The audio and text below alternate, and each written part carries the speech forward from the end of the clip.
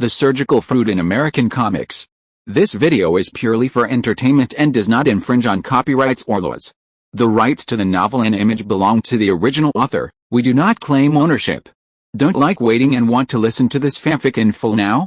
Subscribe to our Patreon, where you'll find the best fanfics.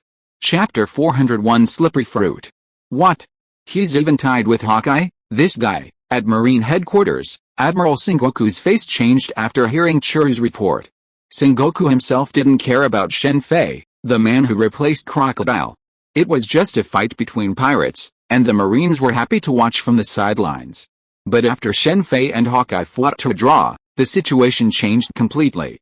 An ordinary Shichibuke would be easy for the Marines to suppress, a few elite vice admirals wouldn't even need the help of an admiral. But a figure of Hawkeye's caliber wouldn't be a match for a single admiral.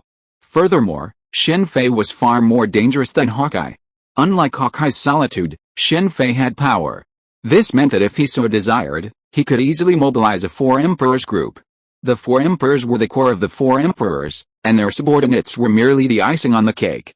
While individuals of such power, like the Four Desert Stars and the Three Calamities, were few and far between across the ocean, they were not insignificant.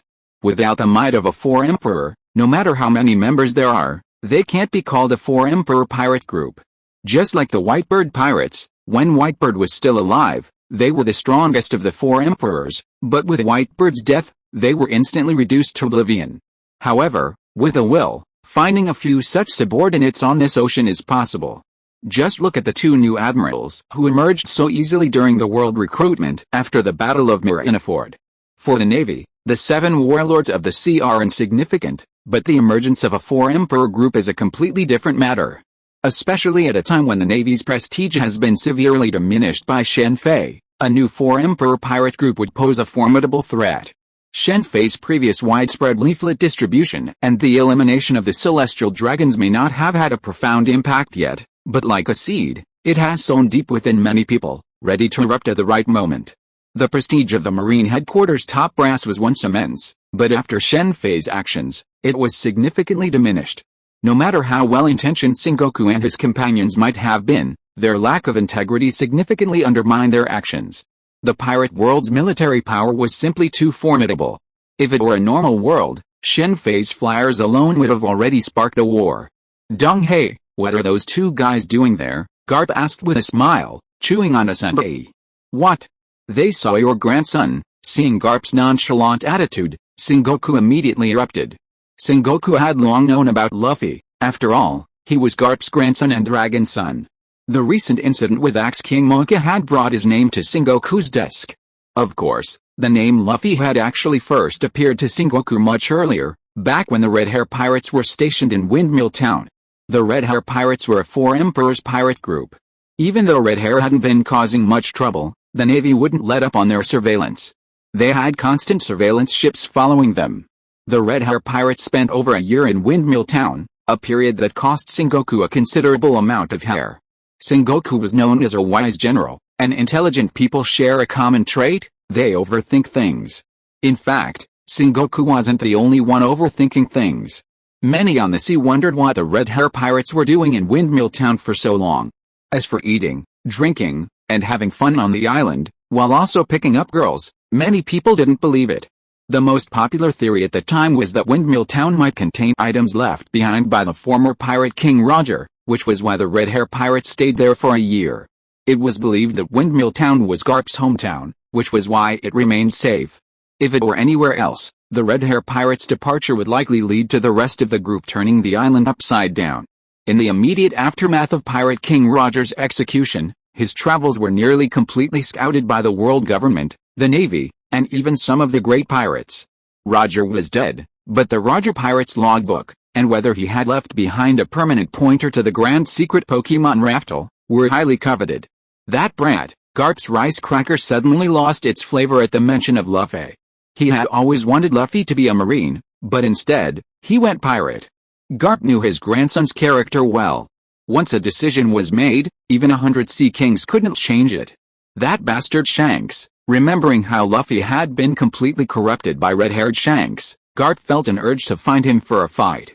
Aokaji, go ahead, Sengoku sighed softly and then left Garp alone. He hadn't been comfortable with his position as Grand Admiral lately, and neither had Garp, a hero of the Navy. Because Shen Fei had already revealed the truth about Roger's arrest, he surrendered voluntarily due to serious illness, not, as the Navy had claimed, that he was cornered by Garp. For most people, Garp's title as a naval hero was earned because he captured the Pirate King. Only a few knew it was connected to the Rock's pirates. Shen Fei hadn't leaked this information yet, as he couldn't reveal too much at once. I understand, Aokaji said, striding forward and standing. What are these two guys doing here? At the Navy's base in Rogue Town, Smoker was breathing smoke, his brow furrowed. The arrival of two Shichibuke warriors in his area gave him the impression that something major might be happening in Rogue Town. He immediately reported the situation to Marine Headquarters, but Headquarters was quite far from Rogue Town, and even if reinforcements came, it would take time to arrive. Fortunately, neither Shen Fei nor Hawkeye intended to reveal their whereabouts, so the situation in Rogue Town remained unchanged. I'm the one who will become the Pirate King, Luffy, captured and executed by Buggy and his gang on the execution platform of former Pirate King Roger, shouted these words loudly, flashing a brilliant smile. His smile stunned Smoker and Hawkeye below. There aren't many people in the pirate world who don't fear death, but there are even fewer who can still smile so brightly before their death. That Buggy guy, what an interesting guy. Luffy's execution on the same platform where Roger was executed wouldn't have mattered to anyone else. After all, Roger had been dead for over 20 years, and with a great treasure still undiscovered, many people considered him a fraud and might have disrespected the execution platform. But Buggy was different. He deeply respected Roger, so how could he not disrespect the place where Roger was executed? Not to mention Luffy was wearing the red-haired straw hat. It was Roger's straw hat. So Buggy couldn't fail to recognize it. Lucky King, Buggy, maybe I'm just overthinking things, as smart people often do. Boom.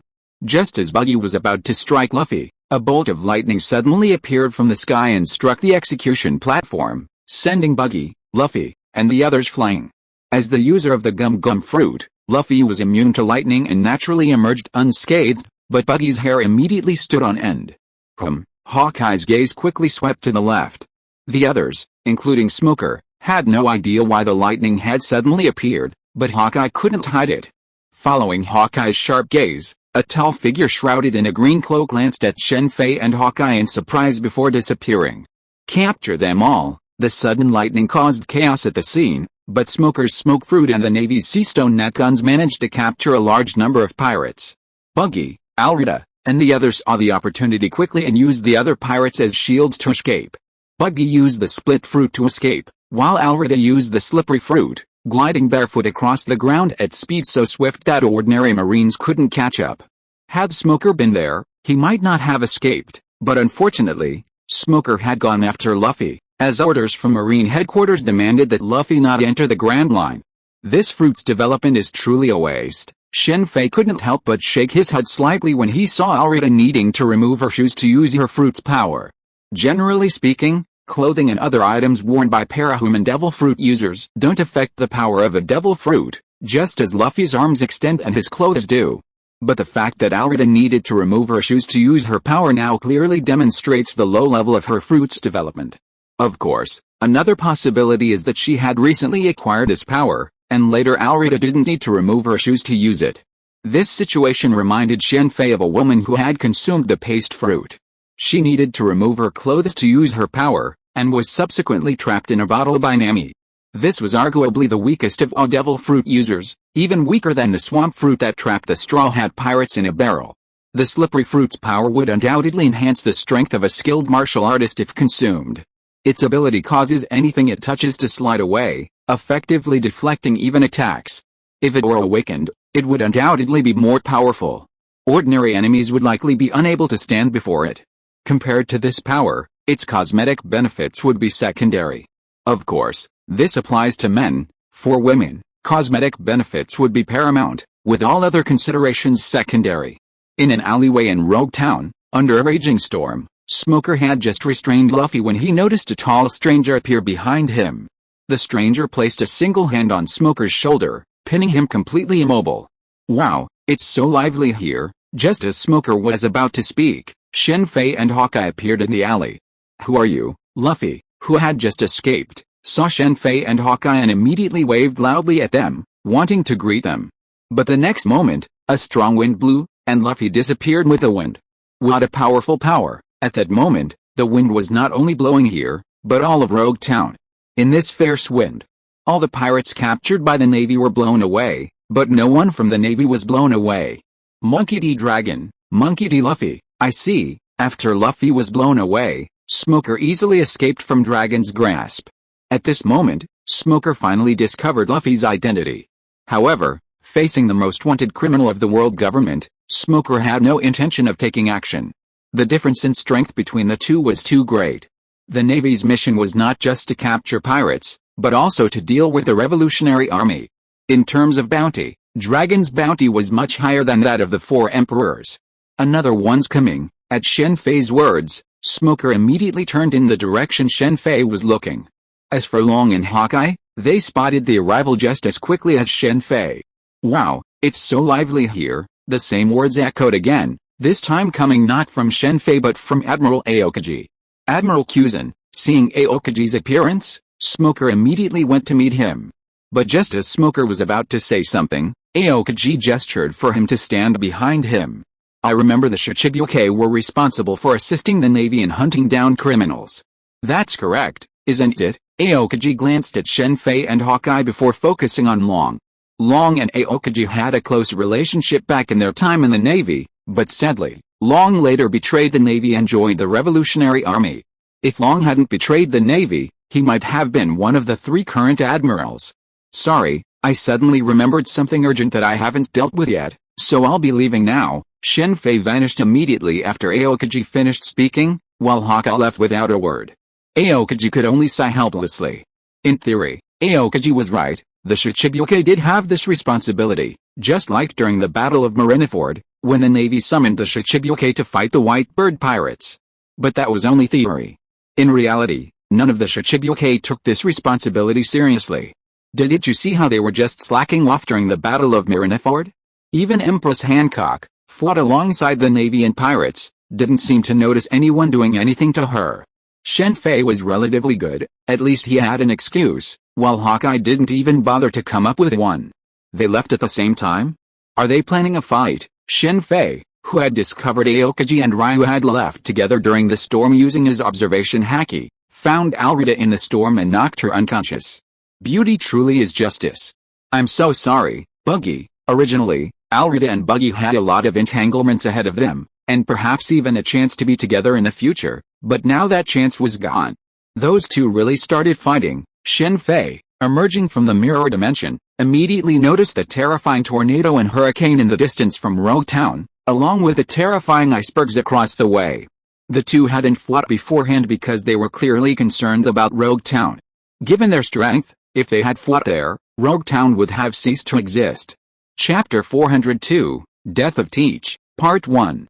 I say, why are you coming to me instead of chasing the dragon? On the waterway from Rogue Town to Upside Down Mountain, Shen Fei looked helplessly at Aokiji who had just boarded the ship. In Rogue Town, Shen Fei naturally separated from Hawkeye. It can be guessed that he would probably go to the West Sea to search for Red Hair. The Red Hair Pirates are the only pirate group among the 4 emperors that are often not on their own territory. Seeing Aokiji again, Shen Fei's mentality was surprisingly calm. This was probably the confidence brought by his strength. The last time he saw Aokiji, he was very nervous. If it was just in terms of mentality, it could be said that he was far inferior to Luffy and Zoro. But this was normal. After all, he was just an ordinary person and lived in a peaceful era. Where's Robin? I haven't seen her recently. Standing on the deck, watching the turbulent waves on the sea, Aokiji asked casually. I see. Aokiji played an invaluable role in Robin's survival at the age of 8, despite a massive bounty of 79 million.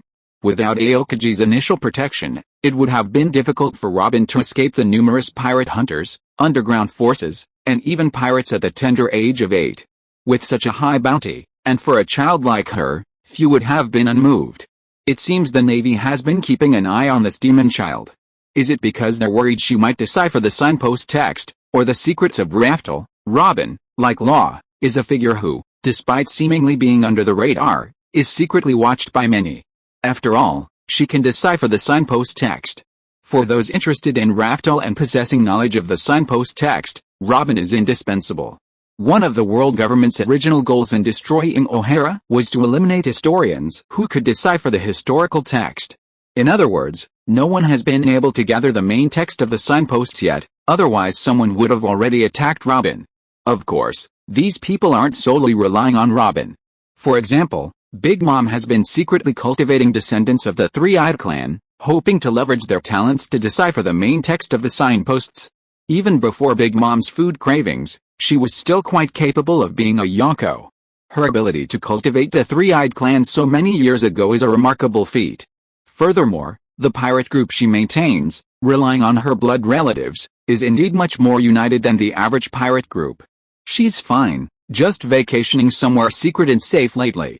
After all, she's had a rough time over the years. Seeing Aokiji raise his eyebrows, Shen Fei interrupted him just as he was about to speak. Given Aokiji's protectiveness towards Robin, if he really didn't reveal Robin's whereabouts, he would likely have to fight Aokiji. While Shen Fei wasn't afraid of Aokiji, he didn't want to engage in unnecessary battles. After listening to Shen Fei's words, Aokiji gave him a deep look and said nothing more. Now that I've given you the information, you can leave now. Is that how you treat your guests? I'll leave after we pass Upside Down Mountain. Aokiji glanced at the recliner beside Shen Fei, walked over with a look of resignation, and lay down on it. Because the recliner was a little short for his height, he propped up his feet on the ice chair he had condensed. As an admiral of the Navy, I have a question for you. As the world government that rules the world, you actually allow pirates to exist as a legitimate existence. In such a world government, can the Navy truly represent justice? Chelsea brought Aokiji a drink and placed it on the table next to the recliner. She stared at Aokiji for a long moment before speaking. In the world of Akane-ga-Kill, even though the Empire was extremely dark, it didn't publicly display such a system. The Navy is just. Chelsea's question caused Aokiji to remain silent for a moment before he spoke. Justice, Chelsea was about to continue, but was immediately interrupted by Shen Fei. Alright, let's not discuss this in front of the admirals. Admiral Aokiji knows for sure. It's a rare trip to Upside Down Mountain, so why not take a good look at the surrounding scenery? The system of the pirate world can't be explained in a few words. Even Aokiji, an admiral himself, isn't someone whose philosophy can be changed with a few words. Chelsea doesn't have the ability to talk people out of it, and neither does Shen Fei. Excuse me, Chelsea said, and left. A moment later, she arrived at the side of the ship, her Dendenmushi camera in hand, and began taking pictures. S.H.I.E.L.D, Akame, and Kuroma also stood by the side. A rare trip to the pirate world, and if you don't climb Upside Down Mountain, it would be a waste. Before arriving in Rogue Town, Shen Fei hadn't intended to pass through Upside Down Mountain. But upon arriving in Rogue Town, the idea suddenly struck him. Riding the swift current, soaring up to a 10,000-meter-high red Earth continent, and then rapidly descending another 10,000 meters, it was a truly remarkable experience, a scenery only found in the world of pirates. The Navy should award Labu a Best Goalkeeper medal, but so many pirates have suffered inexplicable deaths at his hands. Labu, the giant island whale, loves to block the exit to Upside Down Mountain with his head. If Luffy didn't have the gum-gum fruit, crashing into it would have been a disaster for the ship and everyone on board. However, Luffy has this ability to avoid shipwreck, while the other pirates don't. They can only rely on luck to see if Labu can block the exit. Beyond Upside Down Mountain lies the famous Twin Gorges, where the Roger Pirate's doctor is hidden. It's the Straw Hat Pirates' flag and ship. Admiral, why don't you go capture them? After crossing Upside Down Mountain, Shen Fei quickly spotted the Straw Hat Pirates' ship, but it was anchored off the coast, empty, presumably in Labu's stomach. Capturing Luffy and executing him at Marine headquarters, wouldn't that be fun? Seeing Aokiji show no reaction to his words, Shen Fei continued. Do you want Marine headquarters island, Marine Ford, to remain silent? This time, Aokiji finally responded to Shen Fei's words, rising from his recliner and picking up his bicycle. Why don't you fly your own pirate flag on your ship? Aokiji suddenly asked, bicycle in hand. For pirates, the pirate flag is extremely important, a symbol of a pirate group's dignity and prestige. There are bounty hunters on the sea who specialize in hunting pirate flags. Pirates whose pirate flags are seized often fall into ruin, much like Gecko Mariah in the past. In this world, pirates, with the exception of a few extremely shameless ones, like Creek of the Creek Pirates, generally never change their flags. Pirates in the Marvel Universe disguise themselves as ordinary merchant ships or passenger vessels, revealing their true colors only after approaching their targets. However, in the world of pirates, such pirates are extremely rare and deeply despised by other pirates. That's why Aokiji was surprised that Shen Fei didn't fly the pirate flag that represented his status as a Shichigyuke. Guess what? Shen Fei smiled mysteriously at Aokiji's question. Unfortunately, Aokiji didn't speculate. Instead, he jumped from the boat and rode his bicycle slowly across the sea. The long ice path he left behind was quickly submerged by the waves. Are you going to the G10 branch? After Aokiji left, Shen Fei quickly used the secret gate to return directly to his secret base in the Calm Belt. It seems we need to find a way to plant an Argiman mangrove on the island. Combined with the island clouds of Sky Island, the effect should be even better. Also, the island needs to be hidden. After returning to the island, S.H.I.E.L.D, and the others continued their training, while Shen Fei considered improving the island's environment. Although this secret base was located in the doldrums and generally undetectable, considering the occasional wanderlust of Hawkeye, Shen Fei had Red Queen install a holographic imaging system around the island as a precaution. This is the slippery fruit. Who wants one? As the group gathered, Shen Fei took out the newly acquired slippery fruit. Even S.H.I.E.L.D's eyes lit up when she heard about its beauty benefits. As expected, beauty is a topic that no woman can resist. However, when Shen Fei explained that mastering physics was necessary to maximize the slippery fruit's power, everyone, including Chelsea, lost interest in the fruit. No way, seeing that even Chelsea, the most knowledgeable, showed no interest, Shen Fei couldn't help but feel depressed. He had previously wanted to give this fruit to Chelsea. I've already made up my mind. I want a space-type fruit, Chelsea immediately stated her intention.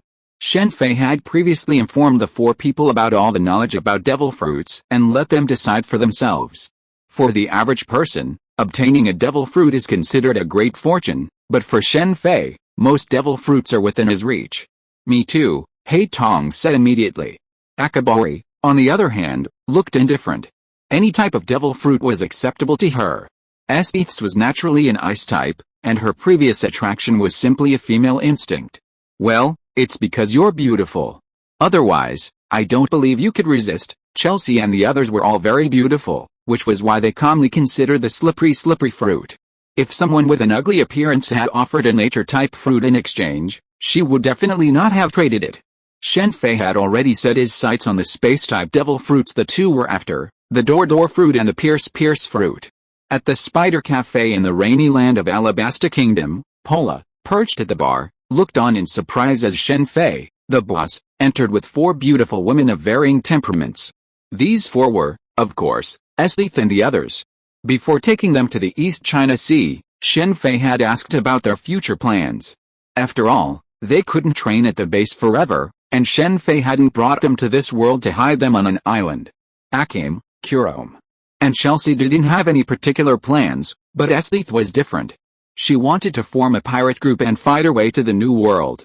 After some discussion, Akim and Kurom decided to join S.H.I.E.L.D, as they wanted to explore the world. Chelsea, uninterested in the adventure, decided to stay in the rainy land of Alabasta Kingdom. S.H.I.E.L.D wanted to go to sea, and Shen Fei certainly wouldn't stop her. However, going to sea wasn't so simple.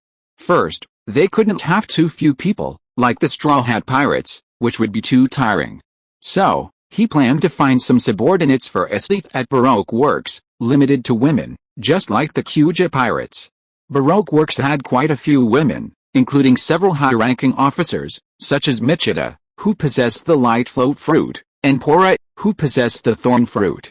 Other things needed to be prepared were ships and navigators. While it was impossible to find a navigator with Nami's incredible talent, an ordinary navigator would be no problem. As long as they didn't act recklessly like Luffy and didn't venture into the unexplored areas of the second half of the Grand Line, an ordinary navigator would be more than enough to handle the Grand Line. Of course, the selection of the personnel was up to S.H.I.E.L.D. He simply introduced Pora to her. Ace the Fire Fist and Blackbird Teach recently engaged in a fierce battle in the Montaga Sea. Their whereabouts remain unknown. Judging from their route, is Teach headed to Alabasta?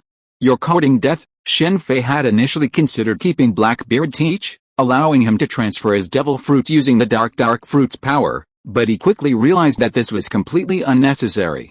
With his mirrored space, obtaining the devil fruit he desired was a breeze. He could simply prepare the fruit within the mirrored space. This made Blackbeard teach useless to him. If Blackbeard didn't come to Alabasta, it would be fine, and Shen Fei wouldn't specifically hunt him down. But if he did show up, Shen Fei wouldn't be polite. Shen Fei was also deeply curious about the dark fruit. Was Blackbeard's ability to possess the power of 2 devil fruits due to his own unique characteristics, or the dark fruits, or a combination of both? However, one thing was certain, the dark fruit was the one capable of transferring devil fruit power. Investigate the whereabouts of Blackbeard and Fire Fist Ace.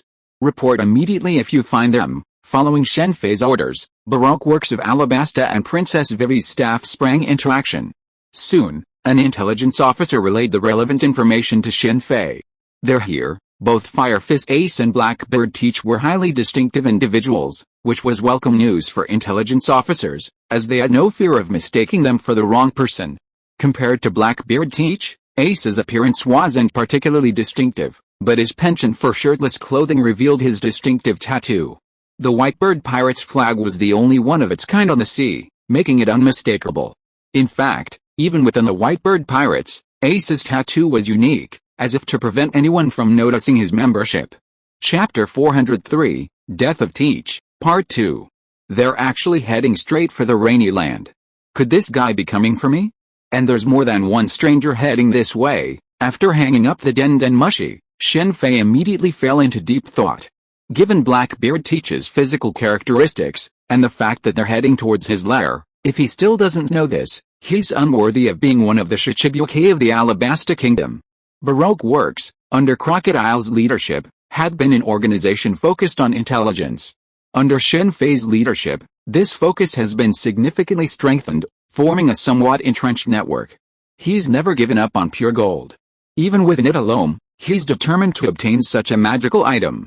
Devil Sheriff Lafitte, Fighting Champion Jesus Bages, Death God Poison Q, Otakosi Van Oka, are all the current members of the Blackbeard Pirates here. Looking at the photos of the strangers heading for the Rainy Land printed on the fax machine, Shen Fei immediately recognized them. We're still in need of a super powerful sniper. Baroque Works, of course, had no shortage of snipers, but they lacked top-tier snipers. Should we bring Marin over?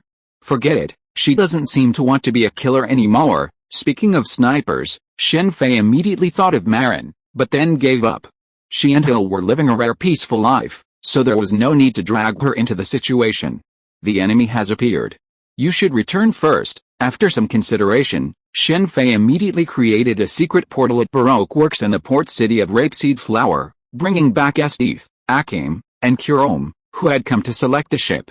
Enemy, S.H.I.E.L.'s expression flashed with excitement. Yes, there are some tough enemies. Be careful when you attack. Shen Fei then briefly outlined the strengths of the Blackbeard Pirates. Calling S.H.I.E.L.D and the others back was a decision Shen Fei made after careful consideration. The Blackbeard Pirates, aside from Blackbeard, were not very powerful at the moment. Fighting Champion Jesus Badges currently has a bounty of 20 million, Devil Sheriff Lafitte over 40 million, and Van Oka and Poison Q's bounties are around 50 million, making them suitable opponents for S.H.I.E.L.D and the others.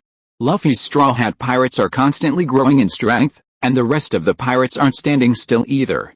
Just look at the supernovas of Luffy's generation. After just 2 years, one of them defeated one of the 4 generals in the Desert Order, reducing the number to 3. 2 years may not sound like a long time, but for some, like S.H.I.E.L.D and Akame, it's enough time. Given 2 years, and with their support, achieving Admiral-level strength wouldn't be a problem. After all, S.H.I.E.L.D and Akame weren't already at the top of the world and Akame got killed. Even that's still slow.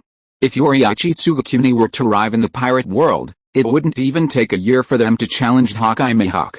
Except for Otakosi Van Oka, the other 3, you can assign yourselves your opponents. No need, leave him to me too. S.H.I.E.L.D interrupted Shen Fei. This was her first real battle in the pirate world, and S.H.I.E.L.D was already impatient. The battles with Shen Fei at the base and Hawkeye, the feeling of being completely crushed, had long been a source of frustration for S.H.I.E.L.D. After all, she had previously been at the top of her own world, and that feeling of weakness reminded her of her childhood. She desperately needed to vent her frustrations.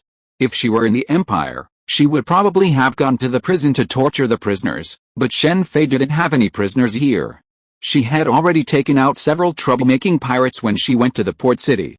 Okay, since S.H.I.E.L.D insisted, Shen Fei agreed. That sniper and Lafitte are mine. S.H.I.E.L.D immediately selected her opponent.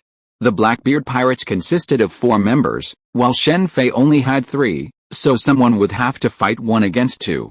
Chelsea disliked fighting, so Shen Fei naturally wouldn't force her.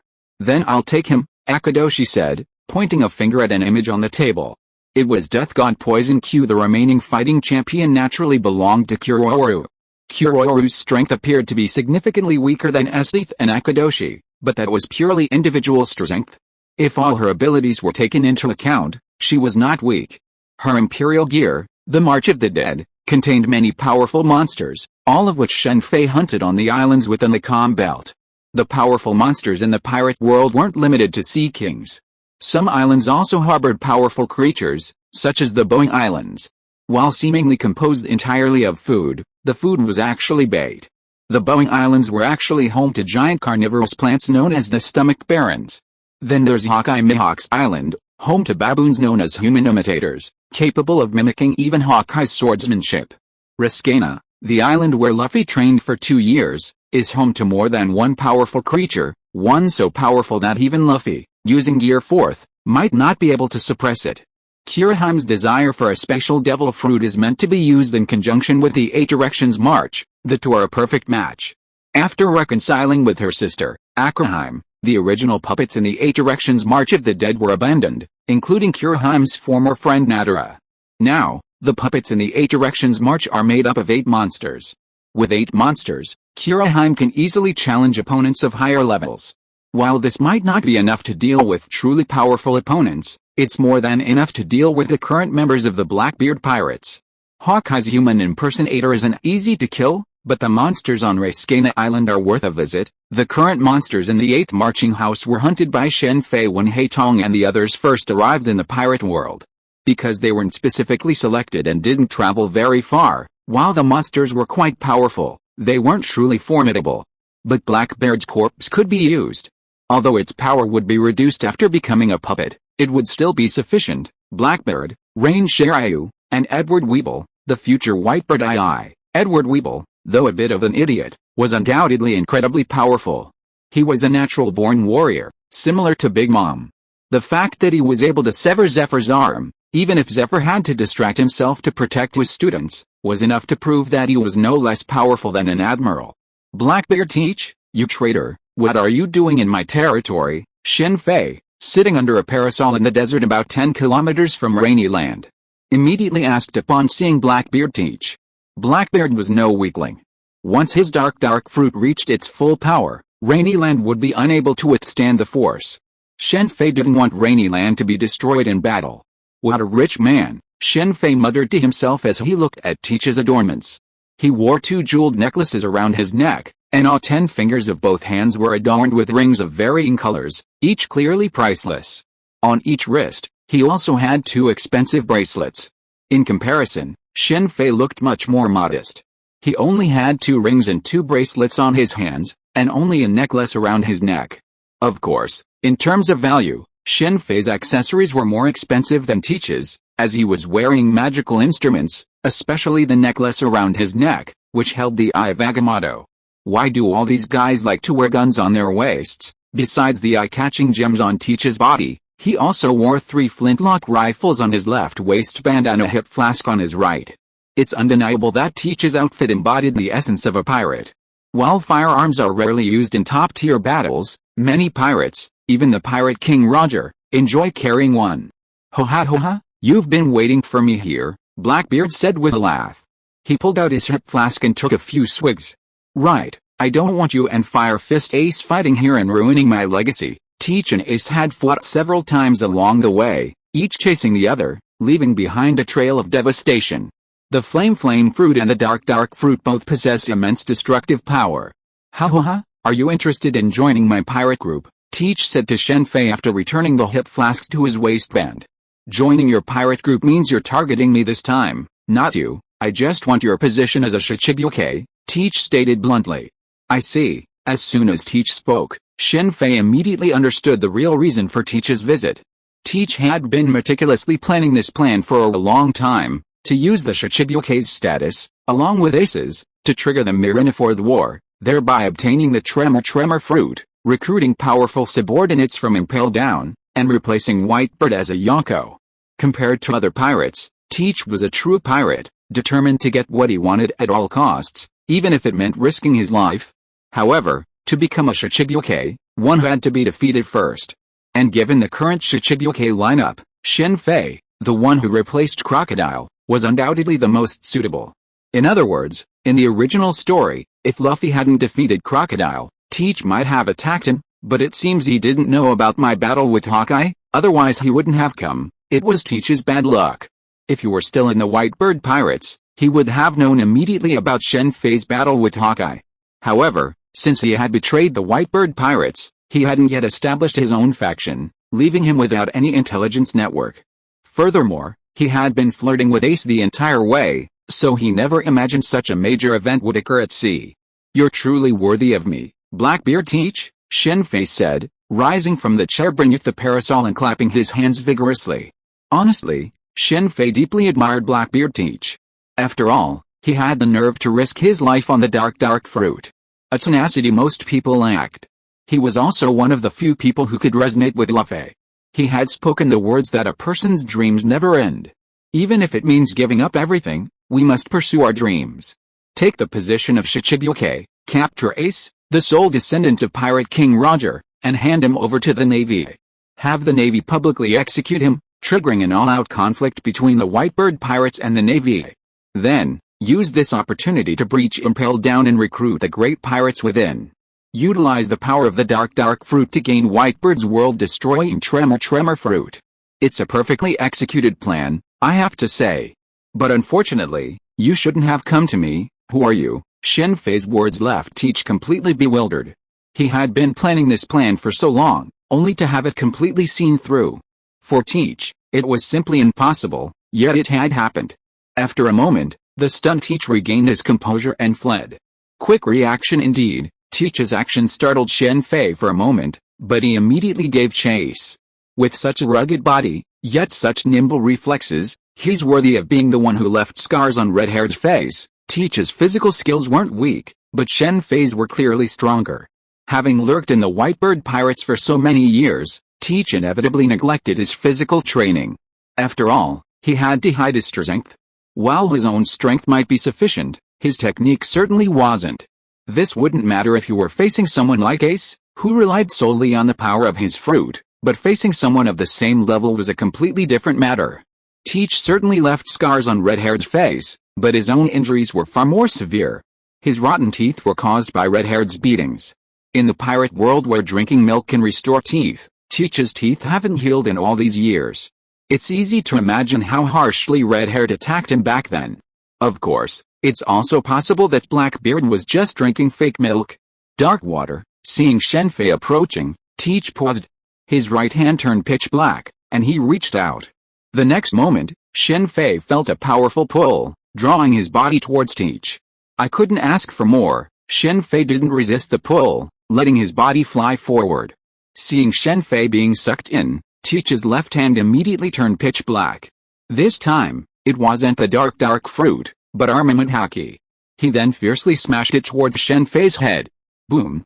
Facing Teach's attack, Shen Fei's right hand, also covered in armament haki, met it. The moment their fists collided, there was a loud explosion, accompanied by a gathering of air and a boundless dust storm rising from the ground.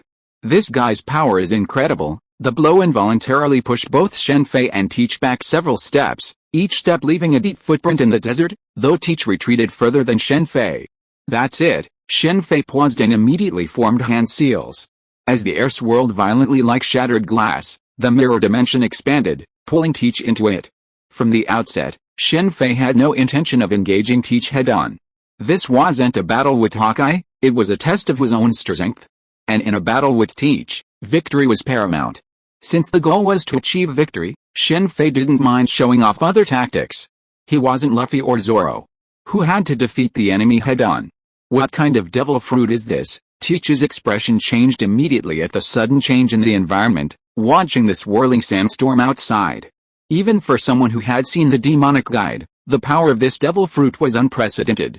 With a secret gate, why fight like hell? Shen Fei, soaring high above with his levitating cloak, smiled at Blackbird Teach below. Then, he casually created a secret gate in the sky, and a flood of seawater poured into the mirror dimension. Seawater is very effective against devil fruit users. It is not easy to use seawater in other places, but it is different in the mirror space.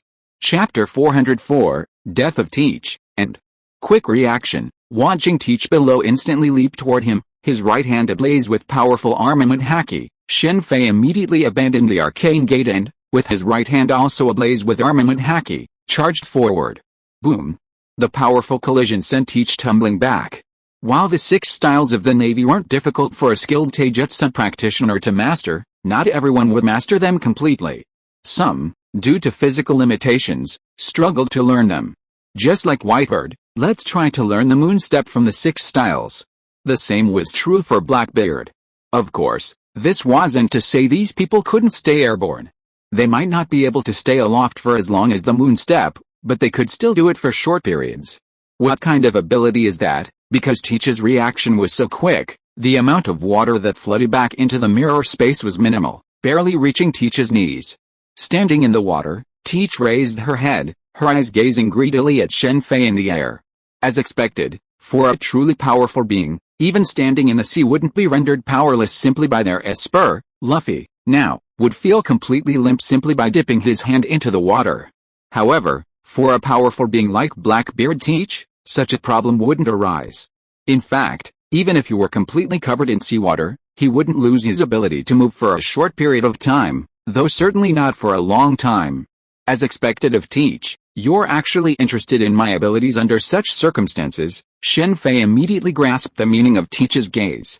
Compared to the tremor fruit, Shen Fei's abilities, while seemingly lacking direct combat power, were surprisingly mysterious and secretive. What it is, a dead person wouldn't need to know, but I can tell you, you're the first person I've used this on. Shen Fei spoke, and with a gentle wave of his right hand, the mirrored space suddenly turned upside down. The ground where Teach stood suddenly stood upright, and the sand and sea began to overturn under gravity, sending Teach's body plummeting downwards. As his strength grew, Shen Fei's control over the mirror dimension also gradually strengthened. It could be said that at this point, he was even stronger than Caecilius, who had absorbed Dormammu's dark power. This was true in a desert area, with only yellow sand. If it were in a city, with numerous buildings under control, the power would be even greater. Boom boom boom. Teach, utterly embarrassed by Shen Fei's manipulation of the mirror dimension, angrily gathered all his strength, attempting to shatter the mirror dimension. Did you notice the problem with the mirror dimension so quickly? It's a shame you're not Thanos. Breaking it is impossible. The mirror dimension Shen Fei had created was not large, which was probably the key to Teach's discovery of the problem. However, even if he had, he wouldn't have been able to escape. I wonder if Whitebird's tremor fruit can break the mirror dimension, Shen Fei thought as he continued to manipulate the mirror dimension. If it were the king, Mordo and the others in the mirror space wouldn't be able to withstand Whitebird's tremor fruit, right? Dark Point Way. Teach, utterly distraught by the changes within the mirror space, suddenly flashed his eyes and leaped to his feet. A vast expanse of darkness emanated from his body. As he descended, the seawater and sand mysteriously vanished upon contact with the darkness. The dark fruit is indeed a nature-type devil fruit, truly powerful. However, the doubled pain is simply unbearable for ordinary people. Teach is truly a ruthless individual. Doubled pain might sound insignificant, just twice as much, right, but in reality, it's a fatal weakness. Especially in combat, while normal pain might be bearable and allow you to continue fighting, doubled pain could temporarily rob you of your strength. During his battle with Ace, Teach was only struck a few times by Ace, yet he rolled over in agony. S.H.I.E.L.D delights in tormenting people and even cultivates plants that increase pain, but that only increases it slightly, still a long way from doubling it. Speaking of which, what if someone who eats the dark fruit loses their sense of pain? As a biochemist, Shen Fei has encountered many unusual cases, including those born without the ability to feel pain. And with his current knowledge of biochemistry, he can certainly render someone painless. This has both advantages and disadvantages. While painlessness eliminates the risk of the dark fruit's side effects, it also means there's no telling when a fatal injury might strike. Of the painless individuals Shen Fei has encountered, most don't live past the age of 30, except for those who have a constant care. Because they can't feel pain, even a minor injury can turn fatal without warning. Let's see how much you can absorb. As he watched the vast expanse of seawater pour in, Shen Fei immediately opened the secret door again, and a flood of water poured in. Devil fruit users fear seawater, but that doesn't mean they can't manipulate it. Dragon and Shiki the golden lion can manipulate it, and even Aokiji can freeze the ocean. Faced with the incoming seawater, Blackbeard Teach embraced it all, sucking it all into the darkness. If the dark fruit is perfected, perhaps it could create a black hole that absorbs everything. Haha, I accept your power. As Shen Fei continued to pour seawater back into the water, the darkness around Blackbeard Teach suddenly gathered. In an instant, half of the mirror space was filled with the power of darkness. As Teach laughed wildly, the darkness rushed towards Shen Fei. In this situation, still trying to turn the tables? I'm really just tying myself up. Shen Fei sighed softly at the laughter on Teach's face and the darkness that permeated the entire mirror space. This time, to deal with Teach, Shen Fei opened a relatively small mirror dimension. It was precisely because of this that Teach's darkness could fill the entire space. In the original novel, the battle between Ace and Teach on Bonero Island saw their combined power cover half the island. While that island couldn't compare to the island of Alabasta, it was still an island after all. Nature type is nature type. Even if the dark fruit couldn't transform into elements, it certainly had plenty of large-scale AoE effects. Aokiji could freeze an island, Kizaru could bomb it, Akainu could turn it into lava, and Ace could similarly turn it into a sea of fire. Nature-type devil fruits are the strongest, and that's no exaggeration. What a shame, Teach, this time you're facing me, seeing the darkness approaching. Shen Fei immediately retracted the mystic gate that was flooding the island with seawater and unleashed a massive mystic gate in front of him. Simultaneously, a similarly massive mystic gate appeared behind Teach. The dark fruit absorbs all attacks, from physical bullets to slashing blows. This ability is, in some ways, the elementalization of the dark fruit. This means that even a bullet to the head wouldn't kill the dark fruit's user. Of course, it only absorbs attacks, not immunity to pain. However, for Shen Fei, who possesses the mystic gate, these attacks can be channeled through it, or even reflected back at the opponent, much like Doctor Strange did against Thanos' subordinate, Ebony Maw. The same is true of the battle between Ancient One and Odin. No matter how powerful your attack is, it's useless if you can't hit the opponent. The sudden change froze Teach, who had been wearing a smug smile. While the power of darkness wouldn't harm a user like him, maintaining such a massive darkness would take a significant toll on his stamina. Furthermore, Teach couldn't dispel the darkness, as it had absorbed a large amount of seawater and sand. Once the darkness was dispelled, it would be released. The massive golden gate prevented him from releasing the seawater to attack Shen Fei, leaving the two men in a stalemate. Fanoka, be careful. Approximately 5 kilometers from where Shen Fei and Blackbeard were fighting, the surrounding area, several kilometers in total, was completely covered by ice. Blackbeard's Devil Sheriff Lafitte and Ottokosi Vanoka were trapped within the glacier. Vanoka, a skilled sniper, found his superior sniping abilities completely useless within the glacier. If it weren't for Lafitte's aerial guidance, he would have been trapped in S.H.I.E.L.D's mirror maze. The mirror maze was completely ineffective against Hawkeye Mihawk, but Vanoka couldn't ignore it. Furthermore, the sudden temperature change was causing Vanoka some discomfort. Alabasta, as a desert nation, was subject to constant high temperatures, so Vanoka and the others were dressed very simply. I hope you'll let me have fun, S.H.I.E.L.D's voice echoed from all directions, causing Vanoka's face to change again. Because S.H.I.E.L.D frequently changed the direction of the mirror maze, even with Lafitte's guidance, Vanoka would sometimes get lost. Furthermore, Lafitte couldn't always guide him. Lafitte, with his ability to fly, undoubtedly had an air advantage, but facing S.H.I.E.L.D's barrage of icicles, he could only occasionally soar to check his surroundings. Lafitte and Vanoka had always wanted to unite and fight the enemy together, but unfortunately, they hadn't been able to unite since the start of the war.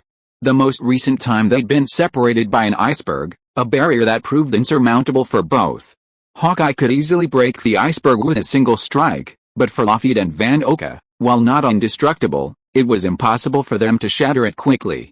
S.H.I.E.L.D had fallen into her old habit of enjoying watching her opponent struggle, otherwise she would have ended the fight long ago. While S.H.I.E.L.D was teasing her opponent, Akadoshi's fight was already over. Poor Poison Q hadn't even been able to unleash his full power before he was struck by Akadoshi's Imperial Guard, Murasame, who then pierced his neck with a single blow. Born a killer, Akadoshi believed in a single strike to kill. Even though she had changed considerably, she still used her Imperial Guard to kill Murasame immediately when confronting an enemy.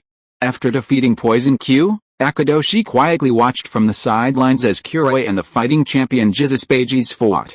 Kuroi's fighting style mirrored Akadoshi's, with no intention of engaging Beijis in a fight, and he immediately used his Imperial Guard, the 8 chambers of the march.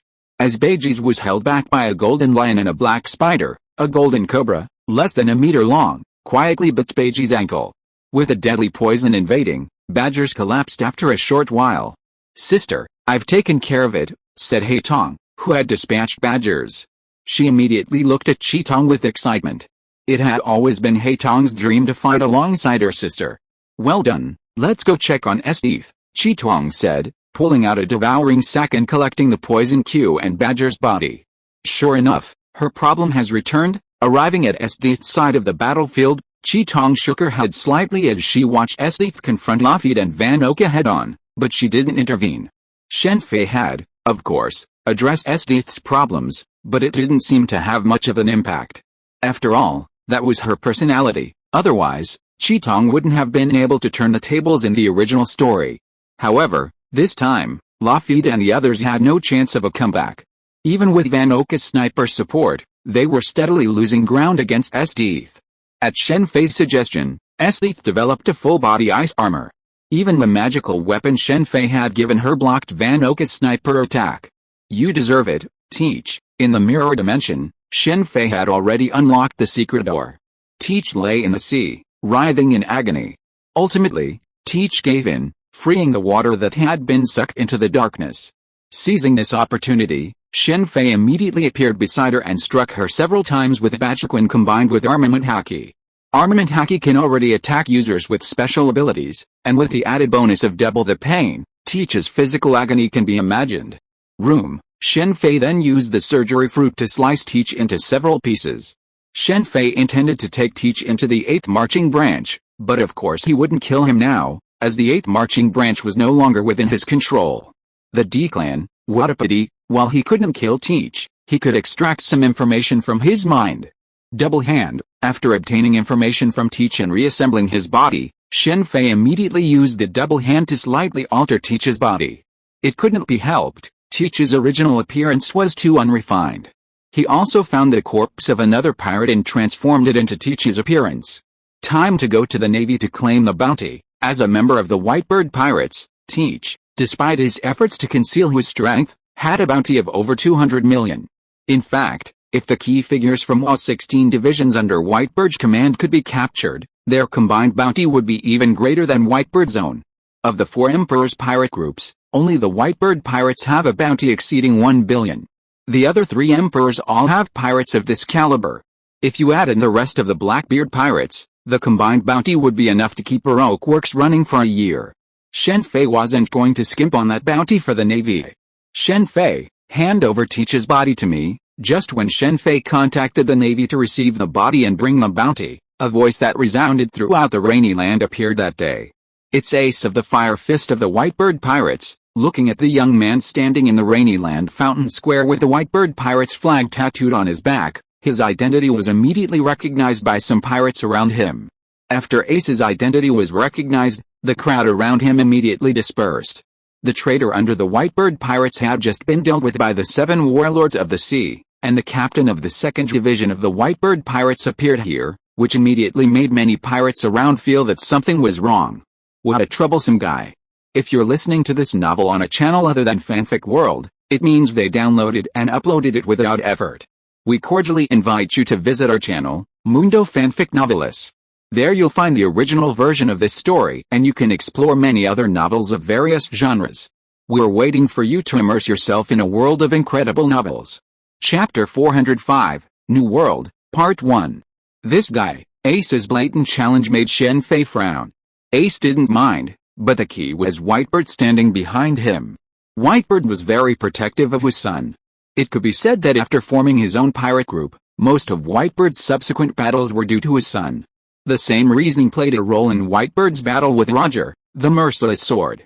However, after 3 days and 3 nights of fierce fighting, the two men finally became close friends. Under such circumstances, even Kato's pirate group wouldn't normally provoke Whitebird. Although Kato had been attempting suicide and had many suicidal moves, such as falling from a sky island at 10,000 meters, these were merely displays of his power. If they truly wanted to kill themselves, they could have fought Whitebird to the death, or even directly attacked the world government's holy land of Marijoa on the Red Earth continent and seen if they could truly survive. His suicidal behavior is actually very similar to that of CP9's Lion Weedao. Lion Weedao often uses a dagger to commit suicide, but before each attack, he uses an iron block. If he really wants to commit suicide, why would he use an iron block? Boom. Just when Shen Fei was about to drive Ace away, someone over there had already started fighting with Ace. It was S.H.I.E.L.D. Someone came to provoke her, and she was a famous figure. She had not had enough fun fighting with Lafitte and Van Oka before, so she jumped out at the first opportunity. The direct collision of ice and fire immediately destroyed the famous fountain square in the Rainland. In a country like the Kingdom of Alabasta that is extremely short of water resources, it is not easy to have such a fountain square. This was the groundwater that Crocodile had finally dredged and brought up with the sand fruit. The natural sand fruit, if used properly, can also be a master of construction projects. Fire Fist, Ice Wall, Ace, capable of transforming into an elemental form, soared in the air, his right hand transformed into a massive, high-temperature fireball. He swung it directly at S.H.I.E.L.D. below. Seeing the massive fireball covering the entire space ahead and the blazing heat surrounding them, S.H.I.E.L.D. immediately summoned 3 thick ice walls in front of her. As the first and second ice walls melted, the third finally blocked Ace's flames. However, the area S.H.I.E.L.D. blocked only contained their own flames. The surrounding streets and buildings immediately engulfed in flames. Isn't this Ace guy as weak as I thought? His flame fruit development is quite impressive. After all, he's become the captain of the Centurion Pirates 2nd Division. Watching the battle between Ace and S.H.I.E.L.D. and feeling the intense heat of Ace's flames, Shen Fei immediately put aside a slight disdain for Ace. Perhaps because Ace was too easy to be captured and died in the Battle of Marineford, Shen Fei always felt that he was a little weak. But in fact, Ace was not weak, it was just because his opponent was too strong. As for the fact that he did not seem to have armament haki, this did not mean anything. The potential of devil fruits is very large. It is not a mistake to develop the power of devil fruits wholeheartedly. The 3 current admirals of the Navy have never displayed the power of 3 colors of haki from beginning to end, but can you say that they are weak? Natural devil fruits are different from parahuman and animal devil fruits. For the latter 2 fruits, armament haki can greatly enhance their power. The 2 can be taken into account at the same time, but the situation is different for natural devil fruits. Armament haki conflicts with elementalization. Admiral Zephyr once criticized Kizaru for focusing too much on the power of the fruit and ignoring physical skills, but even so, Kizaru was still very powerful and finally killed his teacher. Armament haki can certainly hit a devil fruit user's body. For example, Smoker, who possesses the smoke fruit, was once captured by Virgo Onitake's armament haki. But let him try to capture an admiral. After all, compared to training haki, devil fruit abilities develop and increase strength more quickly. Armament haki? I didn't expect to see this in the first half of the Grand Line. Watching 2 pitch-black cones of ice shot from S.H.I.E.L.D. on the ground, Ace, shielded in midair, remained motionless as the 2 cones pierced through his body, yet he remained unharmed. Observation haki, elementalization. The elementalized body of a nature-type devil fruit can be transformed at will. This is much easier than the Rakshasa 4 demons in Akame no Mikado or the life return of the marine Rakushiki. As long as one knows the target of the attack, they can completely dodge it. Just like Aokaji being stabbed head-on by Whitebird's Najinada. These nature-type devil fruit users are no match for the useless swamp fruit user. Ace, despite becoming the captain of Whitebird's 2nd Division and having traveled extensively throughout Wano country, wouldn't even know the properties of armament haki. It's ridiculous. Ace ultimately died to save Luffy. Facing Akanu's attack, he could have transformed into an elemental form, But if he had, Luffy would have been dead. S.H.I.E.L.D isn't yet proficient in Moonstep. In this battle, Ace, who can fly, is invincible. If S.H.I.E.L.D were fully proficient in Moonstep, she could easily use armament haki in close combat. However, while S.H.I.E.L.D can now use Moonstep, it's limited to short periods of airborne control. We can't let this guy keep attacking. If he keeps going, Yuchi will be burned to ashes. The destructive power of the flame fruit is immense. A single fire punch from Ace could destroy 5 Navy branch ships. From the moment Ace attacked, he acted recklessly. He was a pirate, after all, so Shen Fei was obviously overthinking him. Reality and anime are two completely different things. Shen Fei had originally had a favorable impression of Ace. He'd even felt a pity for his death saving Luffy during the Battle of Marineford. But upon meeting Ace in person, his impression changed dramatically. Have you had enough of this? Shen Fei thought, leaping forward and simultaneously wielding his right hand. The Tentsu blasted Ace's fireballs. You're no match for him yet. Leave this to me, he shouted at Ace. Shen Fei turned around and told S.H.I.E.L.D to retreat. S.H.I.E.L.D didn't insist. From the previous battle, she'd realized that her ice wasn't enough to withstand Ace's fire, its scorching heat. Finally out. Hand over Teach's body. Upon seeing Shen Fei, a Shichibuke, emerge, Ace immediately descended from the sky, landing within 5 meters of him. So arrogant. Do you really think I wouldn't dare capture you and start a war on Marineford? Ace's tone made Shen Fei feel slightly unhappy. As a self-proclaimed legitimate pirate, Ace naturally disliked the 7 warlords of the sea. Pirates who had defected to the world government. Coupled with the strength of the Whitebird pirates, it was normal for him to be a little arrogant. In fact, Ace's attitude was relatively good. Within the Whitebird pirates, there were many arrogant pirates under the banner of the Whitebird pirates. Otherwise, Roger would not have fought against Whitebird back then. I remember Teach was a traitor to Whitebird. I'm here to help the Whitebird pirates eliminate traitors. Traitors to the Whitebird pirates should naturally be dealt with by the Whitebird pirates. There's no need for outsiders to interfere. It seems this isn't working out. Ace's hardline attitude made Shen Fei sigh in frustration. He didn't want to fight Ace, so his tone was polite, but he wouldn't back down forever. To be honest, he didn't care much about Teach's body, let alone the fact that it was fake. If Ace had been polite, it wouldn't have been impossible for him to take it back. Bang! The next moment, Shen Fei appeared in front of Ace. As he stared at him with astonishment, he thrust his 10 hands directly into his stomach. The powerful force made Ace roar in pain, and his body immediately buckled. The next moment, Ace felt a pain in his back, and he fell heavily to the ground. You're just a captain of the Whitebird Pirates 2nd Division, and yet you're so arrogant. What do you think this is? Whitebird's territory? Will anyone who sees a member of the Whitebird Pirates retreat, using his 10-handed crossbow to hook Ace's neck, forcing him to lift his head? Shen Fei looked at the resentful Ace with a cold expression. Shen Fei's 10-handed crossbow was naturally made of sea stone. Your bounty doesn't seem low, 550 million. For any other pirate, such a bounty would undoubtedly be considered high-ranking. Even King Geo, the leader of the 8 Treasures Navy, had a bounty of about the same magnitude. But for the captain of the Whitebird Pirates 2nd Division, it was far too low. The captains of the Whitebird Pirates' first 3 divisions were at the same level as the 4 generals and the 3 disasters, and none of them had bounties less than 800 million. The 3 disasters, in particular, each commanded over 1 billion. It's undeniable that Whitebird dotes on his sons far too much. Look at Big Mom, one of the 4 generals, and one of his own sons. He immediately revoked his title after a loss. It wouldn't be like Whitebird himself. If his son lost, he'd probably have taken matters into his own hands. For Whitebird's sake, I'll let you go today. If you dare to cause trouble again, don't blame me for being rude. Also, those buildings you destroyed are worth 200 million. I'll have someone contact Whitebird later. As for Blackbeard Teach's body, if you really want it, go get it from the Navy. Handing Ace over to the Navy was out of the question. He wasn't Blackbeard, he had his own base. If you were to hand him over, Whitebird and his men would likely attack. Not to mention, Sengoku was probably waiting for this very moment. Ace's identity was no secret to the wise General Sengoku. Compared to Garp, Sengoku was a much more experienced officer. The Devil's Triangle, this place is truly bizarre. After releasing Ace and handing Teach's body over to the Navy, Shen Fei headed straight for it. Gecko Mirai had to be incredibly skillful in choosing his location.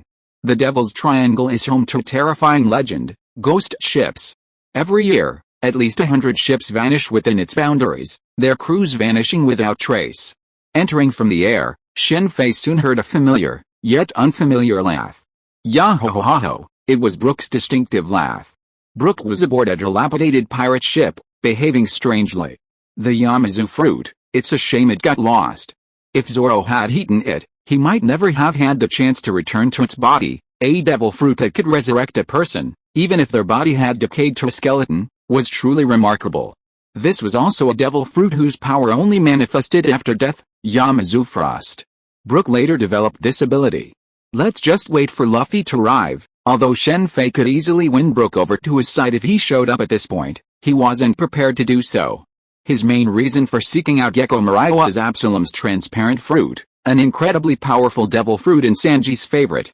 Unfortunately, Absalom used it as a peeping weapon, causing both Nami and Robin to suffer. It must be said that Absalom used this power perfectly, and Sanji's desire to obtain it was essentially the same. Of course, Shen Fei's situation was completely different. The transparent fruit was arguably the ultimate assassination fruit, and as a parahuman-type devil fruit, once fully developed, or even awakened, its power would undoubtedly reach new heights.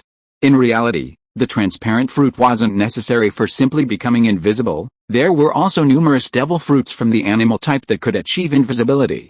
While strictly speaking, it was mimicry, it was sufficient. If you want to attack Nami, go to hell. Shen Fei did not alarm Gecko Mirai. After finding Absalom who was in heat, he directly pulled him into the mirror space and killed him before he could react. The next one should be Momonosuke. With this idea in mind, Shen Fei found his second target, the swordsman Ryoma. This was the corpse of Gecko Mirai that he had dumped in Wano country. It was just that because the shadow belonged to Brook and he was already dead, he could not fully exert his strength and was defeated by Zoro later. However, this was a good thing for Shen Fei. The reason he came to find Ryoma was that he wanted to find a sparring partner for Akame and others. No one was more suitable than Ryoma. Chapter 406, New World, Part 2. Absalom, who the hell is that? Get back here. On the horror bark, Gecko Mirai's angry roar echoed from the dark castle where he was. The terrifying sound startled the zombies who heard it. Lord Mirai, what happened? Perona, who had a pair of beautiful pink twintails and a burgundy umbrella, said as she walked out from the side. Absalom is missing, go find him for me immediately, Gecko Mirai roared. Yes, Lord Mirai, I will go. Gecko Mirai was a person who cherished his companions very much, otherwise he would not have been so devastated after his companions were killed by Kato. Later, Absalom was captured by Blackbeard and the power of his transparent fruit was taken away. He even rushed to Blackbeard alone to rescue him. Unfortunately, Absalom was already dead by then, and he was also surrounded by Blackbeard and his men. Gecko Mirai couldn't have been unaware of Blackbeard's strength, but even then, he went alone to rescue them, demonstrating his deep respect for his companions. Shen Fei was naturally aware of Gecko Mirai's character, but that didn't stop him from attacking Absalom. There are countless pirates who value their companions, even Doflamingo. Well, she's quite talented, isn't she? Shen Fei called back Akame after bringing Ryuma back to the vast underground chamber of Rainy Land. Shen Fei didn't bring Ryuma back by defeating him, that would have meant Ryuma would lose his Brook form and become a corpse once again. He had returned to this world with Ryuma's rare consciousness, so why not pass on his legacy? Ryuma was tempted by this idea, but due to Gecko Mirai's devil fruit, he couldn't leave the thriller bark on his own. But with Shen Fei's help, his departure was a breeze. Frankly speaking, Ryuma isn't that powerful now. After all, even Zoro, who hasn't trained for 2 years, has defeated him. But that refers to the current zombie Ryuma, not his peak strength in life. The living Ryuma was undoubtedly one of the greatest swordsmen, leaving behind the legend of the dragon-slaying warrior in Wano country.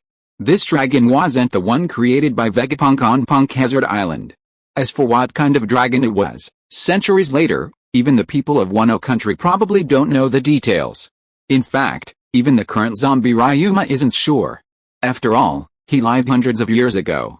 Gecko Mirai only discovered his remains through tomb raiding, and the zombie created by Dr. Hogback is probably only 1/10 as powerful as he was in life.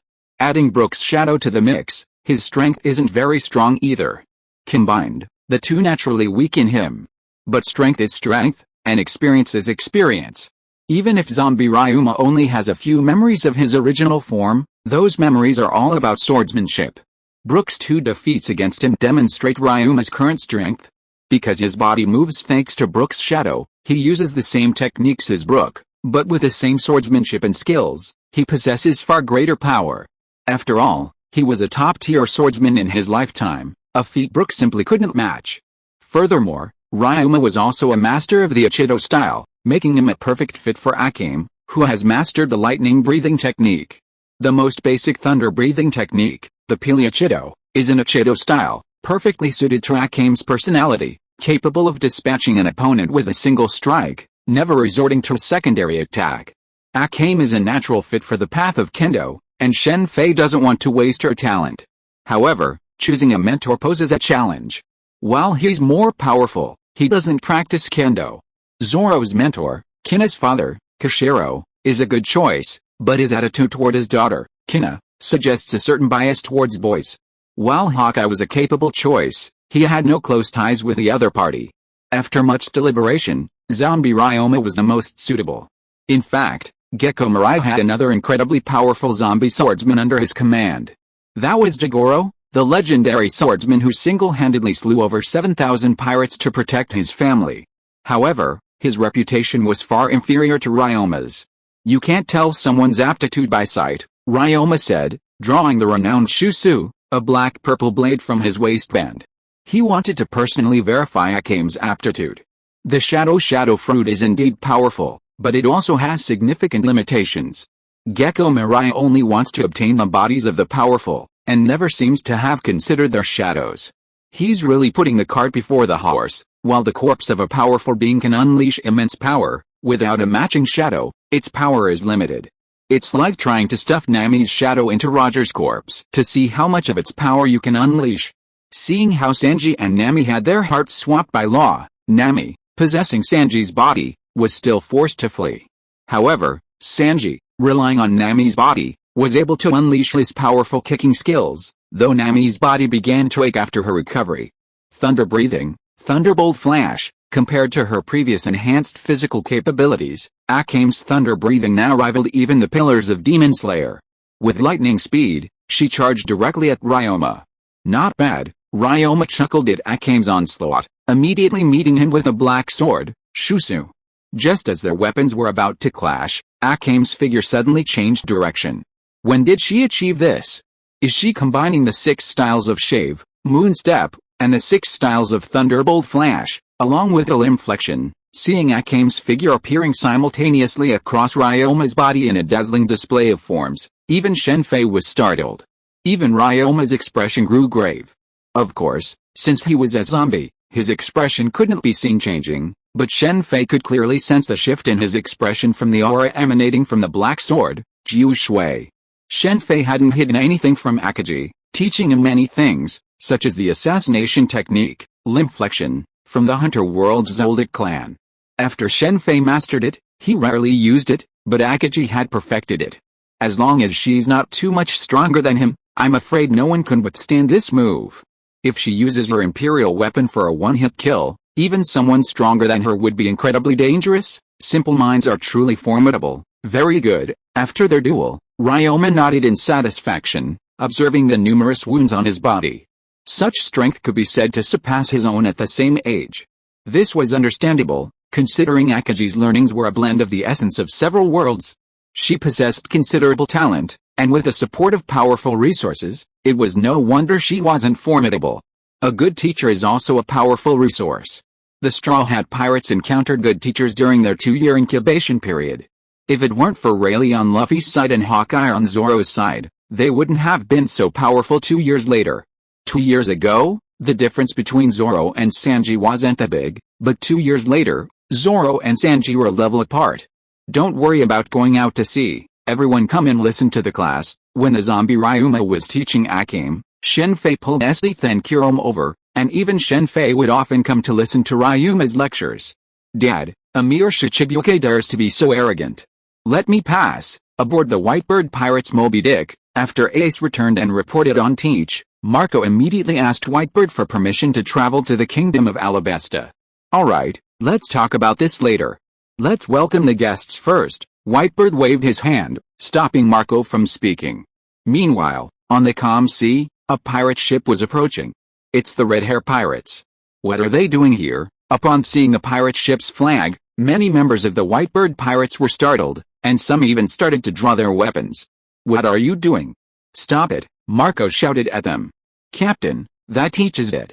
We didn't have to come, a figure standing behind red-haired Shanks at the bow of the red-haired pirate's ship said with a smile, watching the approaching Moby Dick.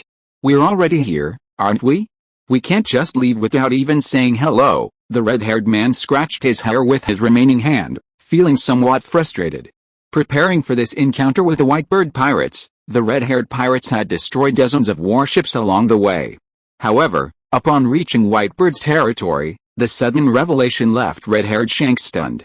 Teach, the man who had previously hidden within the Whitebird Pirates, bearing a facial scar and then betrayed them, had been claimed by one of the Shichigyoke.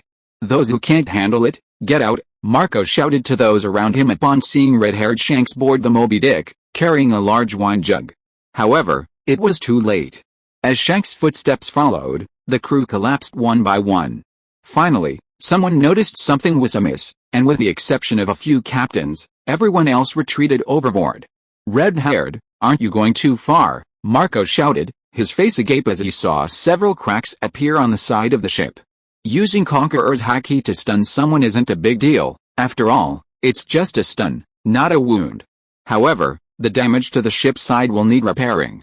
I'm new here, just showing my strength. What are you doing here? Aren't you afraid that Sengoku might cause you trouble? Whitebird looked at red-haired Shanks as he approached him, a hint of confusion in his eyes. Private contact between the four Emperor's pirate groups is extremely dangerous for the Navy. If two of the four Emperor's groups form an alliance, the Navy would be in danger.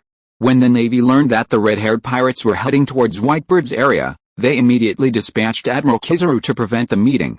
However, because the red-haired pirates destroyed all surveillance ships, they disappeared from the Navy and the world government site. By the time the Navy could confirm the red-haired pirates' intelligence, they had already appeared in Whitebird's territory.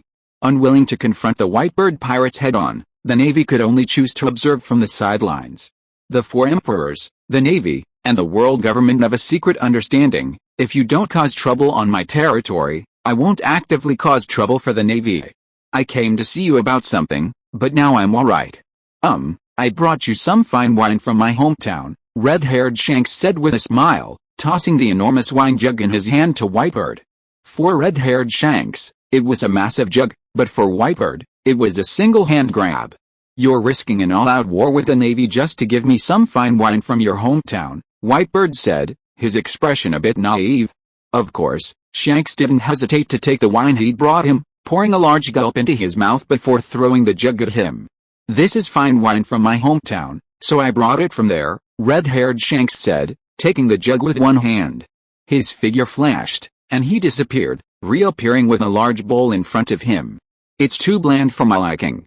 If you're alright, leave now, is that so? I'm truly sorry, red-haired Shanks said, hoisting his freshly filled bowl and downing it in one gulp. He then immediately stood up. By the way, before you go, I have a piece of advice for you. Don't let Ace run around anytime soon. Someone might know something. You don't have to worry about what my son does. Go back. Because of Shen Fei's intervention and Teach's death, red-haired Shanks didn't engage in a fight with Whitebird this time. That shocking scene, the one that tore the world apart, didn't happen. Luffy's still in the Sakura Kingdom. With no enemies, they've become complacent. But it seems Chopper can't escape. This means it's impossible for Luffy to reach the Sabaody archipelago anytime soon. Shen Fei reviewed the intelligence he had gathered from various locations, made some arrangements, and prepared to continue exploring the new dimension. Perhaps due to his battle with Hawkeye, other pirate forces near the kingdom of Alabasta have begun to retreat. Doflamingo's slave-hunting crew, for example, has vanished. Previously, despite Shen Fei's targeted attacks, they persisted, but now they've retreated of their own accord. What a thick fog. Where are we? Emerging from a new world through the dimensional space, Shen Fei was met with a dense fog all around him. From within the fog came the sounds of fierce battle. Using his observation haki, Shen Fei could sense several individuals engaged in combat within the thick fog. Water style, water dragon bullet jutsu, water style, water dragon bullet jutsu. As two voices emanated from the fog, Shen Fei could clearly discern the figures of the two combatants. So it's them. So this is that world? We're really lucky this time. The two individuals appeared in Shen Fei's sight, and he recognized them instantly. They were Kakashi Hatake, the copy nin of Konoha, and Zabuza, the S-rank rebel ninja from the Mist Village, known as the Kijin, Mizuno Haku, Uzumaki Naruto, Uchiha Sasuke. This is the Hokage. From the surrounding environment and the situation of the battle, Shen Fei immediately determined what the situation was: the mission in the Land of Waves. Chapter 407 Chakra, Part 1. The legendary I Legend, the world of the filial son Black Zetsu saving his mother. Shen Fei, quietly watching the two waves of battle, suddenly smiled.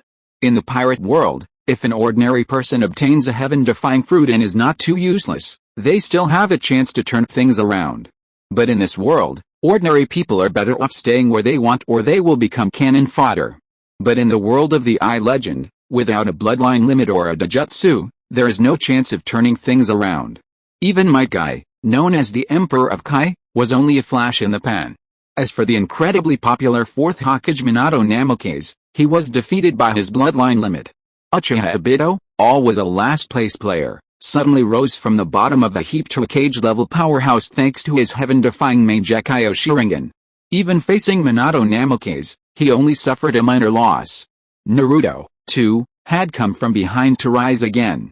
Initially, Shen Fei had admired him, but in the end, the whole last-place thing was a joke. His background was truly remarkable. Speaking of which, if Naruto and Luffy met, they'd definitely find common ground, but this world does have quite a few good things. Not to mention the sacred tree, the Samsara Eye and wood release are truly remarkable. Thinking of some of the items from the Naruto world, Shen Fei's eyes flickered. In fact, even the ability to tread water with chakra alone was quite impressive. The pirate world was largely seawater, and with this ability, even espers wouldn't have to fear the water. Mizuno Haku, Ice Release, and Keki Genkai, for S.H.I.E.L.D. This is a perfect match, an Ice-type Imperial Guadali Hood, combined with an Ice-type Devil Fruit, and then an Ice-type Keki Genkai. This combination would undoubtedly greatly enhance S.H.I.E.L.D's power. Sasuke, seeing Sasuke, bloodied and pierced with ice kimonos, crouching motionless on the ground, Naruto erupted in fury.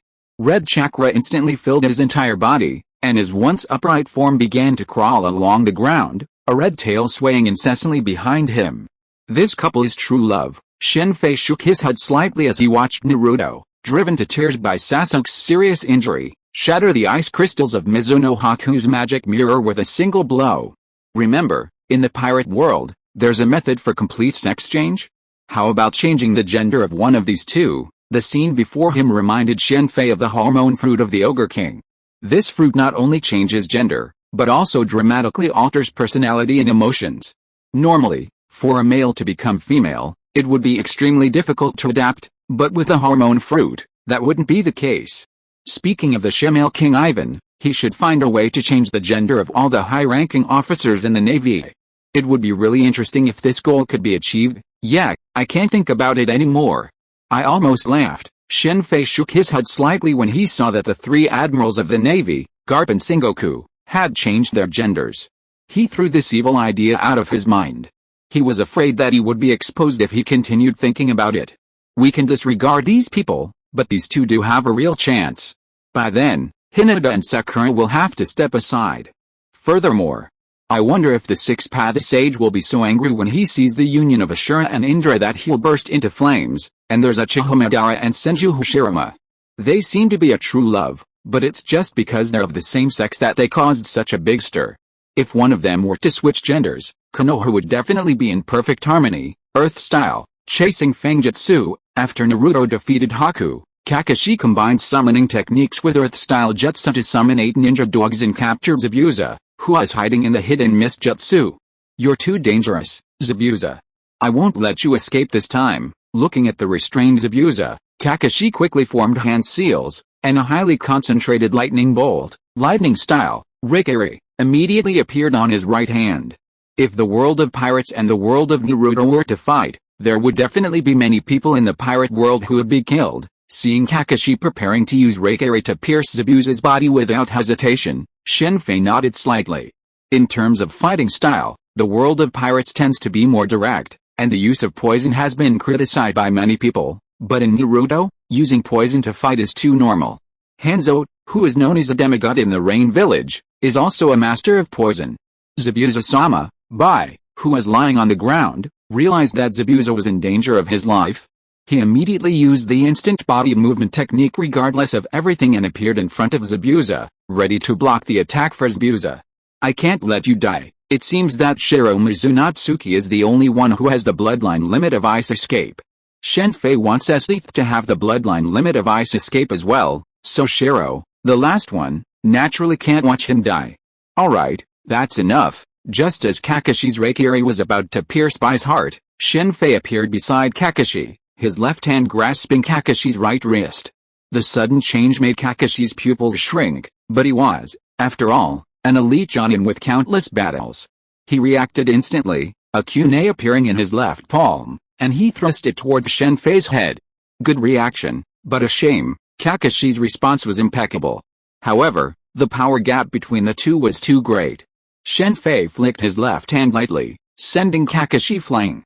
In that instant, Kakashi, in flight, flung the kunai in his left hand towards Shen Fei. Facing the incoming kunai, Shen Fei raised his left hand and, with a flick of his finger, deflected it aside. Behave yourself, too. Shen Fei, having deflected the kunai, shook his head gently. With a flick of his right finger, he also deflected the slashing slash of the serpentine blade. Zabuza, true to his demonic nature, struck at his savior without mercy. The serpentine blade, one of the 7 mist ninja blades, before the slashed slash could even hit the ground, Shen Fei's right hand tugged it into his grasp, wielding it with a flick of his wrist. I just saved your life, and this is how you treat your savior. Sticking the serpentine blade in the ground before him, Shen Fei looked at Zabuza calmly. The 8 ninja dogs that had been biting various parts of his body had vanished, but the wounds they had left were still bleeding. I didn't ask you to save me, even though he knew Shen Fei was powerful. Zabuza's expression remained impassive. So I'm meddling in your business, HMPH. Zabuza snorted coldly at Shen Fei's words and was about to say something, but was immediately interrupted by Bai. Sir Zabuza, I'll bandage you right away. Even though Bai was seriously injured, in his heart, Zabuza was far more important than him. Finally confirmed the gender, male, even with just a slight glance, Shen Fei immediately determined Bai's gender. His clothes had been quite damaged in his previous battle with Naruto. Mizuno Haku's gender has always been controversial because she is so beautiful. If she were a woman, it would be fine, but if she were a man, who knows how many women would feel inferior. Who exactly is your excellency? Kakashi finally spoke when Shen Fei turned his gaze to him. He had been quietly observing Shen Fei. In the Naruto world, ninjas, regardless of whether they belong to a large or small ninja village, wear a forward protector. The status of a ninja is a source of honor, and it's rare to see one without one. Even renegade ninjas carry their village's forward protector, marked with a slash to signify their status as a traitor. However, Shen Fei not only lacks a forward protector, but also lacks any chakra aura. Kakashi's wrist grab and subsequent throw were both the result of pure force. Kakashi is no stranger to sparring with taijutsu ninjas. His longtime rival, Guy, is a master of taijutsu. However, even Guy's strength relies primarily on chakra, using it to strengthen his body. True pure taijutsu masters don't exist in Naruto. Everything is chakra-based. If Guy possessed a body from One Piece, with the 8 gates open, he'd instantly crush anyone he caught, and a single kick would be a surefire way to decisive defeat. The same would be true if One Piece had the 8 gates. Honestly, Luffy is the most suited to the 8 gates. With his rubbery physique, he doesn't even need to open 8 gates, 7 is enough to defeat the Admiral. I'm a traveler. Please give me some face in this fight and call it a day, Shen Fei said, glancing at Naruto behind Kakashi, the seriously injured and unconscious Sasuke, and Sakura, who was crying beside him. As long as Zabuza doesn't interfere with our mission, it's fine, Kakashi said, looking at Zabuza. For Kakashi, if it weren't for the mission, he wouldn't want to fight the demon Zabuza. As long as Zabuza was willing to give up the mission, he certainly wouldn't take the initiative to cause trouble. You want me to give up the mission? Dream on, Zabuza said, glaring at Kakashi coldly. If he wasn't wary of Shen Fei standing beside him, he would definitely fight Kakashi to the death. With such formidable power, yet still worrying about money, only this world can do that. Whether it was the 5 great ninja villages or the powerful Akatsuki, their means of making money seemed to be limited to one single path: missions. The world has limited my imagination, never mind him. I agreed to his abandonment of the mission. Who are you to decide for me, because you can't defeat me? Shen Fei's words choked Zabuza. He glared at Shen Fei with a scowl, as if he could pull up the beheading sword from the ground and slice Shen Fei in two. Zabuza, haven't you dealt with him yet, you piece of shit? Just then, a very arrogant voice echoed from the side. As the surrounding fog dissipated, a short, stocky middle-aged man wearing sunglasses approached from the other side of the bridge, accompanied by a large group of men armed with various weapons. Another idiot who can't see reality. Shen Fei knew who this person was. Apart from that idiot, Cardo, no one else would think they could rely on numbers to defeat the ninja. Of course, if it were just ordinary mid-level ninja, Cardo's chances of victory would still be very high. After all, many of his hired men were wandering samurai. Unfortunately, however, he was facing Zabuza, an elite Jonin-level demon. What are you doing here? Cardo's appearance caused Zabuza to frown. What? I don't need you. I can take care of them myself, and take care of you along the way. Cardo was a very shrewd businessman, extremely sensitive to money. However, it was precisely because of this sensitivity that he felt hiring Zabuza was a poor deal. As an S-rank rebel ninja, Zabuza's hiring fee was at least hundreds of thousands, and that was because he was a rebel. If it were a legitimate ninja village, such as the 5 great ninja villages, a ninja of Kakashi's caliber would normally cost millions. However, if that amount was used to hire ordinary wandering samurai, nearly 100 people, it wouldn't cost even 1/10 of that. In this case, not only would Zabuza fail to complete the mission, but even if he did, Cardo wouldn't pay the bill. Unlike the regular ninja villages, rebel ninjas didn't have the guarantees of a regular village, so there wouldn't be cases of someone failing to pay a mission fee. Robbery was common. Kill them, Cardo said, stepping back and barking orders at his hired men. Kill. At Cardo's command, several men behind him immediately charged at Zabuza and Haku, brandishing their swords. HMPH, Zabuza snorted coldly at the 6 men charging at him with murderous intent, appearing before the beheading sword. With a flick of his right hand, a flash of cold blade light slashed, severing 4 of the 6 men in 2. The last 2 were so frightened by the scene that their weapons dropped from their hands. With a few exceptions, most of Cardo's hired men were mere thugs wielding katanas, preying on ordinary civilians and having never witnessed such bloodshed. While they were stunned, Zabuza wasn't. The next moment, he followed suit, and the 2 men followed in the footsteps of the previous 4. Just you, Zabuza, who had killed 6 people, dragged the beheading sword on the ground with his right hand and walked towards Cardo with an expressionless face. The cold and ruthless expression, coupled with the blood on his face, made Zabuza look very terrifying at this moment. Many people behind Cardo were trembling with fear. Kill him for me, 100,000, kill him, I'll give you 100,000. Cardo was also very scared and shouted loudly the bounty for killing Zabuza. A big reward will always bring brave men. 7 or 8 wandering samurai who received Cardo's promise came out. Compared with the 6 people before, these people had obviously seen blood. However, before these people could meet Zabuza, 2 of them felt a flash of white light in front of them, and then fell to the ground. Looking at their foreheads at this time, 1,000 ice blades pierced through their eyebrows. Few ninjas chose the senbon as a weapon, as its lethality was too weak. However, this weak lethality was only for fellow ninjas. For ordinary people, the senbon's lethality was quite strong. Ha! At the same time, Zabuza rushed into the crowd, brandishing his beheading sword. He was like a tiger among sheep. In front of the beheading sword, no one could withstand a single round of his opponent. Chapter 408 Chakra, Part 2. Help. Facing the ferocious demon Zabuza and the blood-soaked scene around them, Cardo's hired men immediately roared and fled in all directions. Most of them jumped from the bridge to escape Zabuza as quickly as possible. In a flash, Cardo, despite his overwhelming numbers, found himself alone. Cardo, now devoid of his previous arrogance, spoke to the slowly approaching Zabuza, his legs trembling. I'll double your money, twice, 3 times. Unfortunately, Zabuza remained unmoved and continued to slowly approach Cardo. When he was within a meter of Cardo's lower body began to ooze, having urinated at the ferocious Zabuza. Puff! Facing the terrified Cardo, Zabuza swung his voluptuous blade and severed his head.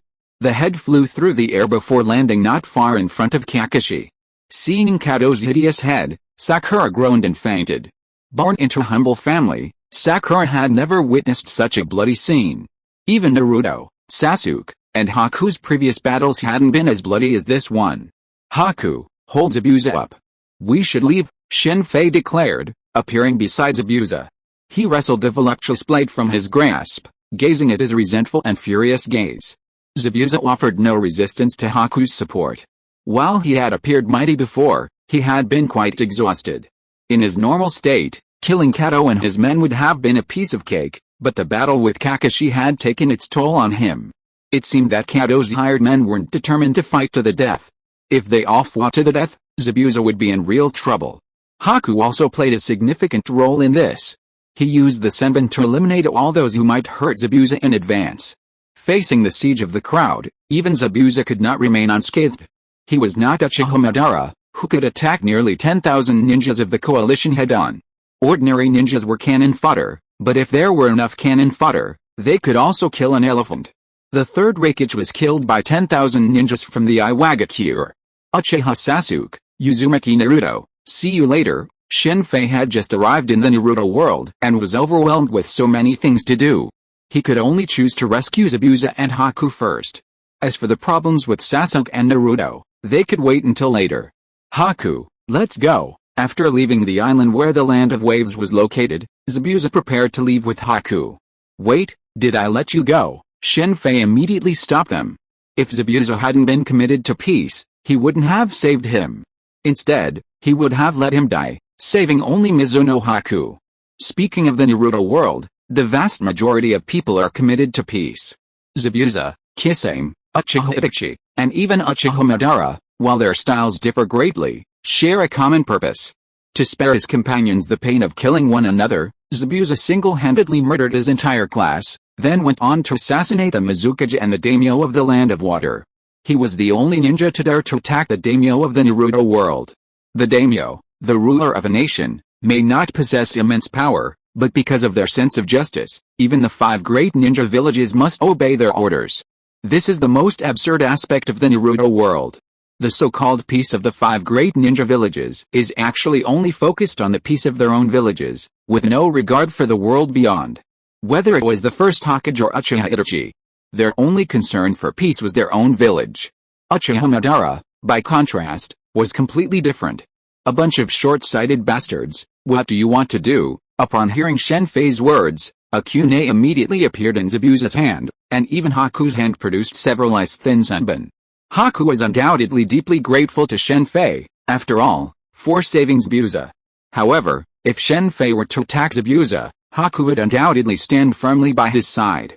Do you want to know the truth behind the Mist Village, the Bloody Mist Village? The Bloody Mist Village was how the other 4 ninja villages described the Mist Village, due to its brutal graduation exams for Jinan, identical to the system hidden within Konoha. 2 people would fight each other, and the survivor would become a Jinan. To foster ruthlessness in ninja, the Mist Village's leaders would even deliberately pit former friends against each other, as was the case with Sani and Nobu. Such a cruel system naturally produces ninjas that are stronger than those from other ninja villages. However, not everyone can accept this system, so although the ninjas from the Mist Village are strong, they also have the most rebellious ninjas.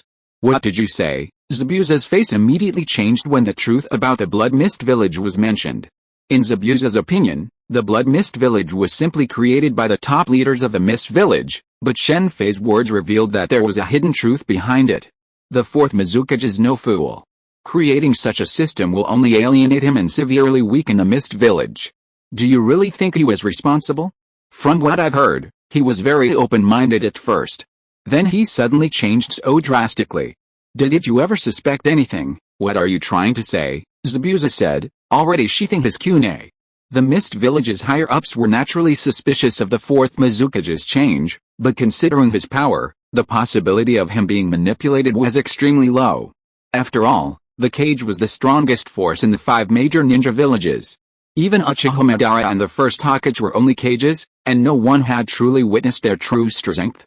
Even though the first Hokage was legendary in the ninja world, known as the god of ninja, many didn't consider him invincible. Aside from the third Hokage, who had witnessed their power, no one else had. Just like the four emperors in One Piece, why are there so many challengers? Isn't it because they don't trust their opponent's strength, believing it's just boasting?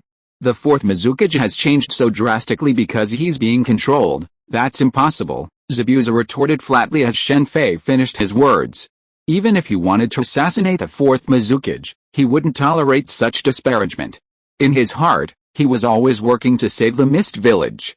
He continued to undertake assassination missions to accumulate wealth and find an opportunity to assassinate the fourth Mizukage. Money is crucial for ninjas. It's essential to recruit personnel and purchase equipment. Look at Akatsuki. Kakuzu has always worked tirelessly to make money for the organization.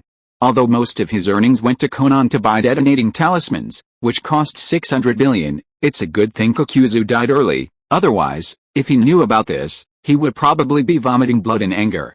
Nothing is impossible. But what if the one doing it is Uchiha Madara, under normal circumstances, controlling a cage level, or even a Jinchuriki level, figure with Jinjutsu is impossible, but it also depends on the individual performing the Jinjutsu. As expected, Zabuza fell silent upon hearing the name Uchiha Madara. Konoha had been trying to eliminate his influence, so few people of Naruto's generation knew his name. This was similar to the educational significance of Kurazumi Orochi of Wano country for the next generation. Closing a country to the outside was to protect its peace, while opening it to the outside world was to invite invasion. Given that the Six-Path Sage's name was reduced to legend, it's easy to imagine how many times history has been rewritten. Uchiha Madara's name wasn't widely known in Konoha, but it was widely known in the other four major ninja villages. Impossible, he's dead, Zabuza retorted after a long pause. Have you seen his body with your own eyes? You mean, Konoha is behind this? Use your brain. I'm only talking about Uchiha Madara. Don't you know that Uchiha Madara is also a traitor in Konoha? Tell me about this information. What is your purpose? After another long silence, Zabuza spoke again. It's simple. I need some subordinates to help me with things, he said so much to Zabuza, of course, in order to win him over. It's rare to come to this world, and there are some things that Shen Fei wants to do. If he does it alone, it would be too troublesome, but if he has a group of subordinates to help him, it would be completely different. What is your purpose? No purpose, I just need some subordinates. Shen Fei naturally has many purposes here as the Hokage, but these are impossible to tell Zabuza. By the way, I have a piece of news for you. Actually, you don't have anyone better than you to assassinate the fourth Mizukage now. If I'm guessing correctly, the fifth Mizukage should be in power in the Mist Village now. They already know that the fourth Mizukage is being manipulated. The fifth Mizukage, Madarumi, has a Byakugan by his side. While the Byakugan doesn't offer the same combat benefits as the Sharingan, it's still incredibly powerful in supporting abilities, especially for seeing through illusions. The fifth Mizukage should have restored order by now. If you don't believe me, you can go back to the Mist Village and investigate. The Land of Water, the Mist Village's remote location, its nickname of the Blood Mist Land, and its blockade make it difficult for intelligence to leak out, even regarding the fifth Mizukage's ascension. The Mist Village is currently under a similar lockdown as the Rain Village. But you can leave. Leave him behind, Shen Fei said, gesturing at Bai. Seeing Bai and Zabuza looking at each other in bewilderment, Shen Fei continued, don't worry, I'm not going to take him away. I'm just borrowing him temporarily. I'll let him go in a year at most and a few months at shortest. This is already my biggest concession, Bai, you stay, Zabuza said to Bai immediately after hesitating for a moment. Zabuza really wanted to confirm what had happened in the Mist Village. Yes, although Bai didn't want to leave Zabuza, since it was Zabuza's order, he naturally wouldn't disobey. Okay, I'll give the sword back to you, Shen Fei said as he threw the beheading sword to Zabuza. After Zabuza took the beheading sword, he stared at Shen Fei and Bai for a long time. Then immediately turned around and left. Although his injuries had not healed yet, his inner urgency made him unable to wait until his injuries were fully healed. Your injuries are serious, but you look completely fine. After Zabuza left, Shen Fei briefly examined Bai's condition, shook his head slightly, and began to use his double-handed technique to heal his wounds. Compared to Zabuza, Bai's injuries were far more severe. A blow from the Nine Tails transformed into Naruto was no small pain. "I can't let Zabuza-sama worry," Bai said softly as Shen Fei treated his wounds. Having been adopted by Zabuza since childhood, Zabuza was Bai's personal boss. "Whatever you want. By the way, is there a place to rest?" "Yes, since your injuries are fine, go and bring back whatever belongings of Kato can." Shen Fei casually gave Bai an order in the small cabin where they had come to rest. Yes, while Kato's property, including real estate, was difficult to acquire, he also had a considerable amount of cash. Now that he was dead, leaving his belongings behind would be divided among others. It would be better to use them for himself. What should I do next? Go to Konoha? Sure, but I'll have to wait until later. Now that I've arrived in the Naruto world, Konoha is a must-see. Of the 5 great ninja villages, if I could choose, it would undoubtedly be Konoha. Not only is the protagonist there, but it also offers the best environment. Sand Village is definitely ruled out immediately. It's all desert, just like the Kingdom of Alabasta, and there's nothing to see. The same goes for the other villages, Iwagakure, Kumagakure, and Mist. In terms of environment, Konoha is the best of the 5, thanks to the first Hokage's tree planting. Iwagakure is all dirt, Kumagakure is all mountainous, and Mist is too humid. Only Konoha has a pleasant climate all year round. Of course, if I were to go, I would only wait until the 3rd Hokage and Denzo were dead. If I went now, I'd definitely be under close surveillance. The 5 great ninja villages are very exclusive. In fact, it's not just the 5 great ninja villages, almost all of them, big and small, are like this. For those not born in one of these villages, gaining recognition isn't just difficult, it's simply impossible. In this situation, going to Konoha would be a hindrance. A fight might even ensue. He wasn't afraid. With his current strength, to put it bluntly, Konoha could easily defeat several buildings with a single bag of rice. But there was no need for that now. Let's go to the Sound Village and find Orochimaru first. After some consideration, Shen Fei made his decision. Orochimaru's claim of mastering core technology wasn't in vain.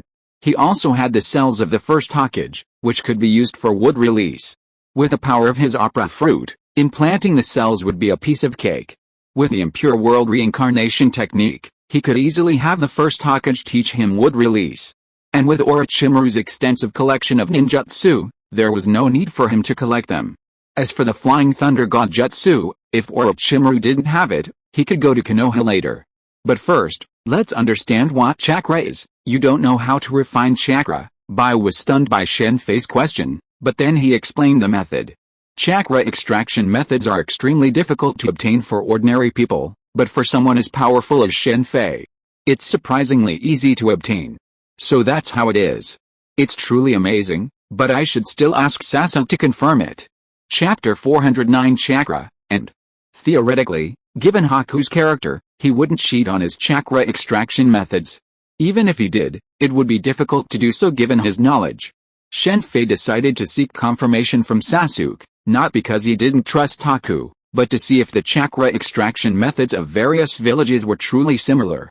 Chakra extraction techniques differ significantly from those of ki cultivation. The results of ki cultivation vary greatly due to different techniques, and the difference between low-level and top-level techniques is enormous. Chakra, however, presents no such problem. All chakra extraction techniques are similar, with only minor differences. The amount of chakra a person possesses depends entirely on their talent, with the exception of their Jinchuriki. The power of a bloodline limit doesn't just grant abilities unavailable to ordinary people, more importantly, it grants them an unprecedented amount of chakra. Consider the Uchiha clan, whose chakra reserves are far greater than those of ordinary people. After all, without sufficient chakra, they can't use Susanoo. Now, start using ice release on the target, inside a modern-looking building, near a small wooden house in the dense forests of the Land of Fire near the Land of Waves. Shen Fei sat in front of a screen and gave orders to Bai, who was in a reinforced glass laboratory. Shen Fei was not in a hurry to use the chakra refining technique. After all, Sasuke was still seriously injured and recuperating. Team 7 would not leave the Land of Waves until the Naruto Bridge was repaired. Since they had plenty of time to find Sasuke, Shen Fei first studied Bai's body in ice release, so he immediately took out his research institute. While analyzing Bai's blood and DNA, he asked Bai to demonstrate his chakra power and ice release ability. Although it's very different from ki, They're both energy. S.H.I.E.L.D, and the others are well suited to chakra cultivation, unlike Shen Fei, who could cultivate ki and chakra freely. S.H.I.E.L.D and the others had to be selective. While both ki and chakra were energy, their properties were different. Shen Fei didn't mind this because his Kamar-Taj cultivated the most fundamental soul power, so he wasn't worried about compatibility issues. But S.H.I.E.L.D, and the others couldn't. The power of a Kekkei Genkai is truly formidable. At this point, Haku Mizuno wasn't very old, only about 14 or 15, 3 years older than Sasuke and Naruto, but his strength had already reached the level of a special Jonin. When Naruto first saw Haku and heard his voice, he was furious. He realized that Haku, despite his modest strength, was so much stronger than them, and he felt incredibly resentful. If Haku hadn't died so early, he would have been at least an elite Jonin by the time of the Fourth Shinobi World War, 3 years later. In reality, in the Naruto world, the term elite Jonin isn't an official title. Ninja ranks are limited to Jonin, Chunin, Jounin, Special Jounin, Jounin, and Kage. The concept of Super Kage or Sixth Paths doesn't exist today. Elite Jounin titles are privately assigned based on their specific duties and missions, similar to special forces in the military. The combination of physical and mental strength is chakra. If this training method were introduced to the pirate world, it could easily elevate the power of a Four Emperor to the next level, while the pirate world primarily focuses on physical skills. Other powers exist. Observation Haki, or Kage Haki, is a mental skill. Form or Miss Golden Wheat Marianne of Baroque works, can control the emotions of others through the paint on her palette. This isn't a devil fruit power, but rather the application of mental power, and can be considered a form of observation haki. It's similar to Roger's ability to hear everything.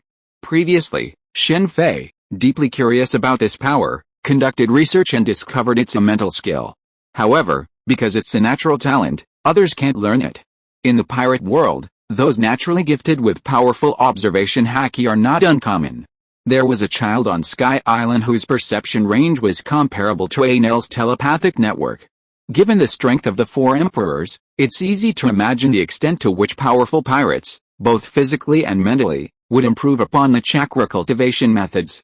Most importantly, treading on water is a fundamental chakra application in the Naruto world. Once chakra becomes widespread in the pirate world, it will be incredibly exciting. The ocean will no longer be a constraint for espers.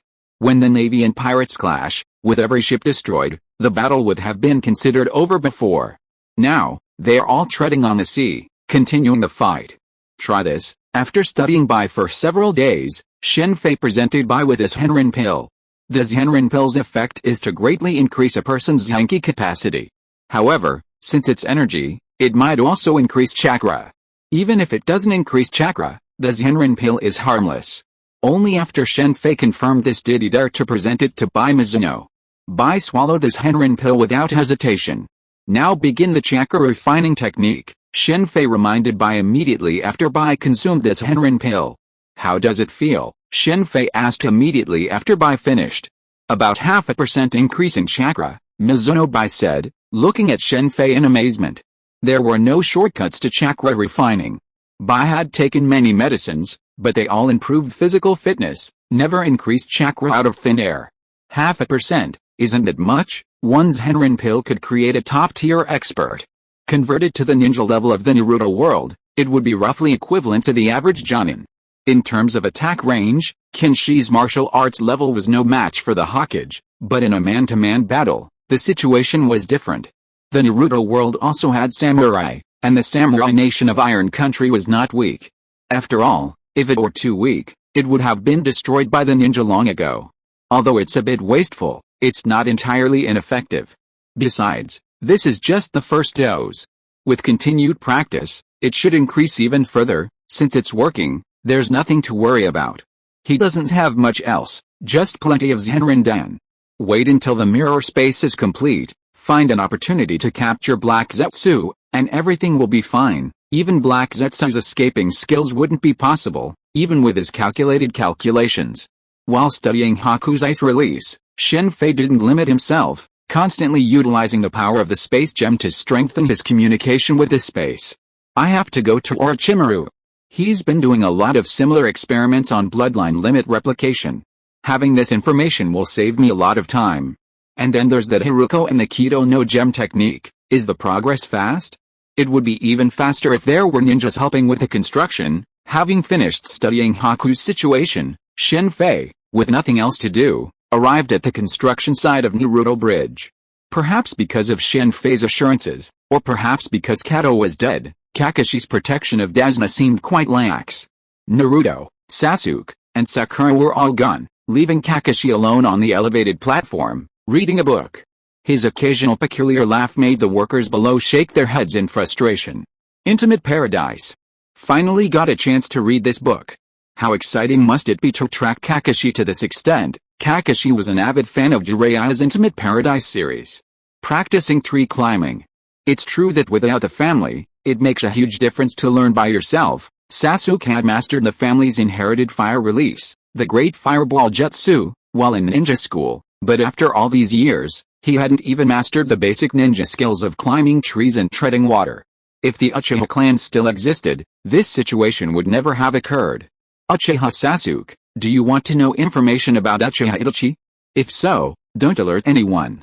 Come alone. I'll be waiting for you to the west. As Sasuke climbed to the treetop, Shen Fei immediately used his voice to transmit a sound. The sudden sound startled Sasuke so much that he lost his balance and fell from the treetop. However, he reacted quickly, flipping midair, grabbing a tree trunk with his right hand, and leaping onto a branch, looking around cautiously. Ho-ha, Sasuke, you're not good enough. Watching Sasuke fall, Naruto, also perched on the treetop, burst into laughter. I'll only wait for you for 10 minutes. If you don't come, forget about trying to learn information about Uchiha Itachi. Remember, come alone. The voice in his ear made Sasuke ignore Naruto's mockery. Under normal circumstances, he would have exchanged sharp words with Naruto, but the four Uchiha Itachis were like a curse, gnawing at his heart. Sasuke would consider other matters calmly, but when it came to Uchiha Itachi, things changed completely.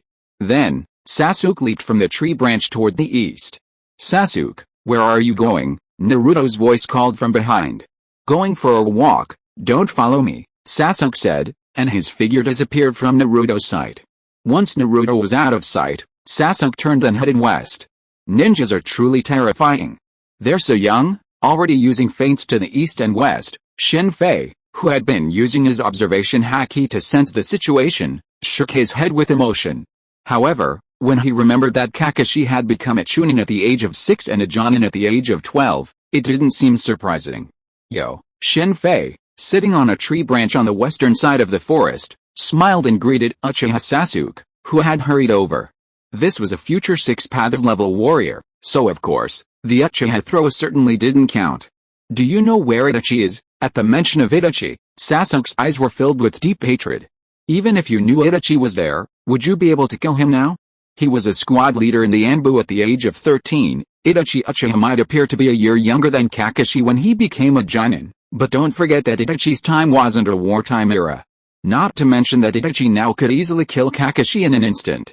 Stop talking nonsense. Where is Itachi? Sasuke asked, drawing a kunai from his waist and charging towards Shen Fei. You're so impulsive. Shen Fei shook his head slightly at the oncoming Sasuke. Then, with a flick of his left hand, a chain appeared in front of him, instantly binding the charging Sasuke and dangling him from a tree branch. Calm down. Before you kill Itachi, don't you want to know the truth about the Uchiha clan's genocide? Why did Itachi kill his own parents but not you? And do you really believe Itachi alone could wipe out the entire Uchiha clan? Sasuke, who had been struggling desperately, gave up immediately after hearing Shen Fei's words. Even if you don't know exactly how powerful the Uchiha clan is, you probably have some idea, right? With Itachi's power, could there really be killed? And most importantly, when Itachi was dealing with the people who killed his own clansmen, the Konoha ninjas were there. That's Konoha, the most powerful of the 5 ninja villages. Such a big thing happened in their village, but the Konoha ninjas didn't even notice it, and in the end, Itachi escaped. Don't you think there's something wrong? What is the truth? Uchiha Sasuke closed his eyes and pondered for a long time before opening them and speaking slowly. His eyes looked unusually calm at this moment. There were many problems in the Uchiha clan's extermination, but Sasuke was completely blinded by the idea of revenge. He didn't expect that he would react as soon as Shen Fei mentioned it. After all, he was very smart and always ranked second in cultural subjects in the ninja school. As for who's number one, it's naturally Haruno Sakura. She's always been theoretically number one, having been able to become a member of Team 7 despite being born a commoner. Sakura's talent is truly remarkable, but her infatuation with aspirations and lack of ambition makes her seem somewhat useless. Naruto's ambition is to become Hokage, and Sasuke's revenge. These are the driving forces for growth, but Sakura lacks that motivation, at least not initially. I'll tell you the truth, but not unconditionally. In exchange, I'll tell you the truth, and you'll provide me with some information. How about that? What do you need? My eyes? I'll give them to you after I've exacted my revenge. Sasuke would risk everything for revenge, even his body, let alone his Sharingan. The Sharingan, while many want it, unfortunately, isn't one of them. I only want the method for refining chakra and some ninjutsu, that's all. Shen Fei's offer stunned Sasuke. Chakra refining methods are incredibly common in the ninja world. That's right, that's all. First, tell me how to refine chakra, okay? Sasuke was surprised that Shen Fei, with the strength he had previously displayed, actually needed a chakra refinement technique, but since it wasn't something important, he immediately explained the method. This is chakra. Shen Fei quickly sensed the chakra in his body. With a bird's eye view, cultivating chakra was not difficult for him. Clone jutsu, substitution jutsu, transformation jutsu. After mastering chakra, Sasuke explained the method for cultivating Konoha's three basic body techniques. Fire style, great fireball jutsu. After the three body techniques, it was the Uchiha clan's most commonly used fire style ninjutsu. After experimenting with it 3 times, Shen Fei immediately mastered this ninjutsu. Of course, it was just a completion. If he wanted to use it in actual combat, he still needed to continue practicing. Chapter 410 Uzumaki Karin, Part 1. You said Itachi didn't kill me to protect me. He killed his entire clan, his parents, all to protect me. After Shen Fei revealed the truth about the Uchiha clan's genocide to Sasuke, he suddenly burst into frenzied laughter, a laugh tinged with a sense of absurdity. On the surface, he wanted to keep you and let you grow up so he could take your eyes in the future. But in reality, he wanted to give you his eyes once you grew up, making you even stronger and allowing you to protect Konoha in his place. Itachi was a truly great man. Shen Fei wondered if he would have made such a choice in his shoes. Protecting Konoha for him? Is Konoha that important? Sasuke's voice was filled with hatred, but Shen Fei didn't know whether this hatred was directed at Konoha or Itachi. In his heart, you are equally important. If we really have to rank them, your side is probably a little higher than Konoha. Itachi is different from you who live in a peaceful era. He personally experienced the cruelty of war when he was very young, so he cherishes peace very much. There will be a war between Konoha and the Uchiha clan. No matter who wins or loses this battle, Konoha's strength will definitely be greatly damaged. If Konoha's strength is greatly damaged, other ninja villages will never let go of this opportunity, and then war will break out. So kill all your own clansmen and parents to stop the war. Sasuke immediately interrupted Shen Fei. Listen to me first. After seeing Sasuke finally shut up, Shen Fei continued, he killed his own clansmen and parents. One reason was to stop the war, and another was to save you. If the Uchiha clan goes to war with Konoha, the chances of victory are too low. In that case, you'll likely die in this battle. The Uchiha clan is not weak, but compared to Konoha as a whole, there's still a significant gap. Not to mention the internal divisions within the Uchiha clan. 2 of its main forces, Uchiha Shisu and Uchiha Itachi, both side with Konoha. Even if Uchiha Shisu and Uchiha Itachi sided with the Uchiha clan, the chances of victory for the Uchiha clan would still be very low. Uchiha Shisu's Kido Matsukami, while powerful, can only control one person and has a long cooldown. Even if he controlled the 3rd Hokage or Danzo, it wouldn't change the situation. Don't forget that Konoha also has the Hyuga clan, whose Byakugan is extremely skilled at seeing through illusions. At that time, Itachi Uchiha hadn't yet activated his main Gekyo Sharingan. It only opened after Shisu's death. Without the main Gekyo Sharingan's Tsukuyomi and Amaterasu, Itachi was at best an elite Jonin. The 2nd Hokage was undoubtedly shrewd and calculating. While the 3rd Hokage might seem politically adept in this regard, he still wasn't as skilled. Without the 2nd Hokage's divisive tactics, isolating the Uchiha clan and depriving them of support in Konoha, the Uchiha clan wouldn't have reached their final stage. Alright, that's all you need to know about the truth of the Uchiha clan's demise. Our deal is settled, Shen Fei said. loosening the chains and releasing Sasuke. He then immediately turned and prepared to leave. Wait, you mean there's more to this? You said you'd tell me the truth, and that truth should include everything. You spoke of an equal exchange yourself. Sasuke immediately stopped Shen Fei. It's pointless to tell you everything else now. You're too weak. It's no use for the weak to know too much. I can only tell you so much because I don't want you to be deceived. That's why Itachi didn't tell you. Now you know the reason for your clan's demise, but what can you do? Do you have the strength to kill the third Hokage, or even Danzo? Then why are you telling me all this? Kakashi-sensei says you're incredibly strong, much stronger than him. You wouldn't be telling me the truth just out of boredom, would you? You're telling me because I'm useful to you. It doesn't matter what you value about me. As long as you tell me the truth, after I've taken my revenge, you can take everything. What if I want your soul? Shen Fei smiled, looking at Sasuke, whose expression was remarkably determined. You can have it, after I've taken my revenge. Sasuke remained unmoved. Alright, then I'll tell you everything. There are things here that even Itachi doesn't know. After a moment's silence, Shen Fei decided to tell Sasuke. A 12-year-old child in any other world might not be able to comprehend so many things, but the world of Naruto is different. Children in this world mature very precociously. Itachi, at around 4 or 5 years old, witnessed the devastation of the Third Shinobi World War and became determined to protect peace. Kakashi, on the other hand, became a Chunin at 6, and a Jonin at 12. Naruto and Sasuke, by the time they were around 15, 16, or 17, had already attained the power of the 6 paths, unrivaled in the world. Even Shen Fei, now a powerful figure, would have a difficult time facing such power. If you want to know everything, you have to talk about the founding of Konoha, the first Hokage, Hashirama Senju, and Uchiha Madara. Uchiha Madara. Sasuke immediately interrupted Shen Fei. You haven't heard of Uchiha Madara? No. Sasuke looked surprised at Shen Fei's question. He had no idea that the founding of Konoha was actually related to his family. That's right. He was too young when the clan was exterminated.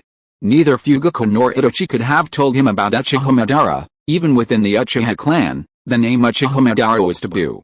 Don't interrupt. Listen and continue. Shen Fei then spoke from the founding of Konoha to the demise of the Uchiha clan, omitting the mention of Black Zetsu. Their differing philosophies would have meant that even without Black Zetsu's instigation, Uchiha Madara and Senju Hashirama would have eventually parted ways.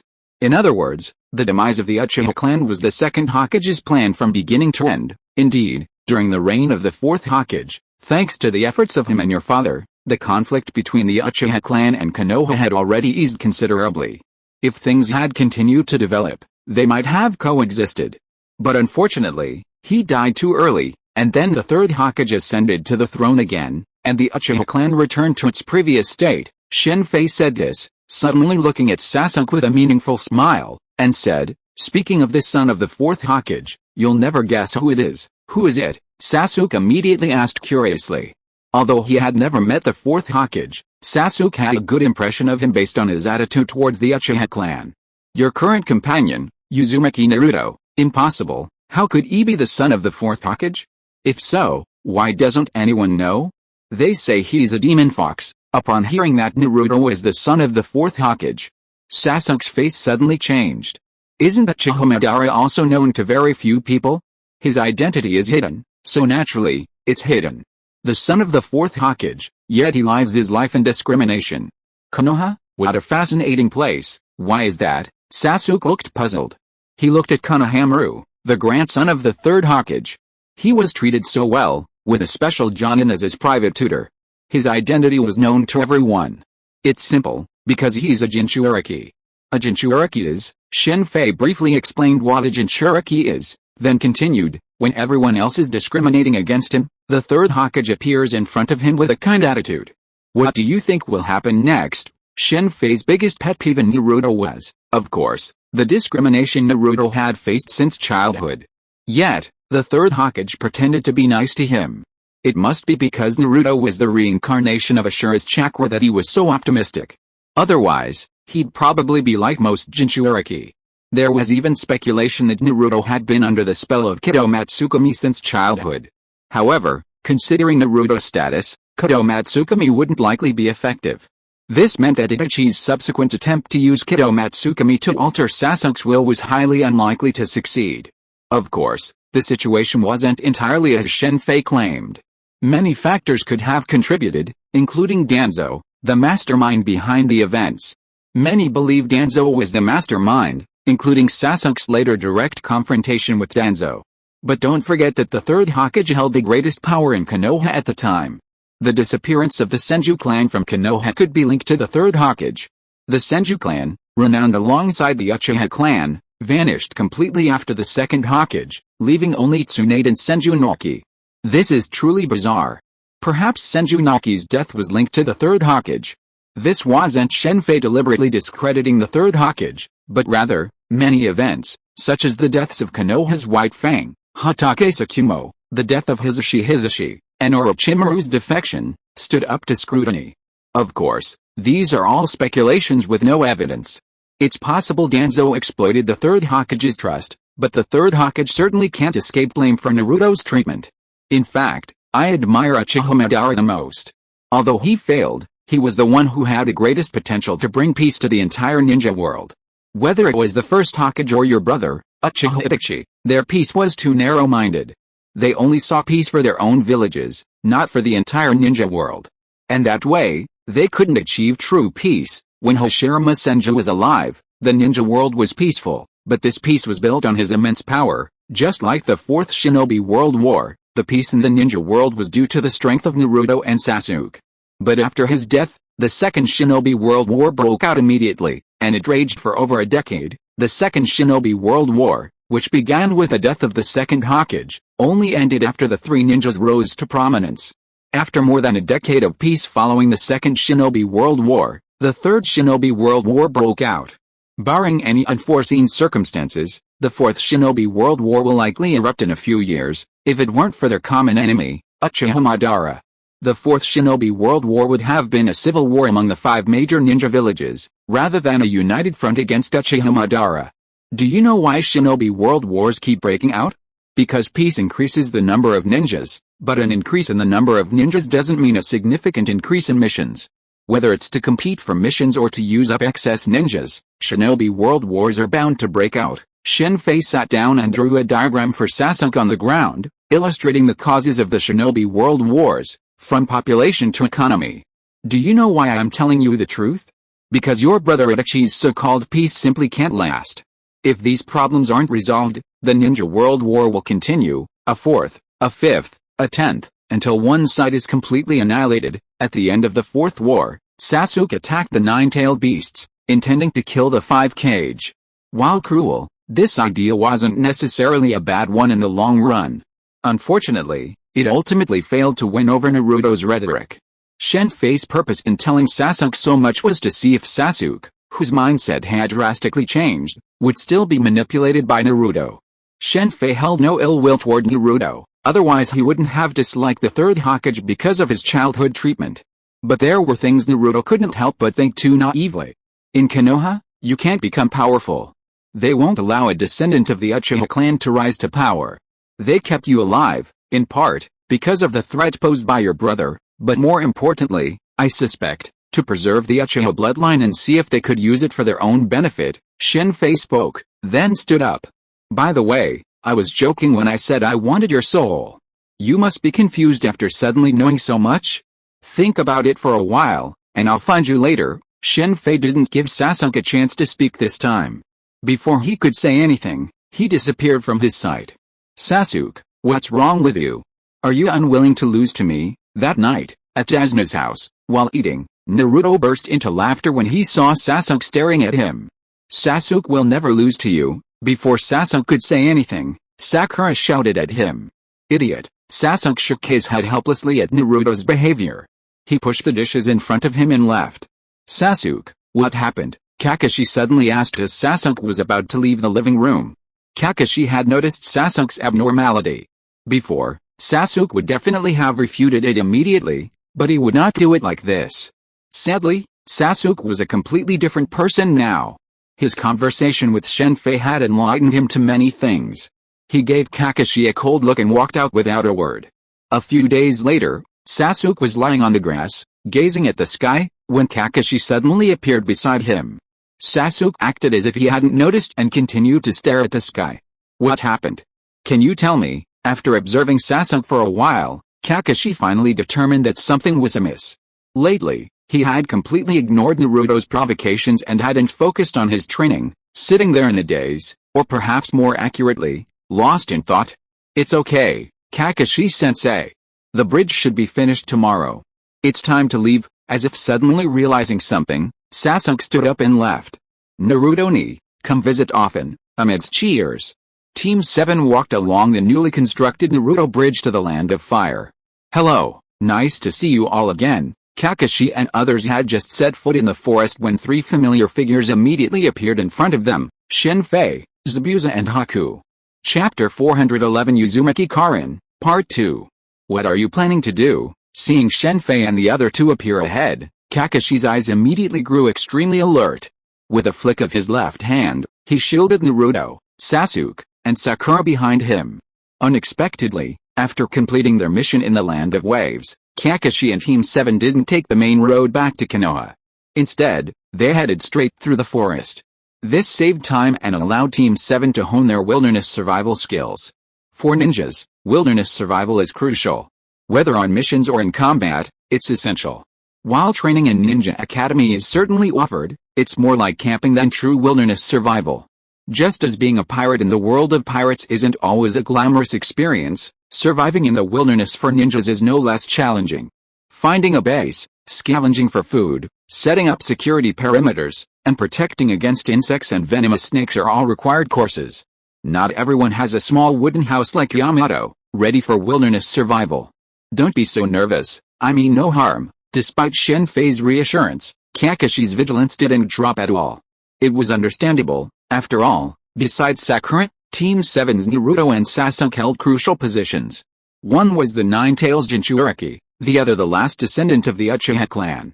If any ninja from another village had encountered Shen Fei, Zabuza, and Haku, they would have probably considered abandoning Sakura and fleeing with Naruto and Sasuke.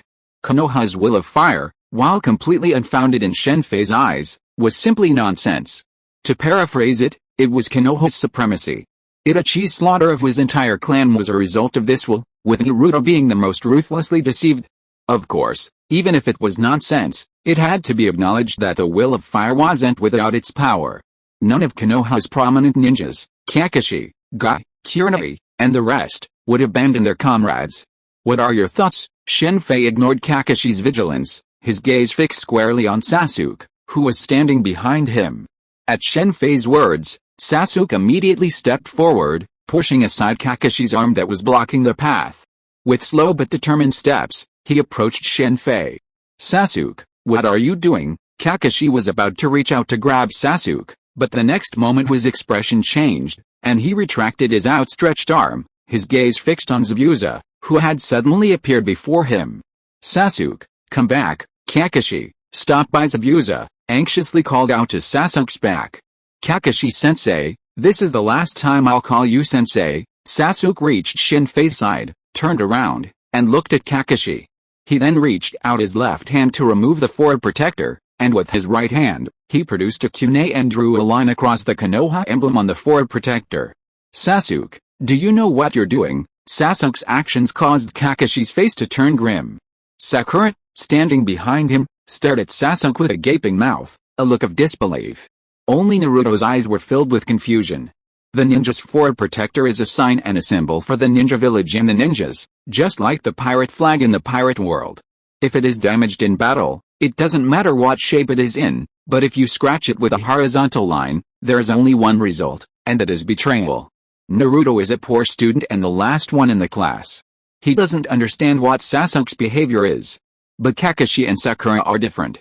They are very clear about the consequences of doing so. For such a traitor, Kakashi can directly shoot and kill him. Of course I know, Kakashi-sensei. No, Kakashi. After Sasuke put the forward protector representing traitor on his forehead, he looked at Kakashi coldly. Sasuke, why did you betray Konoha? Sakura suddenly shouted. What? Sasuke betrayed Konoha? Sakura's words immediately caught Naruto's attention, and he shouted at Shen Fei, what did you do to Sasuke? Kakashi's shouting immediately caught his attention, and he turned his gaze to Shen Fei, saying solemnly, "Do you know what your actions mean? You're provoking Konoha. What exactly did you do to Sasuke?" Konoha, one of the 5 great ninja villages, was a place most ninjas were reluctant to provoke. Provoking Konoha. That's a serious charge. I didn't do anything to him. I simply told him some truths. Now, his choice is his own. The truth? What truth? The truth about the Uchiha clan's genocide. This time, it wasn't Shen Fei who spoke, but Sasuke himself. After revealing the truth to Sasuke, Shen Fei met with him several more times, and the two had friendly exchanges, leading to today's scene. The truth behind the genocide. Sasuke's words silenced Kakashi. As Konoha's elite Jonin, how could he not know the hidden reasons behind the Uchiha clan's demise? Itachi's power is immense, but it's impossible for him to exterminate the entire clan with his strength. So, Kakashi, tell me, who was aiding Itachi that night? Even if Itachi truly possessed the power to slaughter the entire clan, how could Konoha fail to notice the slaughter in the heart of Konoha? Did Konoha truly remain in the dark, or did they simply allow it to happen? Kakashi, can you tell me why? At this point, Sasuke's voice was thick with anger, not just at Konoha, but also at Itachi and himself. After learning the truth from Shen Fei, Sasuke was furious with himself for not noticing these issues. It wasn't until Shen Fei revealed the truth that he finally realized what was happening. This was anger towards himself, but towards Itachi. That's why he had to kill his parents. Even if the situation was truly irreversible, there was no need to go to such lengths. Killing other members of the clan was fine, but those were his biological parents. This was the most unforgivable. Konoha couldn't tolerate the Uchiha clan. Could the Uchiha clan leave? The ninja realm was vast, and with the Uchiha clan's strength, it wasn't like they couldn't survive without Konoha. Kakashi, tell me why, Sasuke roared in utter fury. You truly are the most sentimental clan. Seeing the two Nagatama in Sasuke's eyes, filled with anger, Shen Fei couldn't help but feel a sense of emotion. This wasn't the first time Sasuke had noticed this. During a previous meeting with Shen Fei, Sasuke had let out a tantrum, and his eyes had become two Nagatama. Sasuke's fury left Sakura and Naruto at a loss for words. Naruto, though a bit naive, was no fool. He understood the meaning behind Sasuke's words. Sasuke, there may be something hidden here, but leaving with them like this is not the right choice. They are just using you. Kakashi's words made Shen Fei suddenly laugh.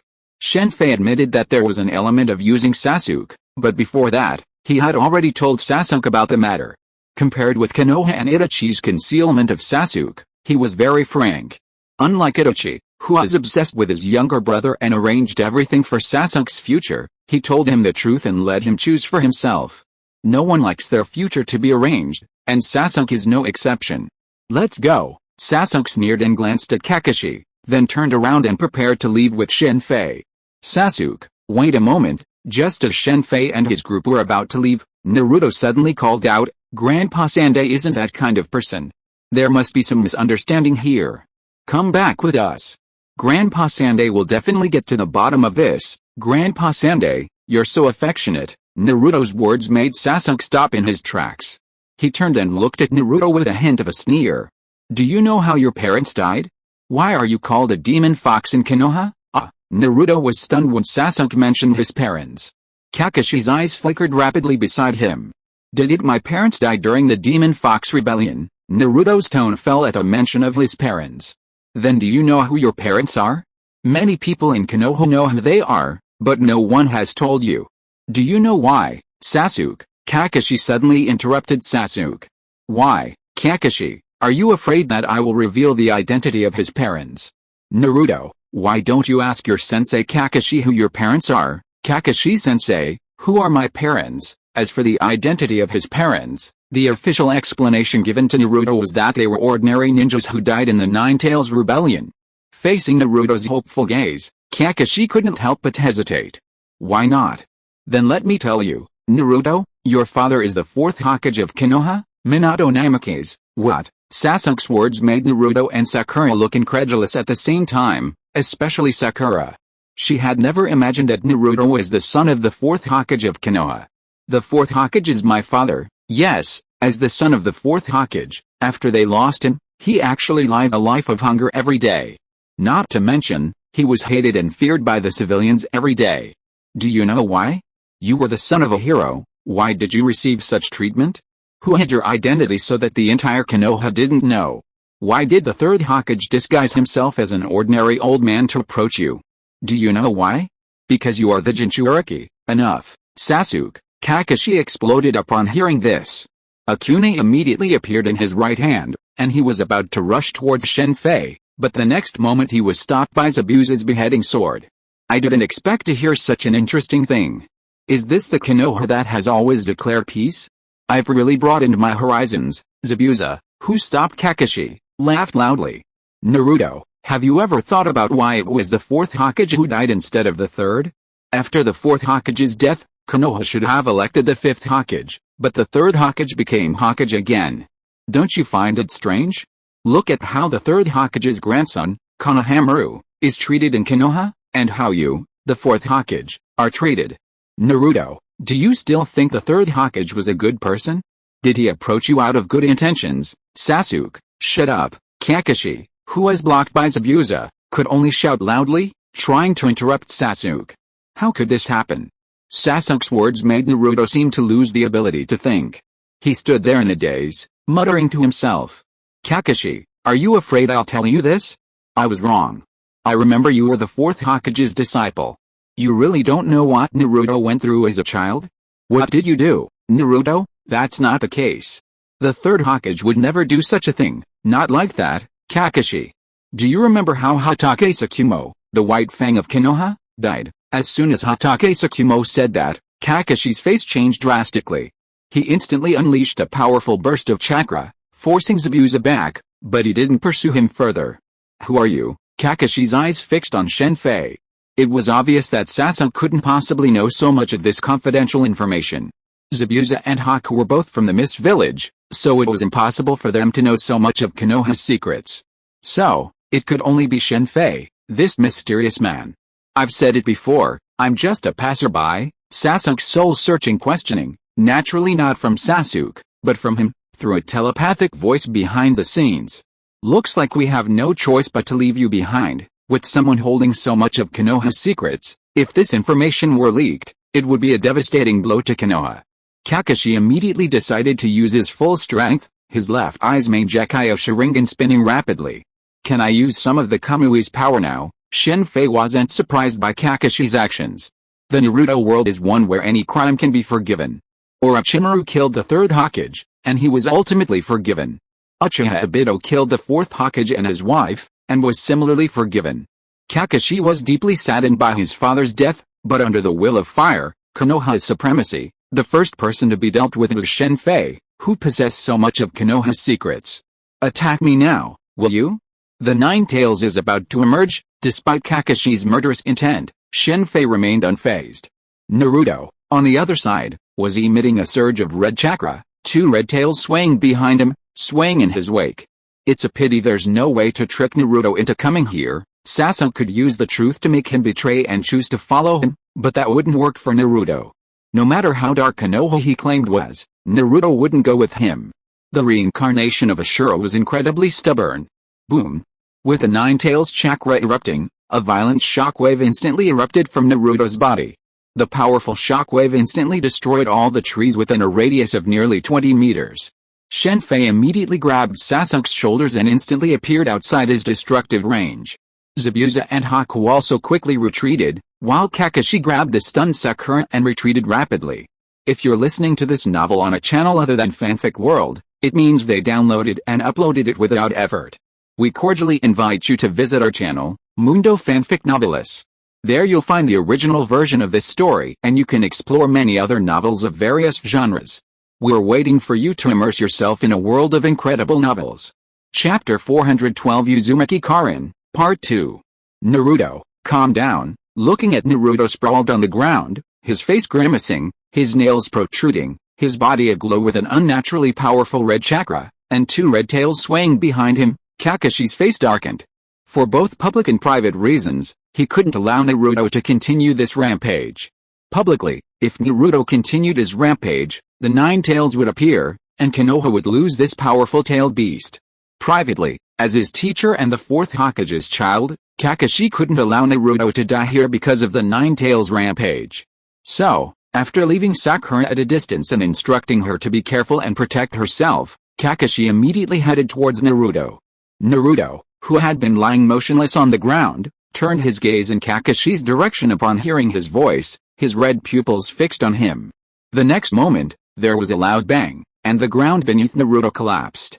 At the same time, Naruto transformed into a bolt of red lightning and rushed towards Kakashi, grabbing at him with both hands. Earth-style, earth-flowing wall. Just as Naruto was about to rush in front of Kakashi, the Sharingan in Kakashi's left eye immediately rotated, and then he immediately formed a seal and slammed his hands on the ground. Suddenly, a stone wall about 3 meters high and 1 meter thick rose in front of him. Boom! The stone wall was instantly broken by Naruto's claws, but taking this opportunity, Kakashi had already dodged several meters to the left, avoiding Naruto's attack. Originally, Kakashi could have taken advantage of the moment when Naruto broke through the stone wall to attack, but the opponent was Naruto after all. Kakashi hesitated for a moment, and out of the thought of not wanting to hurt Naruto, he gave up the attack. Earth-style, four-sided earth-flowing wall technique. The next moment, Kakashi quickly formed a seal again, instantly creating 4 stone walls around Naruto's body, trapping Naruto inside. Earth-style, skyfall cover jutsu. Just as Naruto was puzzled by the sudden rise of stone walls around him, a huge earth cover suddenly descended from the sky and smashed directly onto the 4 stone walls, instantly trapping Naruto inside. Earth-style, four-sided earth-flowing wall jutsu. The next moment, Kakashi followed suit, adding another stone wall outside the 4 stone walls. As expected of the copy ninja Kakashi, "You're really good at this ninjutsu." He used the earth-flowing wall, which was used for defense, to trap Naruto, thus preventing him from being hurt. Knowing many ninjutsu is not without its benefits. While one might not be proficient and could not reach Naruto's level of conquering the world with a single ball, one can definitely adjust tactics based on the opponent's situation. When there is not a huge difference in strength between the two opponents, tactics are very important. Ninja combat is a battle of strength, intelligence, and wit. Terrain, ninjutsu control, and mental state are all crucial to victory or defeat. Take, for example, the battle between Kakashi and Zabuza, a battle of this kind. In the end, Kakashi outmaneuvered Zabuza, and he lost. Not a bad idea, but I'm underestimating Naruto's strength. As the strongest tailed beast, the Nine Tails, even a slight leak of its chakra is beyond the reach of ordinary ninjas.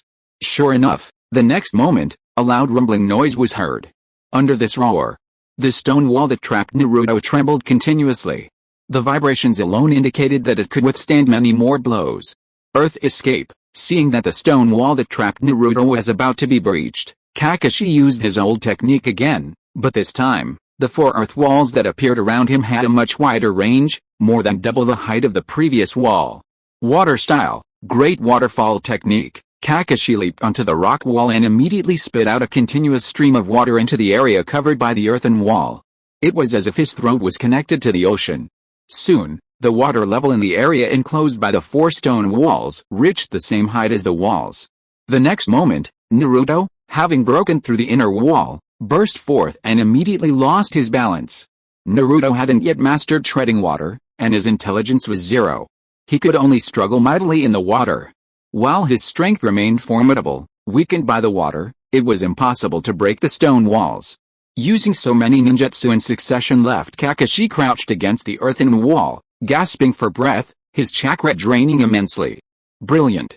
If you add the melt style, it'll be a near repeat of the 10 tails. Kakashi's array of ninjutsu dazzled Shen Fei.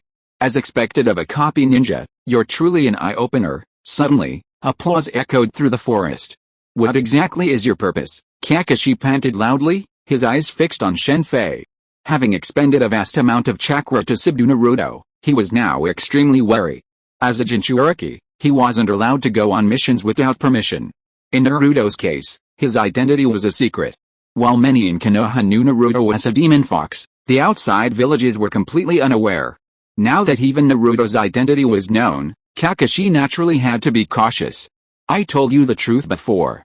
Why don't you believe me? I'll say it again. I have no ulterior motive. I'm just telling you the truth. Shen Fei shook his head with a helpless smile, meeting Kakashi's gaze. Shen Fei understood why Kakashi didn't believe him. After all, a stranger had revealed Konoha's secrets, some of which even Kakashi didn't know. While some in other worlds might believe someone claiming to have no ulterior motive, no one in the ninja world would believe it. Numerous people in the ninja world suffered from paranoia. Okay, we've seen enough of the show. It's time for us to go, Shen Fei said, turning around and preparing to leave. However, after taking a few steps, he stopped, turned around and looked at Kakashi. With a calm face, he said, I know Konoha will definitely not give up. They will probably send the Anbu to track us down. Tell the third Hokage that I hate trouble. If you dare to mess with me, you'd better be prepared for my revenge. Does this count as setting a flag? It's really troublesome. After warning Kakashi, Shen Fei was about to leave when several figures appeared in front of him, making Shen Fei shake his head helplessly. Kakashi, what's wrong with you? The person with the black watermelon haircut, the unique green tights, and the white and bright teeth was none other than Might Guy, known as the Blue Beast of Konoha and later the Emperor of Kai, and his disciples, Hyuga Neji, Rock Lee, and the Tenten Trio. What's that? Guy then spotted Sasuke's Konoha Forward Protector, along with its distinctive symbol of a traitor. Although Guy wasn't familiar with Sasuke, as he was Kakashi's disciple, he did recognize him. Furthermore, Sasuke was accompanied by Zabuza and Haku, two traitors of the Mist Ninja, who also wore forward protectors representing the Mist Ninja. Shen Fei disapproved of this self-declaration, but he couldn't stop it. Traitors had dignity, too. Even Pain, the Six Paths, wore the Rain Village's forward protector. Something seems to be wrong here. Naruto was trapped in the water, Sasuke had betrayed him. Guy didn't know what had happened, but since it was Kakashi's business, it was his. With that, Guy walked towards Shen Fei and the others, followed quietly by Hyuga Neji and the others. Be careful, they're acting strangely. Kakashi didn't try to stop Guy. After all, the intelligence Shen Fei possessed was far too problematic. Don't worry, Guy immediately turned around and gave Kakashi a thumbs up, flashing a gleaming mouthful of teeth. Never mind, I'll do it. Seeing Zabuza and Haku approaching, Shen Fei immediately stopped them. It was a rare opportunity to meet Might Guy, so it was a good time to try out the 8 gates. Stay back. After telling Zabuza and the other two to retreat, Shen Fei immediately faced Might Guy. Konohagawaki Cyclone. Guy stared at Shen Fei for a moment, then instantly appeared to Shen Fei's left. With astonishing speed, his right leg launched a spinning kick towards Shen Fei's upper body. The whistling sound of the wind and the powerful chakra contained in his leg all testified to the incredible power of the attack. Snap! But the next moment, Guy's expression froze. His powerful relic spinning kick had caught his right shin directly. The immense force of his leg hadn't moved the opponent in the slightest, and the power contained in the hand that had grasped his shin made him unable to move at all. Boom! Just as Guy was about to free himself with his left leg, he suddenly lost his balance, followed by a sharp pain in his back, as if his entire body were falling apart. Guy-sensei, watching their teacher being slammed into the ground with a single blow, Kakashi and Guy's 3 disciples all dropped their jaws in disbelief. They were well aware of Might Guy's strength, but they could never have imagined that a mere raise of his left hand and a swing of his left hand could end the battle.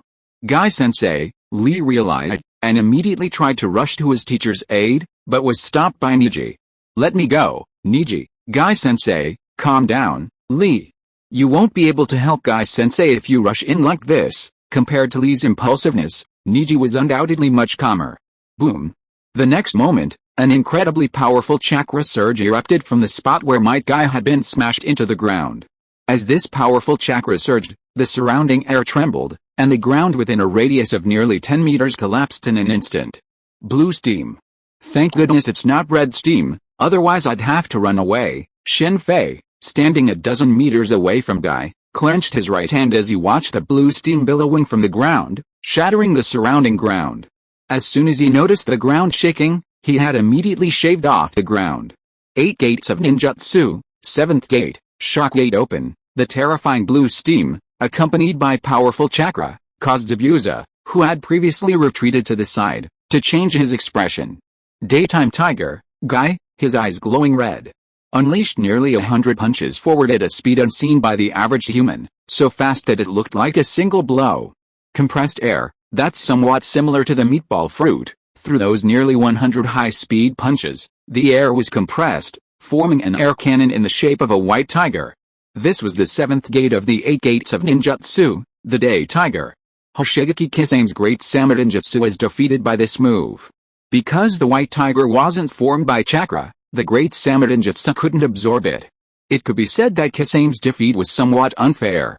If he had known about the Day Tiger, he wouldn't have suffered such a crushing defeat, especially on his home turf, the surface. Roar. With a roar that resounded through the heavens, the white tiger pounced at Shen Fei with lightning speed. Shen Fei smiled as he watched the white tiger charging towards him, and with a long, ready right fist, he unleashed a powerful blow. Boom. As Shen Fei's right fist collided with the white tiger, the sky and the earth exploded. A terrifying shockwave spread outward, and a large area of the ground centered on Shen Fei collapsed. Looking ahead, Shen Fei saw his right fist locked in a stalemate with a massive white tiger's head.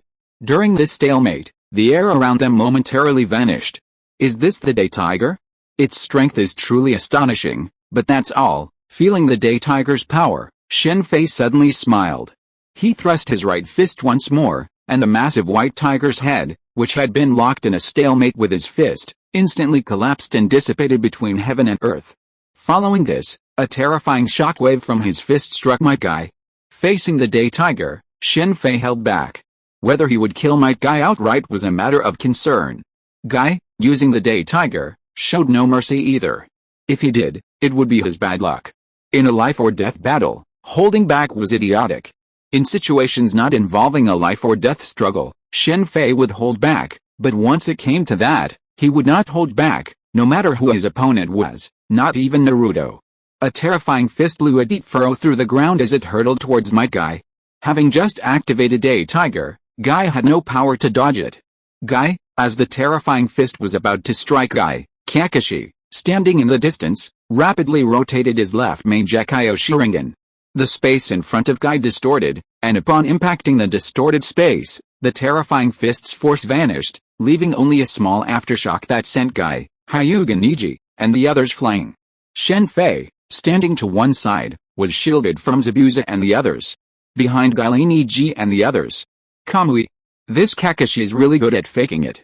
He's worthy of the legendary 50-50, he appeared to be severely depleted of chakra, yet he could still unleash Kamui. In the past, Kakashi would lie down for weeks after using his Sharingan. Now, it seemed highly likely that he was faking it, giving him time to read. Ninji, Tenten, are you alright? Although it was only the aftermath of the fist gust, it had caused immense damage to the forest, shattering trees and boulders within a radius of dozens of meters. Lee reacted the fastest, immediately protecting Niji and Tenten. It's okay, how's Teacher Guy? After climbing back up, Lee and the other two saw that they were only slightly bruised and nothing serious, and immediately went to look for Guy. Ahem, although most of the force of the fist gust had been diverted by Kamui, Guy had still met it head-on. He looked utterly miserable, with numerous injuries of varying sizes covering his body. I'm fine, don't worry. Facing his disciple's concern, Guy smiled as usual. Chapter 413 Uzumaki Karin, and I'm fine. Go check on Kakashi. As soon as Guy finished speaking, Niji glanced at Tenten, signaling her to take care of Kakashi. Of Team 3, which Niji, Lee, and Tenten were in, Tenten was undoubtedly the weakest. Niji was not only the strongest but also the most intelligent. He had Tenten take care of Kakashi so that she could get away from them. Compared to Kakashi's position, their area was undoubtedly the most dangerous. Although the two Jonin, Kakashi and Guy, were both incapacitated, Tenten's move to Kakashi's side would only temporarily remove her from danger. Even a temporary break was a good thing. The Day Tiger move could be imitated. I should definitely take a good look at the 8 Gates ninjutsu when I get a chance. While Guy was conversing with his disciples, Shen Fei recalled the power of the Day Tiger he had previously experienced.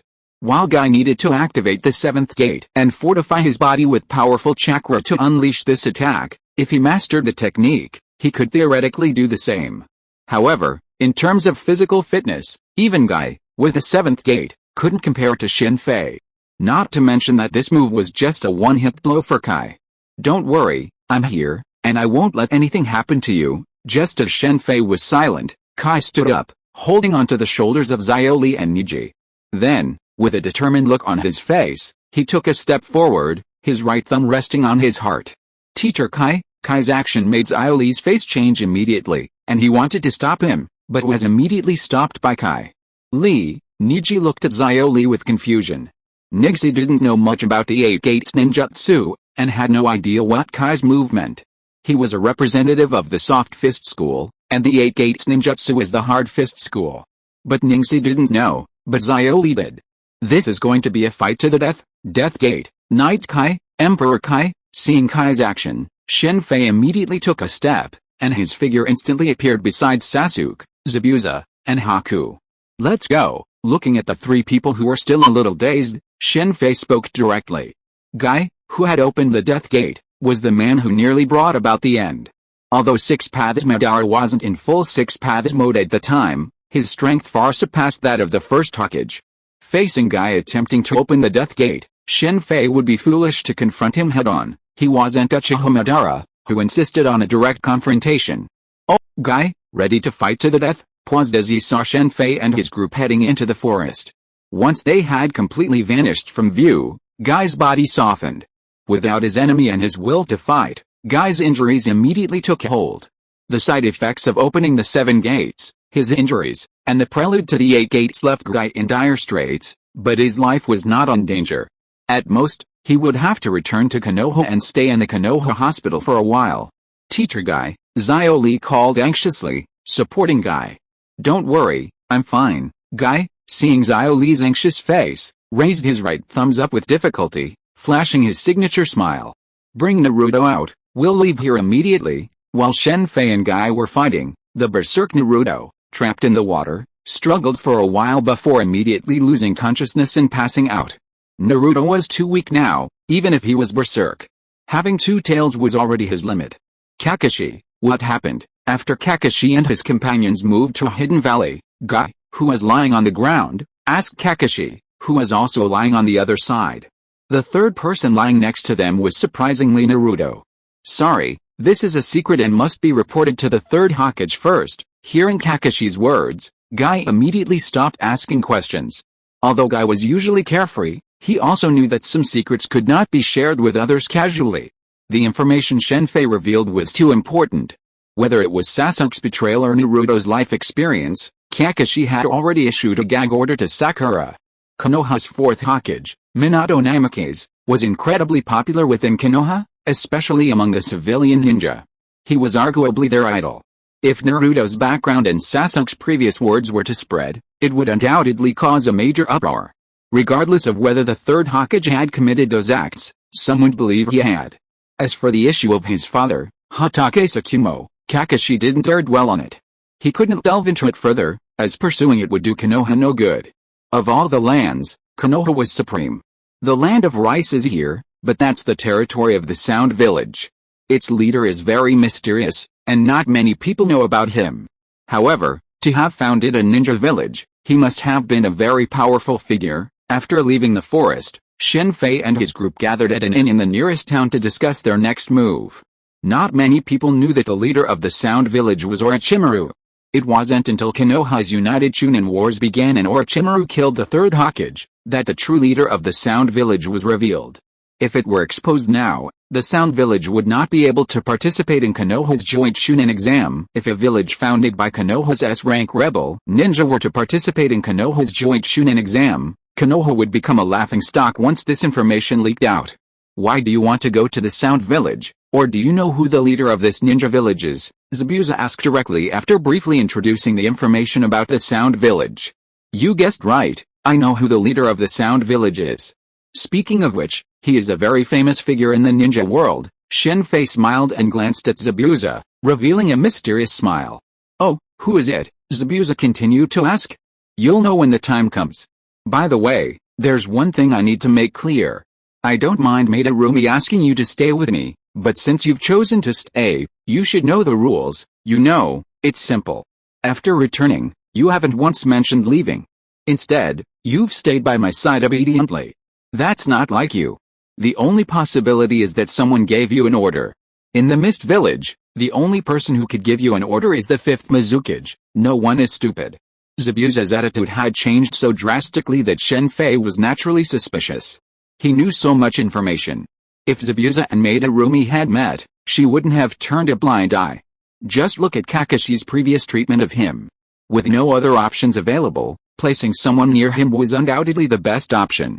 Zabuza and Kakashi exchanged glances. In their hearts, their ninja village was the most important thing. Zabuza's betrayal was simply a desire to change the bloody mist of the Mist Village. Okay, after Shen Fei pointed it out, Zabuza nodded calmly. The so-called rules are actually very simple. They are the rules for companions in the ninja world. During the period of companionship, you are not allowed to betray your companions, just like the same pirate ship in the world of pirates. Even if it is a traitorous ninja, as long as they are not the kind of unforgivable people, generally speaking, they have their own rules. Many members of the Akatsuki organization were persuaded by pain through physical persuasion, but very few of them betrayed the organization. In Sasuke's Snake Squad, Sujetsu kept talking about betrayal, but he would also try his best to save Sasuke in battle.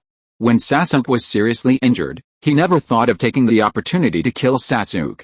AIM Village, Kusagakure Village, yes, Karin, Uzumaki Karin. Looking at the approximate distribution map of the entire ninja world provided by Zabuza, Shen Fei immediately thought of Uzumaki Karin when he saw the AIM Village and its neighbor Kusagakure Village. I almost forgot about this. Wait, let's go to Tagakure first. Let's go to Kusagakure first. Now that he remembered Karin, Shen Fei wouldn't sit idly by. Both her experiences and her abilities were extremely useful.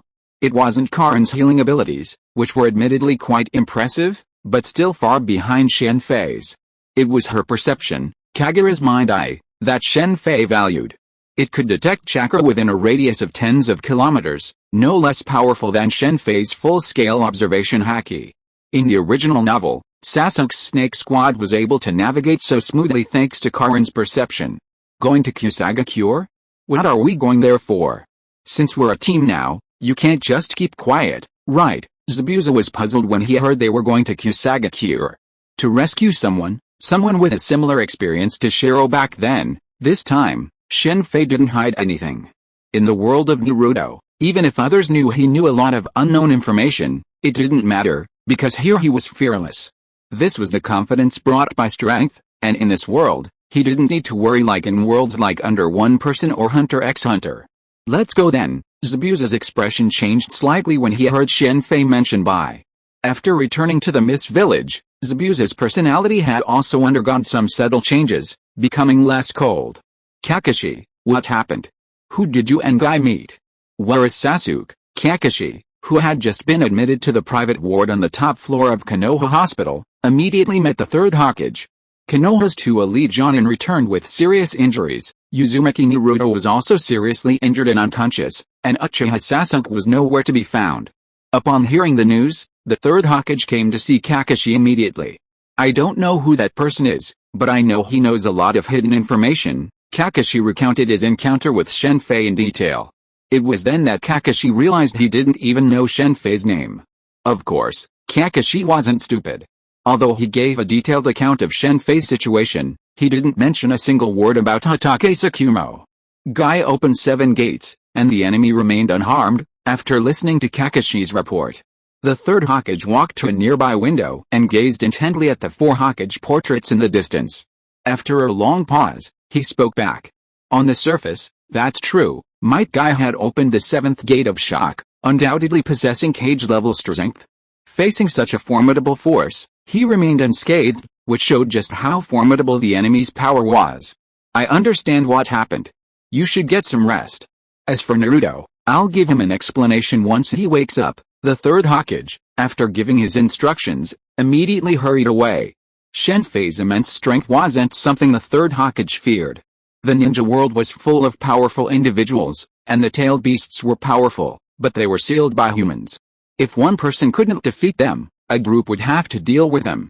The key point was that, in addition to Shen Fei's immense strength, he also possessed a wealth of secret information. If this information were revealed, the damage it would cause could be even greater than the opponent's strength. What?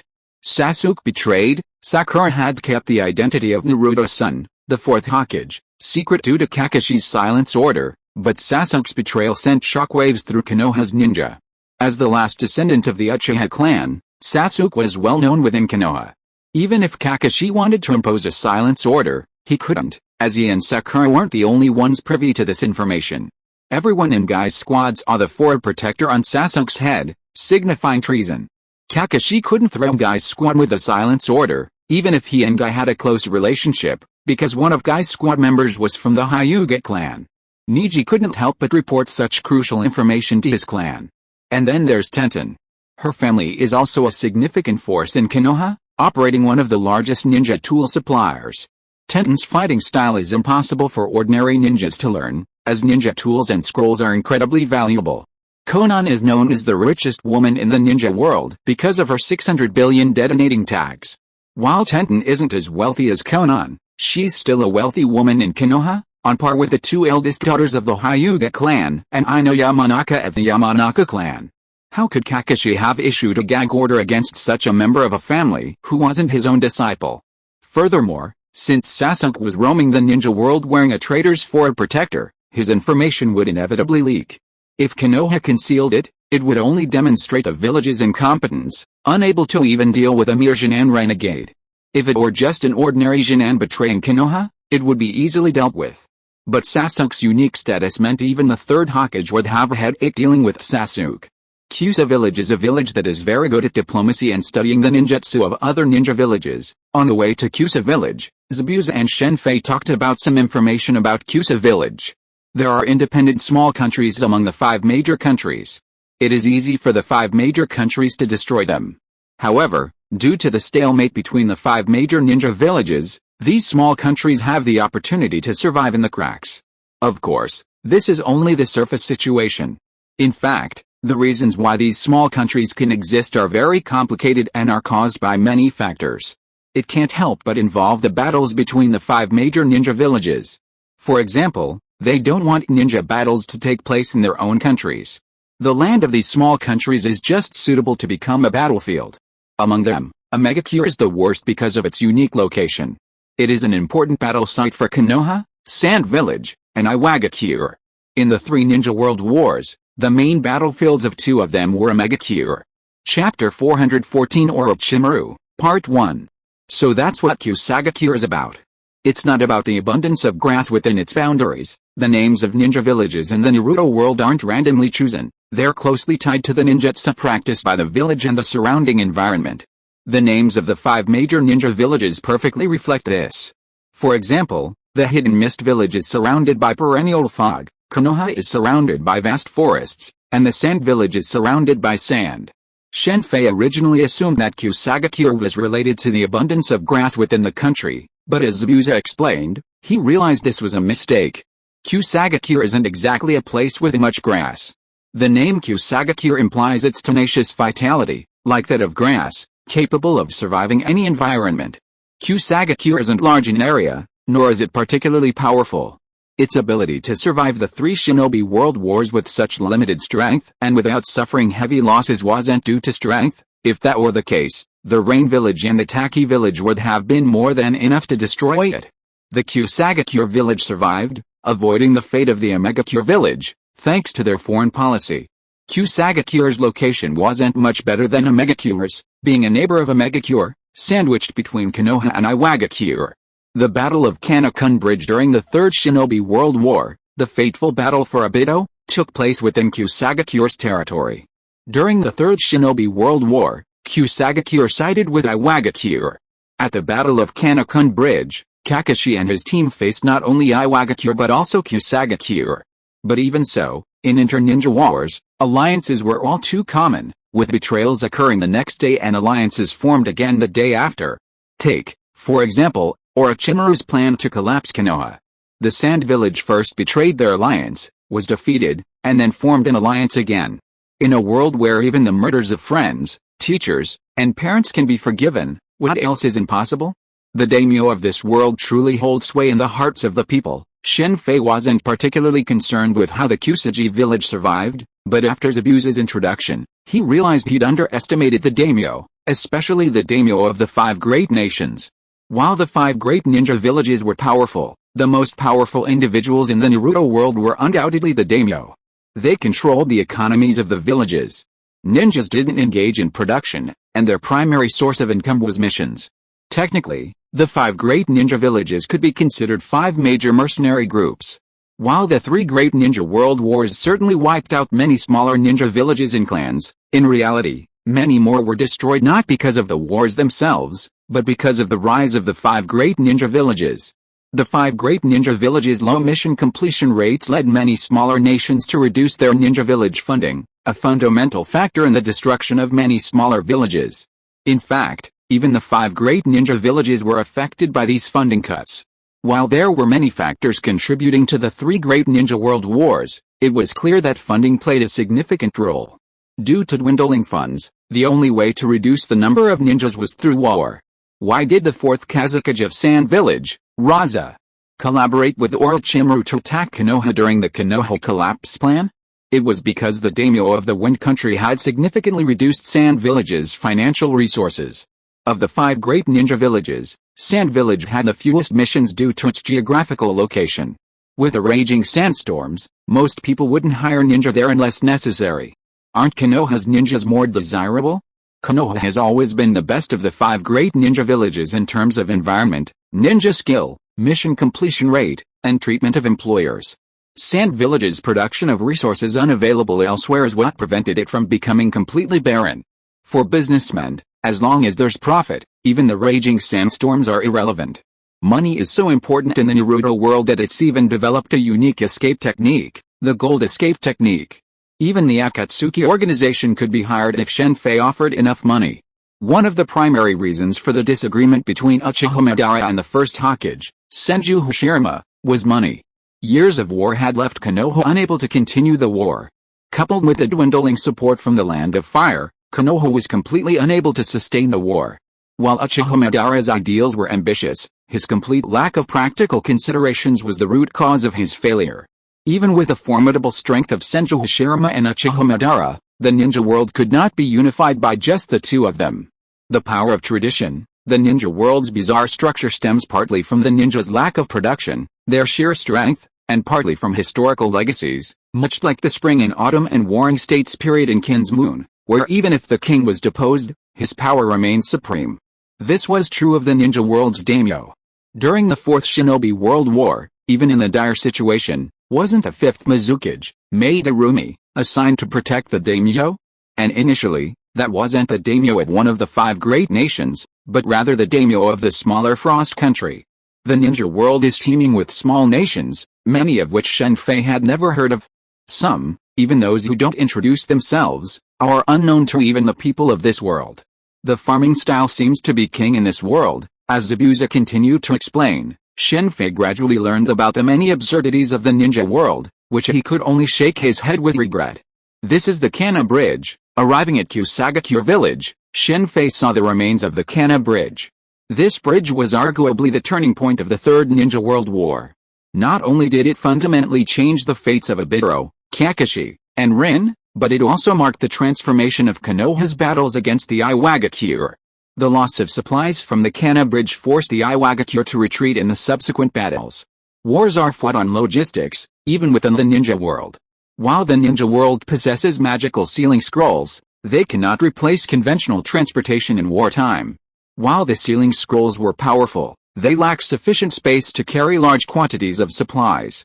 Furthermore, they were expensive and difficult to craft, making them unaffordable for the average person. Zabuza and Haku, with their combined strength, only possessed 3. This was primarily due to their status as renegade ninjas, making them difficult to purchase.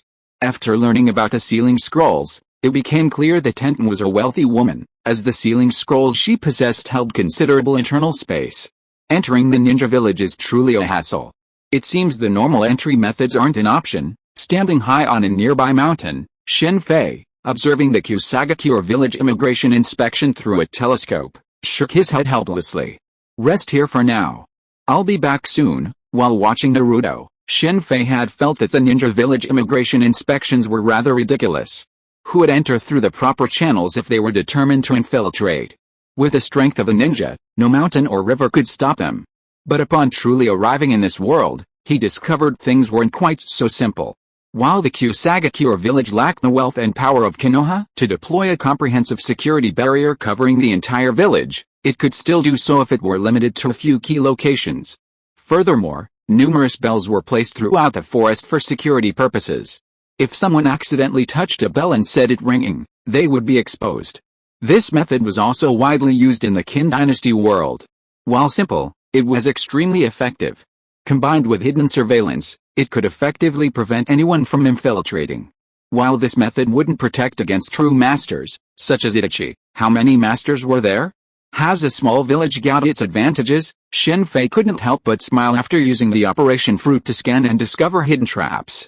While the Kusagakure village's defenses were indeed impressive, it was a shame that they focused solely on preventing enemies on the ground, forgetting about the possibility of an aerial invasion. It wasn't that they forgot, but rather that there was no need. The sky offered unobstructed views, making stealthy intrusion far more difficult than a ground-based invasion. Relying on his levitation cloak, Shen Fei easily passed the Kusagakure village's entry checkpoint. Let's go straight to the Kusagakure village leader. After infiltrating Kusagakure village, Shen Fei headed straight for the Kusagakure village leader's office. A normal intelligence collector, like Jiraiya, would slowly gather intelligence in Zacchaeus, but for Shen Fei, that wasn't necessary at all. He's quite the flirt. Arriving at the Kusagakure village leader's office, Shen Fei unexpectedly discovered him flirting with a female ninja, leaving him speechless. In the Naruto world, due to their immense power, it's rare for female ninjas to rely on their beauty to obtain intelligence. However, that's just rare, not impossible. The situation is better in the 5 great ninja villages, as they have to worry about their image. Smaller ninja villages don't have to worry about that much. The Kusa leader, still a man of some means, reacted instantly when Shen Fei appeared in his office, but it was too late. Just as he was about to strike, Shen Fei appeared beside him, restraining him and the female ninja. Is this considered uniform seduction? The old man is quite good at it. Looking at the unconscious female ninja, Shen Fei felt a little annoyed. He immediately grabbed her head with his right hand and, with his twin hands, extracted information about Karin from her mind. At the medical center, while Karin's ability was unique, the Kusa leader knew of her. But only that it existed. He had no idea of her name. To Kusa, Uzumaki Karin was nothing more than a humanoid healing device. In the 5 major ninja villages, someone with such abilities would surely be trained and utilized in critical roles, but in Kusa, the situation was completely different. It was a small ninja village, a small one, with no vision at all. This is a completely aimless ninja village, only thinking of surviving between the great powers and wielding power in their own little corner. The memory of the Kusa leader made Shen Fei shake his head helplessly. Since we're here, let's take a look at Kusa's sealed book. Bang!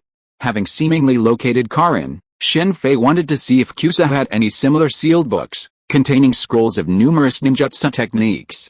Kusa's strength was weak, but compared to the 5 great ninja villages, Aim, Taki, and Odo, it was still quite strong compared to those weaker ones.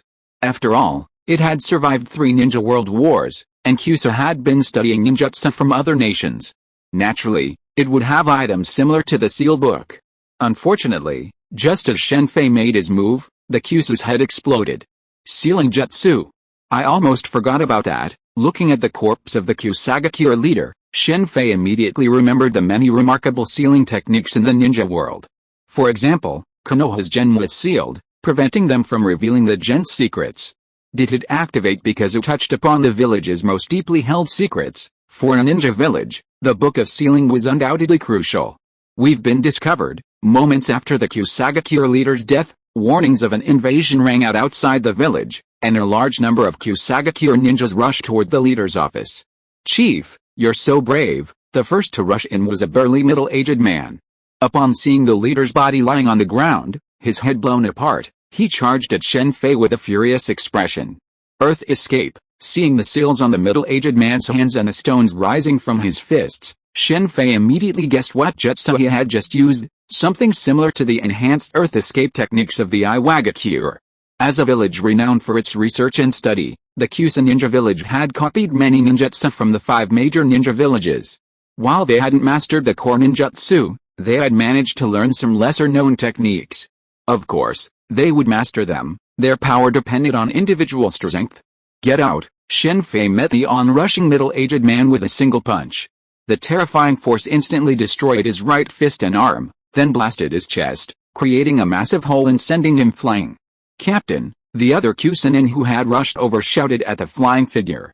"Originally, I just wanted to quietly take Uzumaki Karin away. Having been discovered, Shen Fei had no choice but to fight." A katana instantly materialized in his right hand, a weapon far more lethal than a fist. Holding the katana, Shen Fei showed no mercy to the charging Kusanin. From the Kusanin leader's words, Shen Fei had already gathered a general idea of the Kusanin's current situation. With few aspirations, most people in Kusanin were focused on pleasure. The 5 major ninja villages were protecting their villagers, while the Kusanagi village was oppressing them. While there were reformists within the village, their power was so weak that they couldn't even voice a word.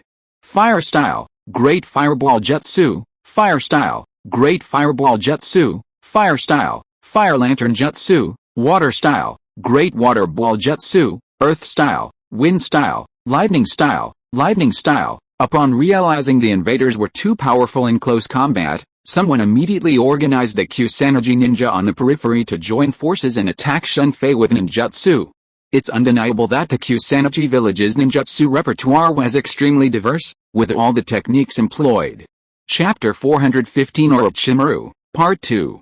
As expected of a combined ninjutsu, it's quite powerful. In the Naruto world, ninjutsu is crucial for ninjas replacing samurai and becoming mainstream.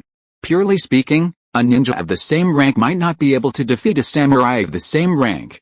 But if ninjutsu were added, the situation would be different. Large-scale attack ninjutsu simply couldn't defend against it. This is why the 5 great nations have so few armies, and what little they have is used only to maintain respectability and law and order, or to serve as bodyguards. No matter how many troops you raise, they might be completely wiped out after a few large-scale raids. In such a situation, no one would be foolish enough to spend the vast sums of money to maintain an army. With that kind of money, hiring ninja is more cost-effective. As for why the samurai nation of Iron Country exists, there are many reasons. Shen Fei once asked Zabuza about this. First, the Iron Country was formidable. Even the 5 great ninja villages would have to pay a heavy price to annihilate them. Without a profit to be gained, the 5 great ninja villages would not undertake such a move. The Iron Country was located in a vast, icy region, making it of little value to ninjas. Second, of course, the daimyo of the 5 great ninja villages would not allow them to grow beyond their control. After all, if the ninjas truly went to war with the Iron Country, a direct confrontation wouldn't be necessary. In assassination, ninjas were far superior to samurai. Sasori and Itara once encountered a formidable samurai during a mission, his strength rivaling that of a Lichonin like Kakashi. Yet, Sasori was easily defeated by Sinbanjo's poison. Faced with such a combined ninjutsu, Shen Fei offered no resistance. With a single leap, he appeared dozens of meters above them. Combined ninjutsu is a common tactic used in ninja warfare. Each of the 5 major ninja villages possesses its own unique combined ninjutsu. For example, the Iwagakure's combined earth escape technique is a formidable threat in warfare. This ability to manipulate terrain, combined with the power of combined ninjutsu, can effectively fragment the enemy and annihilate them. The Sand Village's combined ninjutsu is based on wind escape and puppetry, the Mist Villages on mist and water escape, the Cloud Villages on lightning escape, and Konoha's on fire escape. The Uchiha and Sarutobi clans are both exceptionally skilled in fire escape. During the 4th Shinobi World War, Uchiha Madara's great fire extinguishing was blocked by over 20 Mist Jonin using water escape. Even the Ten Tails initially suffered considerable losses against the combined ninjutsu of the 5 major ninja villages. Fire escape, Shen Fei, soaring overhead, raised his left hand. A massive, rotating fireball, approximately 10 meters in diameter, appeared from thin air above his palm. Shen Fei had claimed it was fire release, but in reality, it wasn't. It was a technique from the fire deity sect, a martial artist under the name Under One Person. In the ninja world, ninjutsu requires hand seals. Only those with Kekkei Genkei, bloodline limits, can perform ninjutsu without them. For example, Yukang, who used the Scorch release, didn't need hand seals when she cast a fireball. Boom! A massive fireball landed directly on the Kusa ninja gathering below. As the fireball exploded, an area dozens of meters in radius was immediately engulfed in flames. And most of the Kusa ninja were instantly reduced to flames. For a moment, the Kusa ninjas were in chaos. Some shouted, trying to organize others to continue attacking Shen Fei, while others tried to organize ninjas to put out the fire. In panic, some Kyusa ninja hurled kunai, shurikens, and senbon at Shen Fei in midair, while others unleashed water release techniques in an attempt to put out the flames. Unfortunately, their water jutsu proved completely useless against the raging flames. The power of ninjutsu depends on the wielder. Why are there so many ninjas skilled in fire jutsu? Konoha's Sarutobi clan is also proficient in fire jutsu, but the Uchiha clan's great fireball jutsu is the most renowned in the ninja world, second only to the Uchiha clan's Kekkei Genkai Sharingan. This is because the Uchiha clan's fire jutsu possesses the greatest power, powerful enough to melt even kunai, a weapon used by a ninja. Ordinary ninjas lack such power using fire jutsu. While powerful, it's unfortunate that the great fireball jutsu has been in a difficult position since its debut. It's never achieved any significant results, much like Itachi's Amaterasu, which never managed to incinerate anyone. How weak. This is a jonin from Kusagakure village. A small ninja village is a small ninja village. Looking at the various hidden weapons hurled at him from below, Shen Fei easily dodged them with a moon step, then unleashed 2 more fireballs before dashing towards the Kusagakure village's medical room. From the beginning until now, Shen Fei hadn't noticed a single ninja with the strength of Kakashi and Gai emerging from the Kusa village. Even the village's jonin were generally weaker. This was understandable, however. The 3 ranks of Jonin, Chunin, and Jonin were universal in the ninja world. However, even within the same rank, a jonin from a smaller ninja village couldn't compare to a jonin from a larger village. It was like a renegade ninja from Konoha, only a Chunin in Konoha, who defected to the Omegakure village and instantly became a jonin. While the larger ninja villages had strict shinobi grading systems, the smaller ones weren't so strict. "Karin, where are you?" Shen Fei asked coldly, grabbing a Kusa ninja by the neck outside the infirmary. "I don't know, snap." Shen Fei didn't waste any time talking. Hearing his words, he immediately snapped his throat and turned his attention to another Kusa ninja.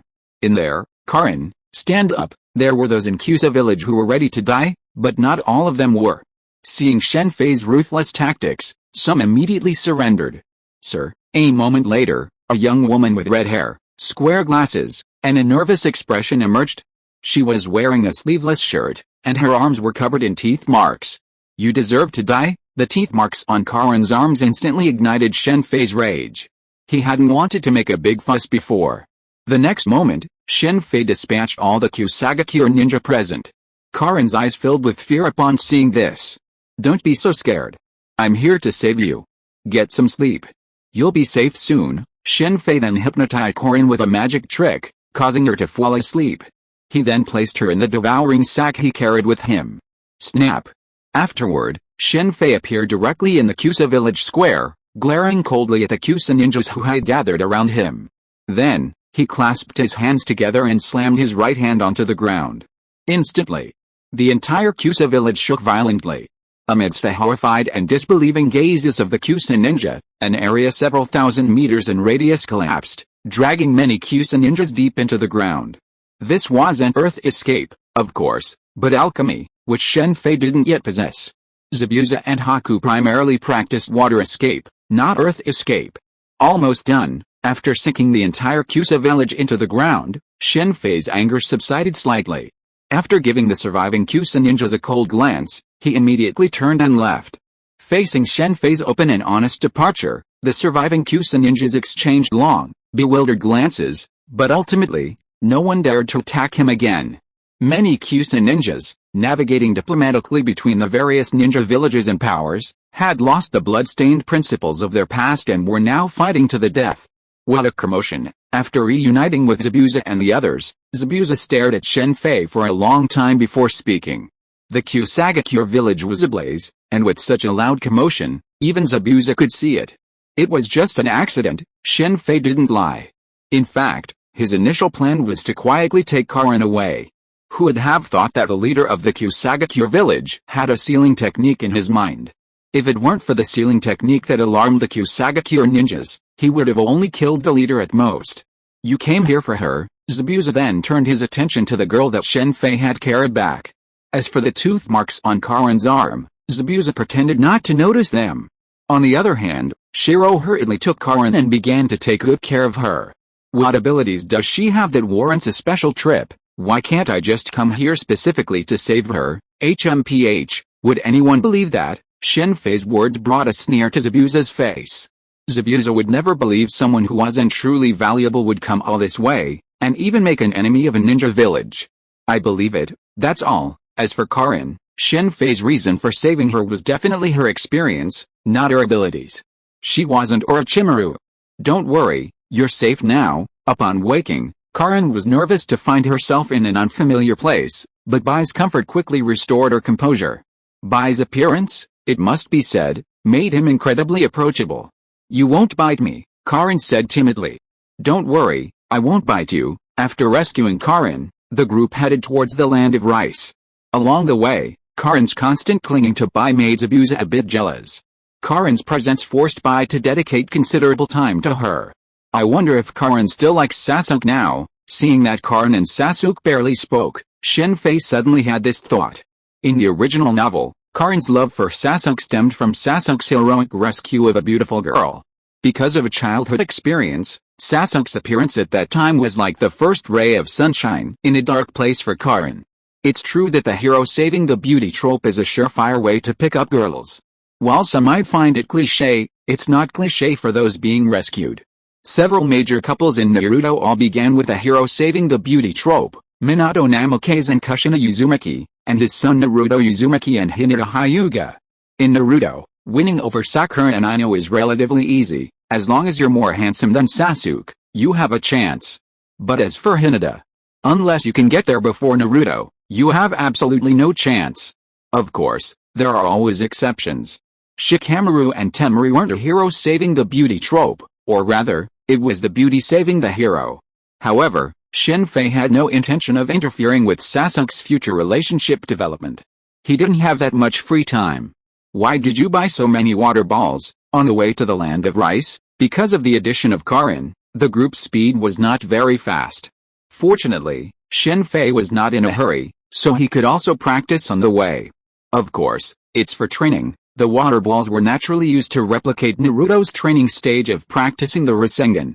Don't be idle either, let's practice together. On the way, Shen Fei gave half of the water balls to Sasuke and took Sasuke away in advance, so that he didn't learn Chidori from Kakashi, the ninjutsu that Sasuke later became famous for. Shen Fei planned to make up for it with the Rasengan. This is for practicing A-level ninjutsu, the fourth Hokage's famous jutsu, Minato Namikaze's. Oh, and by the way, let me tell you something, as far as I know, Naruto mastered it in just over a month. Naruto made a bet with Tsunade that they could master the Rasengan in a week. By that time, he had already completed the preparatory training for the Rasengan, which allowed him to master it in a week. Even then, he was still using a combined power of 2 shadow clones. I'll master it before him. Both the fourth Hokage's famous jutsu and Naruto's mastery in just over a month greatly boosted Sasuke's fighting spirit. You have to remember that the Rasengan is an A-level ninjutsu. Minato Namikaze took 3 years to develop and perfect, and Jiraiya took several months as well. The difficulty level of a ninjutsu refers to the difficulty of learning, not the power. The same ninjutsu, when used by different strengths, will naturally have different power. Could the fire style used by Uchiha Madara be as powerful as that used by the average Uchiha clan member? Of course not. It seems that there might be a Rasengan versus Rasengan later. Shen Fei did not hide the method of practicing the Rasengan from Zabuza and Haku. Some things, even if known, may not be able to be practiced. Naruto can conquer the world with just one Rasengan, but others may not be able to do it. Just like the multiple shadow clone technique, there are many people in Konoha who know it, but there are almost no people who dare to rely on shadow clone to conquer the world like Naruto. You must know that the multiple shadow clone technique is a forbidden technique in Konoha. The shadow clone's equally divided chakra is a taboo for most ninjas. Not everyone has as much chakra as Naruto, who can use the multiple shadow clone technique of 1,000 people at will. The second Hokage developed the shadow clone technique with the intention of gathering intelligence, not for combat. The second Hokage himself did not use this technique in combat. However, it must be said that with this jutsu, Konoha's losses in intelligence gathering were greatly reduced. The range of the shadow clones was much greater than that of the earth, water, and sand clones of other ninja villages.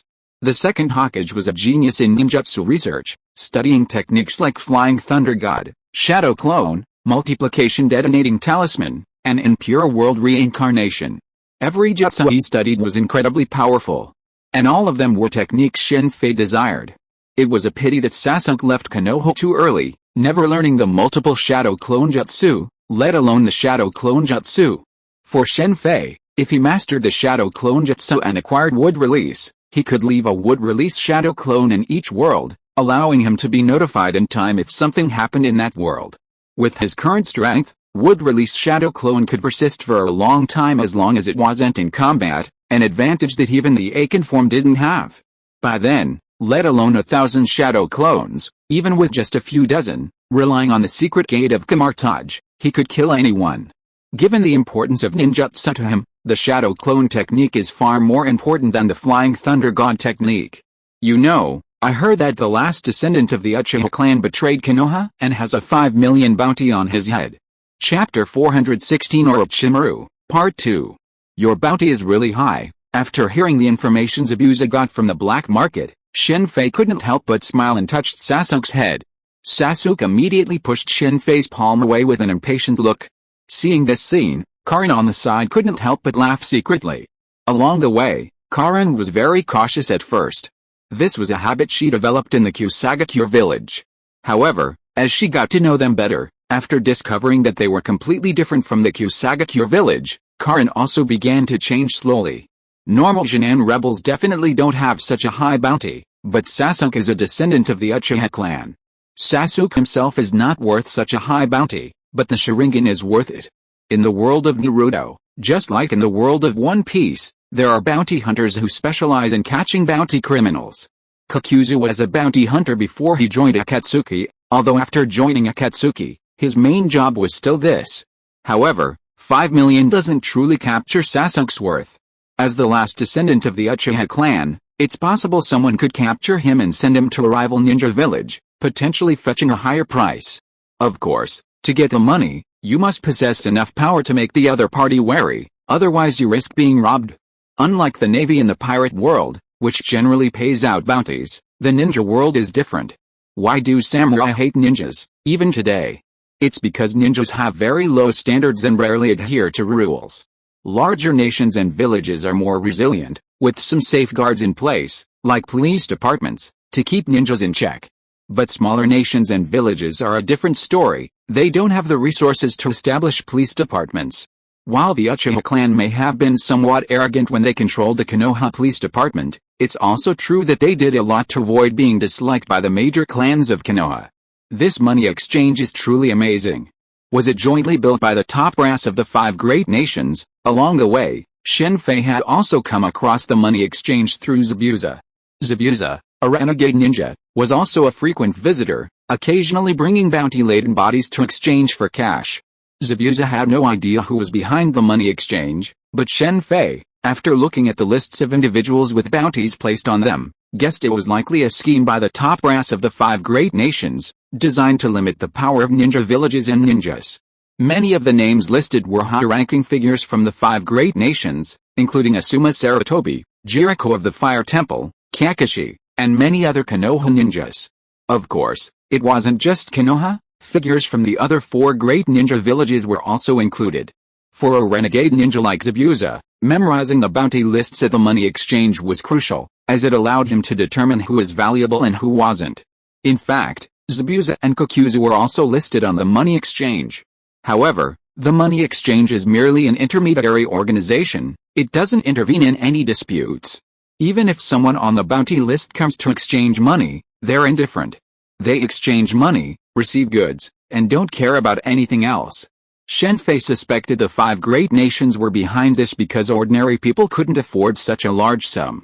Take, for example, Asuma's bounty of 35 million. While this figure might be considered a minor celebrity in One Piece, it's a significant sum in Naruto. An S-rank mission only earns a few million, while Asuma alone is equivalent to 20 or 30 S-rank missions. The 5 great ninja villages are all aware of the money exchange's existence, and they likely tolerate it because it offers value to them. After all, they can place bounties on certain individuals through the money exchange. Furthermore, even if the 5 great ninja villages wanted to destroy the money exchange, They would at most act within their own sphere of influence. This is likely the reason the money exchange persists. Even the Akatsuki hasn't broken free from the limitations of ninja. Shen Fei scoffed at the money exchange. There was no such thing as an indestructible organization in this world. Hydra was so powerful, yet now only a few small and medium-sized cats remained. What was a mere money exchange like that? When he saw Kokuzu obediently bringing the corpse to exchange for money, Shen Fei had a thought: Akatsuki was so powerful, wouldn't it be easier to just rob it? Ultimately, even the Akatsuki, with its entire roster of S-rank rebels, hadn't escaped the limitations of ninja. The limitations of ninjas were simply completing missions for money, a kind of equal exchange. Isn't there anyone who wants to be the rule setter? Naruto was full of powerful figures, but whether it was Uchiha Madara, Senju Hashirama, or even the pioneer of science, or Orochimaru, none of them had considered becoming the rule setters. That was why the daimyo of the 5 great nations could control the 5 great ninja villages, because they were the ones who set the rules. At times, the daimyo could even determine the rise and fall of the ninja clan. For example, the Blood Dragon Eye clan, hired by the daimyo of the Land of Lightning to exile the Uchiha clan to Hell Valley, ultimately became virtually identical to the Uchiha clan, with only 1 or 2 descendants remaining. You understand what I'm saying, don't you? Shen Fei and Sasuke sat face to face in a corner of the dense forest during a break. Shen Fei spoke, drawing a diagram on the ground. It's so simple, what's so hard to understand? Ninjas can't just complete missions and follow the rules set by the daimyo. They should step outside of that framework and become the rule makers themselves. Very good, that's all for today. Let's take a break. Sasuke's response satisfied Shen Fei greatly. Along the way, in addition to his own training, Shen Fei also made sure to educate Sasuke on various topics, ranging from the history of the ninja world to its current state, the shortcomings of the 5 major ninja villages, the reasons for the Uchiha clan's extermination, and even on aspects of livelihoods and the economy. Sasuke was incredibly clever, quickly grasping the general outlines. Now, Naruto, let's see if you can still talk Sasuke into submission. Shen Fei suddenly smiled as he watched Sasuke turn away for physical training. If Sasuke, educated in his advanced philosophy, could still be talked into submission by Naruto, he would have simply left the Naruto world and never returned. In the original story, Sasuke was persuaded by Naruto primarily because, at that time, Sasuke was unsure of his future path. This was probably also the reason Uchiha Madara chose the infinite Tsukuyomi. With Uchiha Madara's intelligence, how could he not know the drawbacks of the infinite Tsukuyomi? But why did he persist in doing so? It's because the desire for complete mutual understanding between people is a joke. Even eating tofu pudding can have a sweet and salty argument. But mutual understanding between people is truly possible within the infinite Tsukuyomi. After all, it's one's own dream, the real world revolving around one. When Shen Fei returned to where Haku, Karin, and Zabuza were resting, Zabuza was alone, sitting on a branch. Beneath the tree, Haku was teaching Karin basic ninjutsu training. Karin could refine chakra, but that was all she could do. She couldn't climb trees, tread water, or even master the 3-body technique. In Shen Fei's opinion, the 3-body technique, considered a divine skill in some ways, was the most fundamental ninjutsu in the ninja world. The basic assessments at the schools of the 5 major ninja villages were almost all based on the 3-body technique. Let's go. Zabuza immediately jumped down from the tree branch upon seeing Shen Fei return, and the group continued on their journey. Shen Fei had kept the knowledge he was teaching Sasuke a secret from Zabuza and the others. Unlike Sasuke, who was still young and had a strong receptive mind, Zabuza's personality was already set, making it difficult for him to accept such advanced concepts. Zabuza assassinated the Mizukage, the daimyoji of the Land of Water, all for the sake of the Mist Village, much like Kakashi and the others did for Konoha. On a mountain peak on the outskirts of a town in the Land of Rivers, a figure wearing a black windbreaker embroidered with red clouds and a conical hat stood quietly, gazing at the distant scenery. Because his face was tightly covered by the bamboo hat, the man's face could not be seen clearly, but the ring on his flawless right ring finger that was exposed had a red Suzaku character on it, which read, Suzaku of Akatsuki, Uchiha Itachi. Just when Itachi had been standing still for who knows how long, a sound of footsteps suddenly appeared behind him. Itachi did not move because of the movement behind him and continued to stand there quietly. The man who came was dressed almost identically to Itachi. He also had a ring on his left ring finger with a yellow Suzaku character on it, which read, Nanjao of Akatsuki, Hashigaki Kisame. You're back a little late. Did something happen? When the man and Itachi stood side by side, Itachi's voice slowly rang out. Sorry, I heard some interesting information. Oh, what information? I thought you were the last descendant of the Uchiha clan.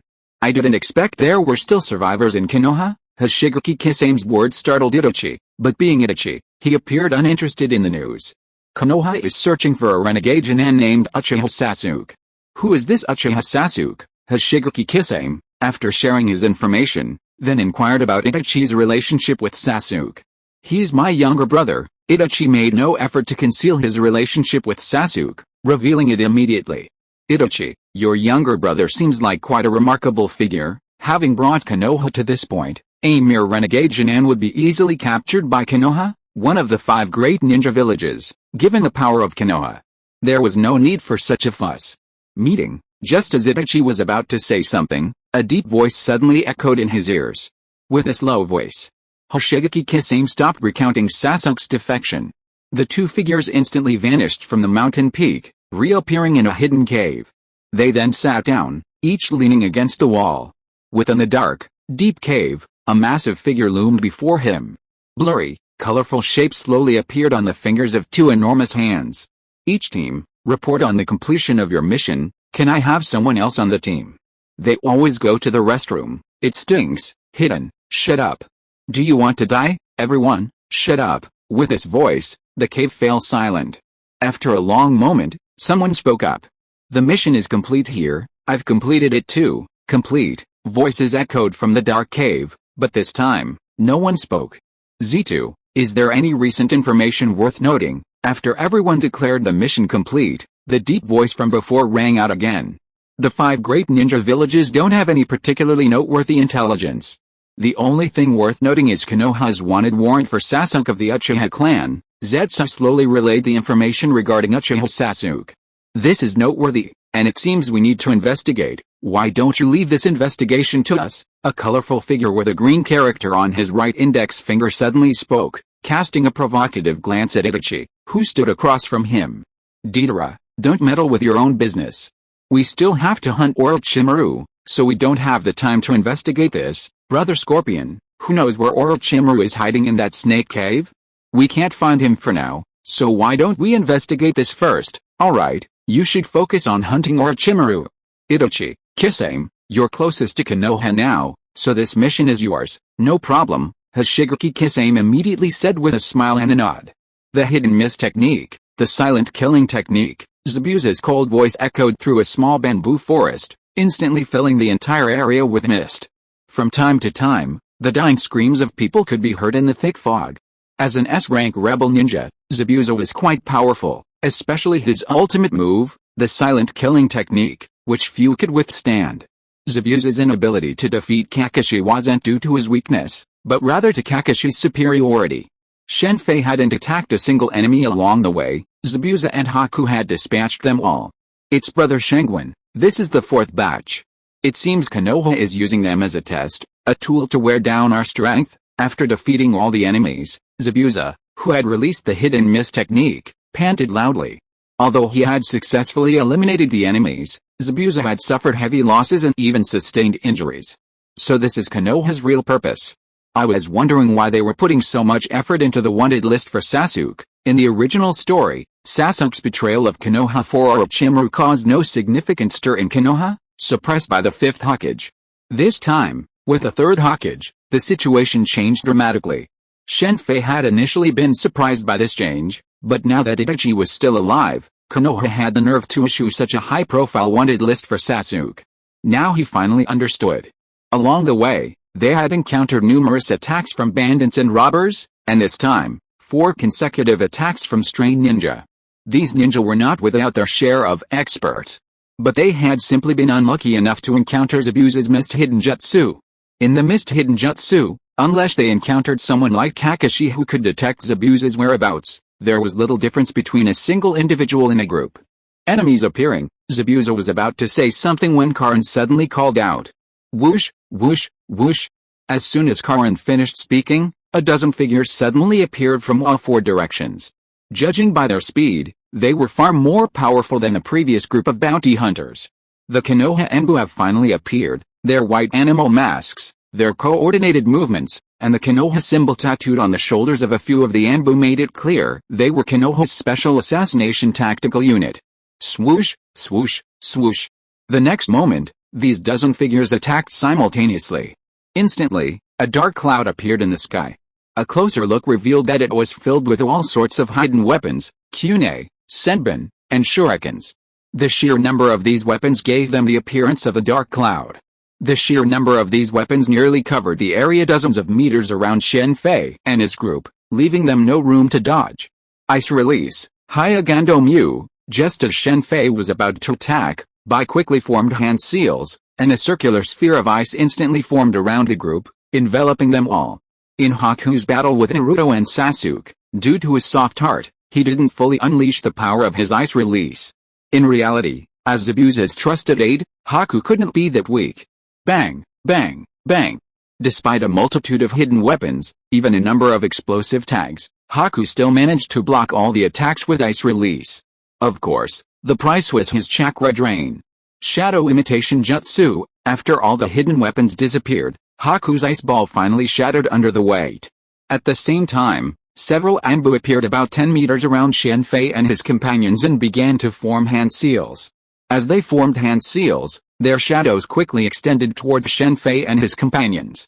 Chapter 417 Orochimaru, and the Nara clan. I haven't seen the Akimichi clan.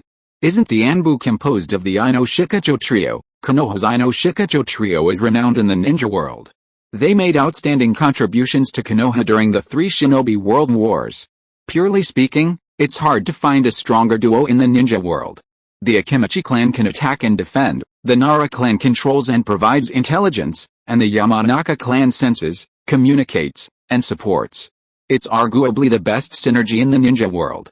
The Ino Shikacho trio's coordination could be likened to a game, with internal voice chat, allowing the Nara clan's tactics to be instantly communicated to their allies.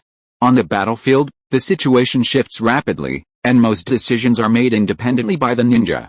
But with internal chat, things are completely different, allowing for direct control of the situation. Not to mention that the Yamanaka clan's internal chat is only part of their capabilities. The Yamanaka clan is also very skilled in perception.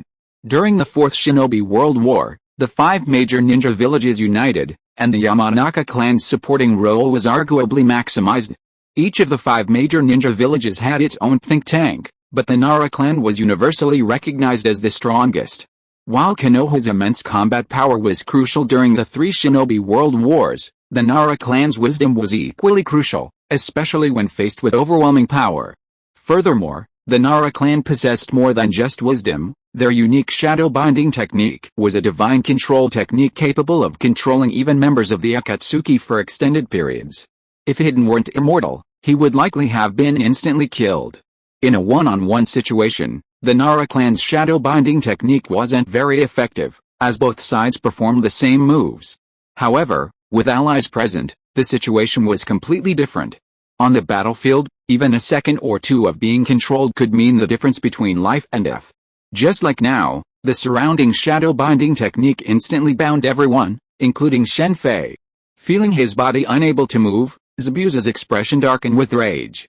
Even though he desperately burst his chakra to break free from the shadow binding technique, it was futile. Ninjas who could enter Konoha's Anbu were all incredibly powerful, at least elite Chunin, and many even exceptional Jonin. Even Zabuza, an elite Jonin, would need at least 10 seconds to break free from the shadow binding technique. 10 seconds might sound short, but for a ninja like him, it was enough time to kill him multiple times. Furthermore, this time, the shadow binding technique wasn't performed by just one person, but by several members of the Nara clan. With their shadows intertwined, breaking free was even more difficult. From a purely tactical perspective, this Konoha Anbu operation was a remarkably successful one. After the shadow binding technique had controlled Shen Fei and his companions, the surrounding ninjas immediately responded with a barrage of shurikens and kunai, rapidly unleashing upon the captives. Shen Fei received particular attention, with over half of the hidden weapons aimed at his vital points. Zabuza's hidden weapons were second only to his. Haku and Karn only had a few kunai launched at their vital points. Only Sasuke was not attacked at all. When the Anbu took action, they never complained, but simply killed their target without saying a word. The tactics are indeed very good. If it were used against others, it would be enough, but it's a pity. Shen Fei, with a hint of a sneer on his face, suddenly raised his right hand. As he raised his right hand, the colors and sounds of the surrounding environment seemed to disappear in an instant, leaving only pure black and white in the world. The Taoist Xianzong, the world was eclipsed. The hidden weapons in the air were now all trapped in mid-air, motionless. At the same time, all the Konoha Anbu surrounding Shen Fei and his group also froze on the spot, only their eyeballs could move slightly. With Shen Fei's current strength, the world was eclipsed, enough to cover an area of nearly 100 meters around him. Bang bang bang. Shen Fei suddenly clenched his right hand, and the bodies of the imprisoned Konoha Anbu ninjas exploded one by one. The next moment, Shen Fei appeared beside a Nara clan Anbu, grabbing his head with his right hand. This was the only one he had spared. Sure enough, there's something like a sealing technique in the mind. Shen Fei sighed softly as he watched the Anbu's body slowly soften. With this thought, Shen Fei moved his left hand, and two kunai on the ground were instantly sucked into his palm. The next moment, the two kunai flew in two directions, piercing a tree trunk and a patch of ground. Blood immediately seeped out from the tree trunk and the ground. Shen Fei had long known about the existence of Konoha Anbu. Although they were so secretive, even an S-rank traitor like Zabuza hadn't noticed them. Under his observation haki, they stood out like fireflies in the night sky. However, at that time, he only knew that there were others hiding nearby, not that they were Konoha Anbu. That bird, a secret technique of the Yamanaka clan? Such a seemingly foolproof tactic, yet someone is observing from afar. When it comes to caution, few can rival a ninja. After dispatching the two hidden Konoha Anbu, Shen Fei glanced at a sparrow perched on a branch to his right, gazing in his direction. Its bright eyes were clearly not those of a bird. Furthermore, amidst the dense forest's menacing atmosphere, the other birds would have sensed the danger and flown away, while this one, alone, sat there, seemingly oblivious. The Yamanaka clan, the Aburane clan, Konoha is truly overflowing with talent. Besides the sparrow, there were also some strange insects nearby. Using the opera fruit scan, Shen Fei was certain these insects were suspicious, as traces of chakra were visible on them. I'll let you off this time. After noticing the birds and insects watching, Shen Fei immediately expanded his observation haki to detect three figures hidden 4 kilometers away. For ninja, a 4-kilometer radius was considered safe enough. Even the Byakugan of Konoha's Hyuga clan could only reach a kilometer. At this distance, even if discovered, there was ample time to escape. In the ninja world, only Karin, with her Kagura Heart's Eye, could perceive a range of tens of kilometers purely through personal ability. Of course, large ninja villages could utilize barriers and other means to increase their perception range, as was done by the Allied Shinobi's logistics headquarters during the Fourth Shinobi World War. This system monitored all ninja units and issued orders in real time. In this respect, the ninja command system was far more advanced than modern technology, which still lacks the ability to communicate directly within the mind. What are you looking at? Go clean up. As Shen Fei walked back to Sasuke and the others, they stared at him in shock. They all knew Shen Fei's strength, they had seen him clash with Guy before, but this time was completely different. Compared to his previous clash with Guy, the eclipse of heaven and earth was even more shocking. After hearing Shen Fei's words, Sasuke immediately and obediently went about collecting the bodies. His initial discomfort had transformed him into a master of the task. For ninjas, actual combat is crucial, especially the act of drawing blood, which reveals a ninja's true skill. Jinan graduates from the 5 major ninja villages were tasked with eliminating bandits, a task that required them to draw blood. Naruto had also undertaken such a mission. Sasuke, having betrayed Konoha, received guidance from Zabuza and Haku along the way. Corpse scanning is crucial. For a ninja, even the dead possess relevant intelligence. Zabuza was a master at it. After becoming a traitor, he lost his village's source of income, and this offered a valuable income. Of course, this only applies to wandering ninjas. These roaming ninjas typically carry their belongings with them, making their elimination a bounty. The Anbu, for example, were different. When on missions, they carried no other items besides their essential ninja tools. One of the ironclad rules of the Anbu is to leave no body behind after a death. Of course, this applies only when they are capable of such a feat. Being instantly killed by Shen Fei, like now, there's no question of leaving no body behind. Besides gathering intelligence, there's another important reason for corpse scanning, to confirm the ninja's life or death. The ninja world is full of secret techniques, and there are many ninjas with powerful vitality and the ability to feign death. Without confirmation, it's easy for someone to slip through the net. Some people are simply lucky and simply feigned. It must be said that ninjas are truly experts at killing, especially those from the Mist Village. Shen Fei benefited greatly from Zabuza's guidance of Sasuke. Even Ada, in some respects, lacks the ninja's experience. Of course, corpse scanning isn't without its dangers. As Ada had once taught Shen Fei, avoid picking up weapons dropped by the dead unless necessary, especially on the battlefield, as they can easily be used as traps. The simplest trap is, of course, a booby trap. You pick up a weapon, unaware that it's connected to a grenade or hand grenade. The ninja world is even more dangerous. Detonating tags, traps, and even poisons can kill you if you're not careful. For example, the bodies of Konoha's Abiram clan are extremely dangerous. Having Sasuke handle corpses is meant to train his caution and careful observation. Shen Fei certainly learned a lot, discovering aspects he had previously overlooked. It also made him realize just how brutal the Blood Mist Village truly was. Much of this was learned by Zabuza at the Ninja Academy in the Mist Village.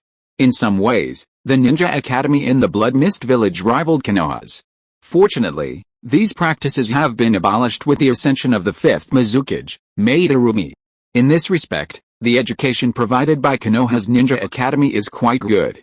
As the first Hokage once said, the predecessors fought so hard for a peaceful and stable environment. I say, isn't it time to put away your forward protectors and your voluptuous swords? Shen Fei whispered to Zabuza after finishing his work with Sasuke. The numerous pursuits and the pursuits by Konoha ninjas along the way were certainly due to Konoha's Anbu's excellent intelligence, but more importantly, it was the voluptuous sword behind Zabuza. Such a visible sign would have been hard to miss. Zabuza, though somewhat dissatisfied, put the voluptuous sword into the ceiling scroll and removed the forward protector. Look, there are no pursuers now, as expected. Without the voluptuous sword, the group's journey became much safer. Such a stark reality, Zabuza had no choice but to accept that his previous exposure was due to the voluptuous sword. Is Orochimaru's Atogakure so obscure now? There are even locals who don't know where it is. Upon entering the land of rice, Shen Fei was astonished to find that no one knew of the existence of such a ninja village. Do you think this is one of the 5 great nations? Would they reveal their village's location? Zabuza then explained the reason. The existence of Atogakure was familiar to S-rank rebels like Zabuza, but it was different for ordinary people. The land of rice was a small nation, weak in strength, so ninja villages were largely hidden. In fact, this was also the survival strategy for most small ninja villages and clans. To those unaware of the specifics, a small ninja village looked no different from any other ordinary village. This was completely different from the 5 great ninja villages, Rain Village, Kusagakure, Tokigakure, and other powerful ninja villages that publicly disclosed their locations. Hiding one's village was a precaution against attacks, especially from vagrant ninjas, who loved to raid small villages and clans in droves to rob them.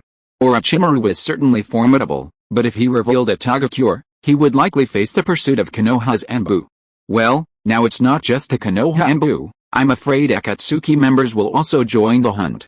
Orochimaru may not be afraid of the Konoha Anbu, but he certainly has his guard up against Akatsuki. Then we can only ask the ninja. Ordinary people might not know, but the ninjas of the land of rice and fields couldn't possibly be completely unaware of the Sound Village. What do you want to do with the Sound Village? Just as Shen Fei and his group were about to ask the ninjas of the land of rice and fields about the village's location, a young man with lavender hair approached them. I want to see Orochimaru. Someone approaching at this time was undoubtedly one of Orochimaru's men. They were asking around for the location of the Sound Village, so Orochimaru couldn't be unaware of it. Lord Orochimaru isn't that easy to meet. As soon as they spoke, it became clear that this person was one of Orochimaru's men. I've brought him a gift, the last descendant of the Uchiha clan. Tell him this information, and I think he'll come see me. Sasuke had sold out Sasuke to see Orochimaru. Having witnessed a terrifying power of Itachi's Sharingan, Orochimaru is now very interested in the Uchiha clan's bloodline. I will report this to Lord Orochimaru. Chapter 418, Wood Release. Part 1. I didn't expect the Fuma clan to still exist. I thought they'd completely vanished. But while they still exist, they seem to have completely declined. After the lavender-haired young man left, Zabuza looked somewhat melancholic. Fuma Arashi was the young man's name. The Fuma clan, Shen Fei looked at Zabuza curiously. Sasuke, Haku, and Karin beside him also focused their attention on him. Few people know about this clan now. I only learned a little about it by chance. They were once a ninja clan on par with the Hanzo and Sarutobi clans. The Sarutobi, Hanzo, and Fuma clans were once only slightly more famous in the ninja world than the Uchiha, Senju, and Haguramo clans. During the Warring States period, they held sway over their respective regions. However, with the dramatic shifts in the ninja landscape, the Fuma clan was the first to be eliminated. Subsequently, the Senju and Uchiha clans established Konoha, followed by the other 4 major ninja villages, resulting in the current structure of the 5 major ninja villages. The Sarutobi clan joined Konoha very early on. The young Sarutobi Hirozen became a disciple of the second Hokage, Senju Tobirama, allowing the Sarutobi clan to gradually surpass the declining Hanzo clan. Had it not been for the emergence of a demigod within the Hanzo clan, the Hanzo clan might have fallen completely. Hanzo of the Rain Village was undoubtedly at the pinnacle of the ninja world during the Second Shinobi World War, single-handedly defeating the then young Orochimaru, Jiraiya, and Tsunade. This battle became the origin of the 3 ninjas of Konoha. Unfortunately, while Hanzo was formidable, he still fell far short of Uchiha Madara and the first Hokage, Senju Hashirama. Even with his formidable strength, he couldn't prevent Rain Village from becoming the central battlefield of the Second Shinobi World War. If Uchiha Madara or the first Hokage, Senju Hashirama, were from Rain Village, their reputation alone would have prevented anyone from invading it, and even making it the 6th largest ninja village would have been a simple matter. Hanzo's strength wasn't the same as that of Uchiha Madara and the first Hokage, Senju Hashirama, who dominated opponents with sheer force. Part of his power stemmed from his use of poison. Poison can be cured. Tsunade of Konoha and Chiyo of the Sands village were both renowned medical ninjas, especially Chiyo, a renowned expert in both poison application and detoxification. Tsunade's reputation at the time wasn't as high as it is today. The Warring States period in the ninja world, before the 5 great ninja villages were established, was a time of immense chaos. Ninjas primarily took on missions as clans, and countless powerful clans, such as the Haguramo clan, were destroyed. It wasn't until the arrival of Uchiha Madara and Senju Hashirama, who joined forces to establish Konoha village and protect the ninja clans, that the current ninja order came into being. Initially, Konoha consisted of only the Senju and Uchiha clans, the Sarutobi clan, the Ino Shikacho clan, the Hyuga clan, the Shimura clan, the Aburane clan, the Hatake clan, the Kurama clan, and other clans, with only a small fraction joining later. The other ninja villages immediately followed suit. The 4 major ninja villages had no initial intentions. The first Kage of the 4th Shinobi village, when he founded the village and hosted the major ninja clans, did so solely to counter the growing power of Konoha. Even the most powerful ninja clans were not as powerful as the villages themselves. Their ninja skills were often too limited, and their similar ninjutsu made them vulnerable to being targeted and countered. However, ninja villages, on the other hand, could effectively complement each other's shortcomings through collaboration. In fact, it wasn't just the 5 major ninja villages that established ninja villages at the time. Rain, Kusanagi, Taki, Hot Spring, and Sky villages were also established during this time. These villages divided up nearly all of the powerful ninja clans of the time, putting a ninja clan's luck to the test. Joining a powerful village ensured its survival, while a weaker clan merely delayed its demise. Through battles, negotiations, and elimination, the structure of the ninja villages was established. However, the true formation of the structure came after the First Shinobi World War. Because Uchiha Madara and the first Hokage, Senju Hashirama, were so powerful at the time, other ninja villages were forced to form alliances to fight Konoha while they were alive. It was only after their deaths that the First Shinobi World War began, and most of the weaker ninja villages were annihilated. The village of the Fuma clan was destroyed during the First Shinobi World War. Perhaps the Fuma clan hopes to use Orochimaru's power to revive their clan? There are many such clans in the ninja world, all idiots with ridiculous ideas. Zabuza, after briefly describing the Fuma clan's plight, dismissed them. Having experienced the blood mist land in the Mist Village, and having spent so many years on the run, he had a deep understanding of the thinking of ninja clans, especially those in decline. Shen Fei didn't ask much about the Fuma clan. Just as Zabuza had said, the ninja world had seen countless fallen clans. The 3 great ninja wars had decimated countless clans. Even the 5 great ninja villages couldn't protect all of their clans, let alone other factions. For example, the Kurama clan of Konoha was incredibly weak within the Leaf community. But that wasn't surprising. The Kurama clan practiced illusions, and who could surpass the Uchiha clan in illusion? Years of practice wouldn't be enough to stop a single glare from the other side. Let's find a place to rest. We don't know when Orochimaru will send us news. Originally, following the man named Fuma Land should have led to Orochimaru's whereabouts, but Shen Fei opted against it this time. Now that he was already in the Sound Village, encountering Orochimaru was inevitable. This is the Rasengan. Inside the rented courtyard, Shen Fei looked at the Rasengan in his left hand and couldn't help but laugh. As he increased his chakra input, the Rasengan, originally only the size of a fist, immediately transformed into a giant Rasengan with a diameter of about 1 meter, the Datum Rasengan. By the way, how did Boruto achieve that invisible Rasengan? Did the Rasengan change its nature? Strictly speaking, learning the Rasengan is just the beginning. The Rasengan is just a change in the form of chakra. A truly complete Rasengan incorporates changes in the nature of chakra, just like Naruto's wind-style Rasen Shuriken. Because the 4th Hokage died too early, the Rasengan didn't complete the change in nature. Regarding the nature of chakra, Shen Fei currently only cultivates 2 attributes, fire style and water style. He learned fire style from Sasuke. As a descendant of the Uchiha clan, Sasuke may be weak now, but he knows many of the Uchiha clan's fire style ninjutsu. Water escape was naturally learned from Zabuza. Most of the Mist ninjas are proficient in water escape. It's not that they can't learn other ninjutsu, but there is no need. For most ninjas, the more ninjutsu is not better, and specialization is the best. For example, Naruto has both Feng and Shui attributes, but from beginning to end, he relied on a Rasengan without attributes to conquer the world. He didn't learn much about wind escape and water escape. Oh, I almost forgot, Naruto has wind escape Rasen Shuriken. The chakra attributes of ninjas are divided into innate and acquired. The innate attributes can be confirmed through chakra test paper.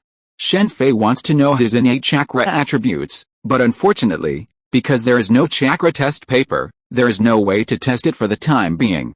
The acquired chakra attributes are simple. Remove the innate attributes, and they are all acquired attributes. For a ninja, any jutsu can be learned if desired, though power isn't guaranteed.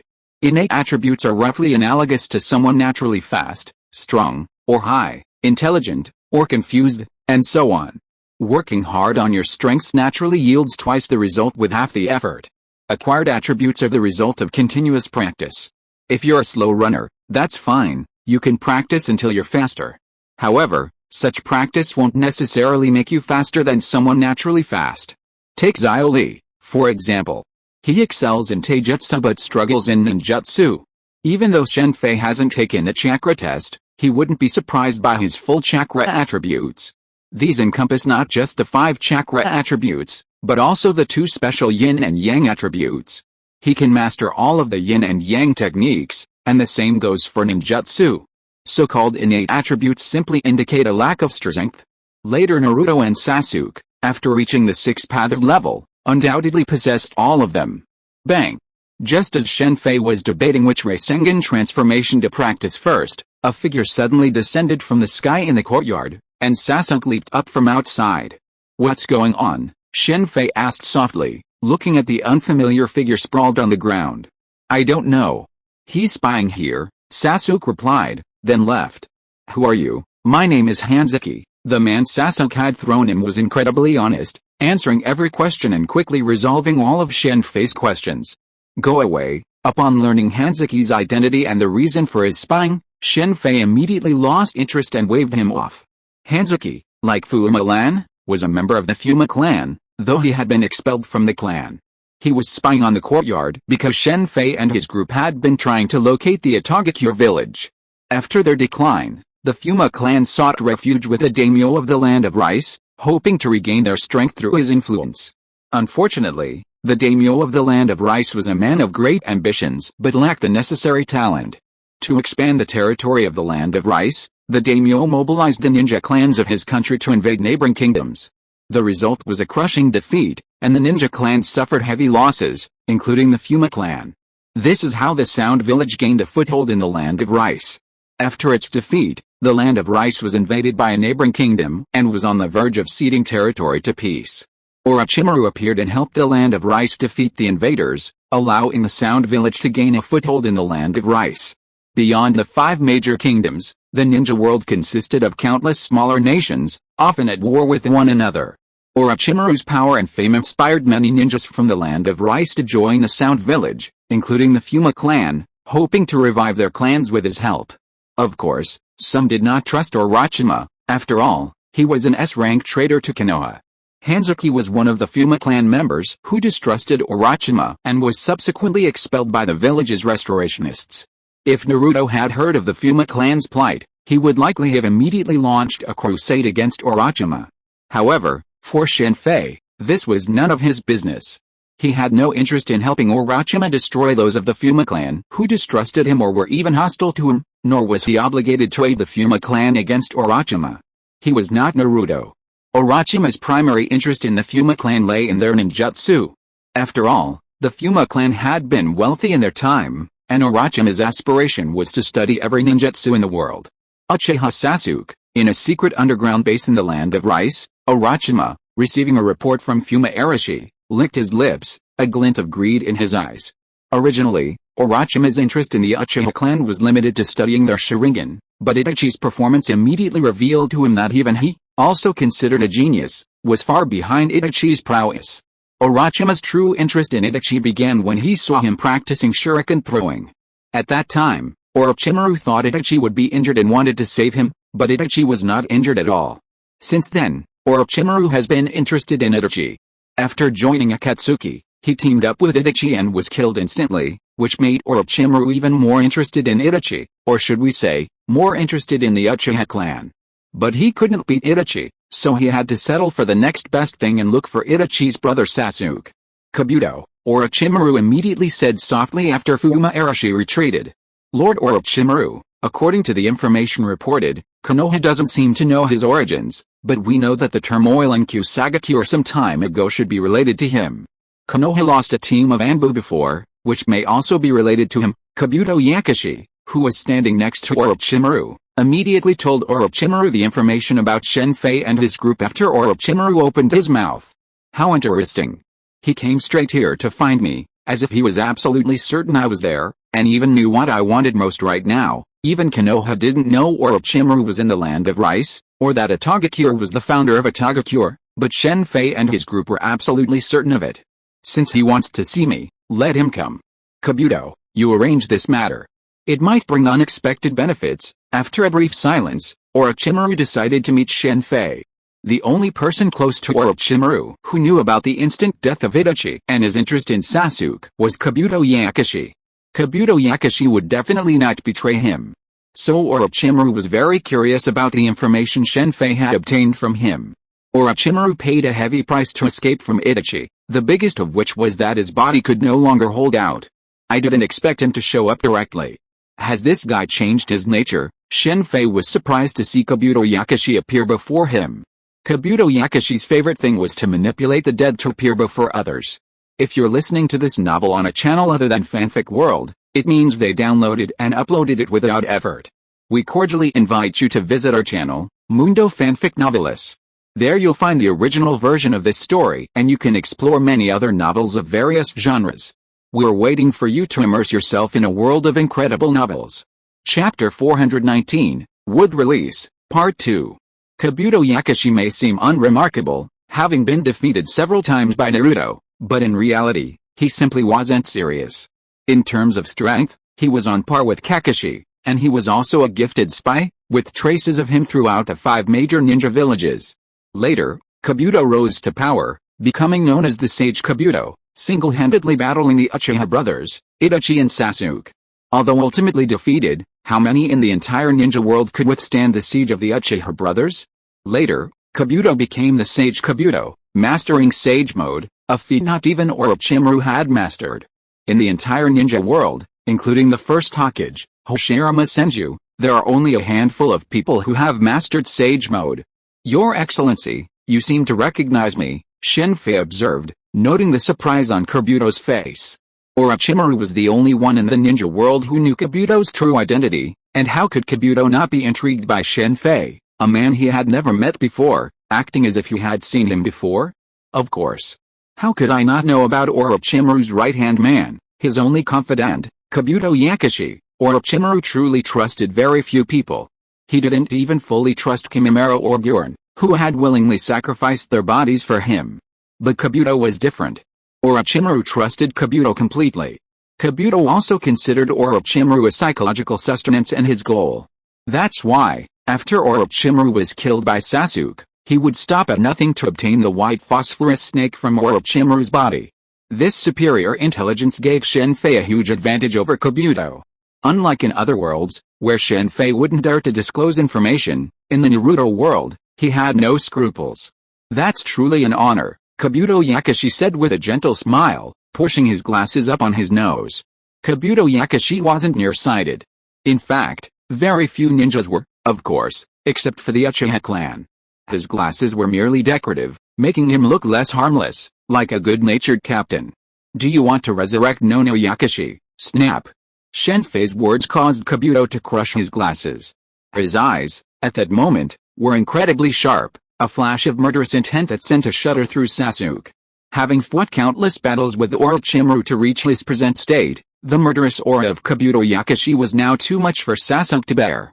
Kabuto Yakashi was originally a deeply kind person, but unfortunately, in the world of Naruto, kindness doesn't always lead to a happy ending. Danzo's manipulations led to a life-or-death struggle between Kabuto and his adoptive mother, Yakashi Nono, and ultimately led to Kabuto's death. This event completely changed Kabuto Yakashi. Why did Nono assassinate you? Why didn't she recognize you then? Have you ever thought about why? The greatest blow to Kabuto was that Nono didn't recognize him, while he had from the beginning. This was the greatest blow to Kabuto, who had always placed his trust to Nono.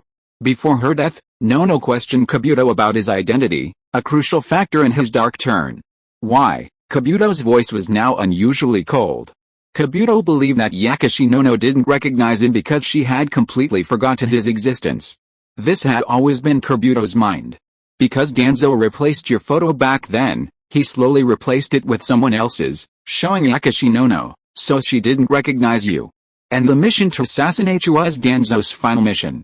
The reward was to end your spying journey and allow her and you to return to the orphanage and live a normal life.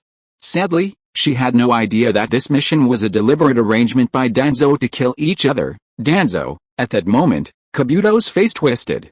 After a long moment, he closed his eyes, took several deep breaths, and his distorted face slowly calmed down. Why should I believe what you say? Kabuto, regaining his composure, asked. Whether you believe it or not is your business. I'm just telling you what I know. Naruto's famous scapegoats, Zetsu and Danzo were no exception.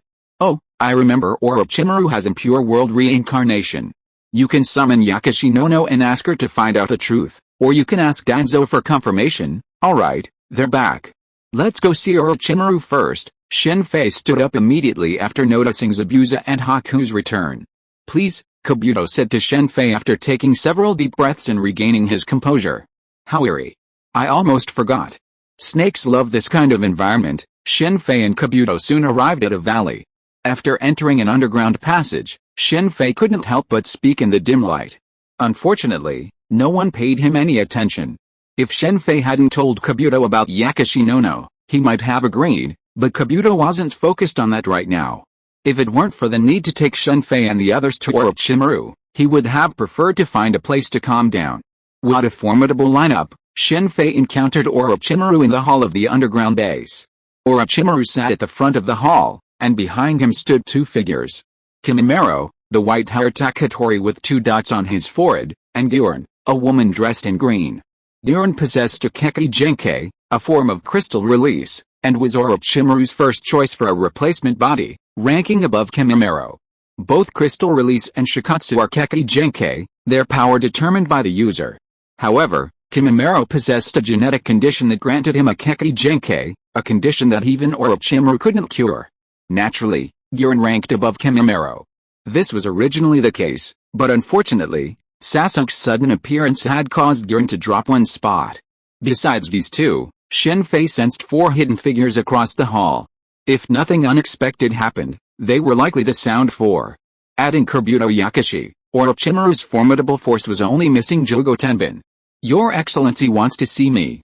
I wonder what you want to teach me. Orochimaru looked at Kabuto Yakushi, who entered the hall with a surprised look, and then said directly to Shen Fei. With Orochimaru's understanding of Kabuto, he immediately found that something was wrong with him after Kabuto entered the hall.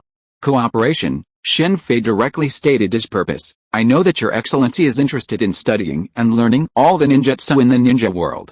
Cooperation? Oh, I'm curious, what kind of cooperation? Orochimaru looked at Shen Fei with interest. There are many people in the ninja world who want to cooperate with Orochimaru, but most of them are coveting his power. Cooperation in research, I have some special skills, and I can know information that many people don't know. For example, I know that your Excellency's purpose of wanting immortality is not for such a boring purpose as ruling the ninja world, but to study and learn all the ninjutsu in the world. It's just that human lifespan is too short, and there is simply not enough time to study and learn all the ninjutsu. Only immortality can make this possible. You know me very well. Orochimaru couldn't help but look at Shen Fei in surprise. No one in the entire ninja world, including his teacher, the third Hokage, could truly understand Orochimaru. The Ninja World War affected too many people.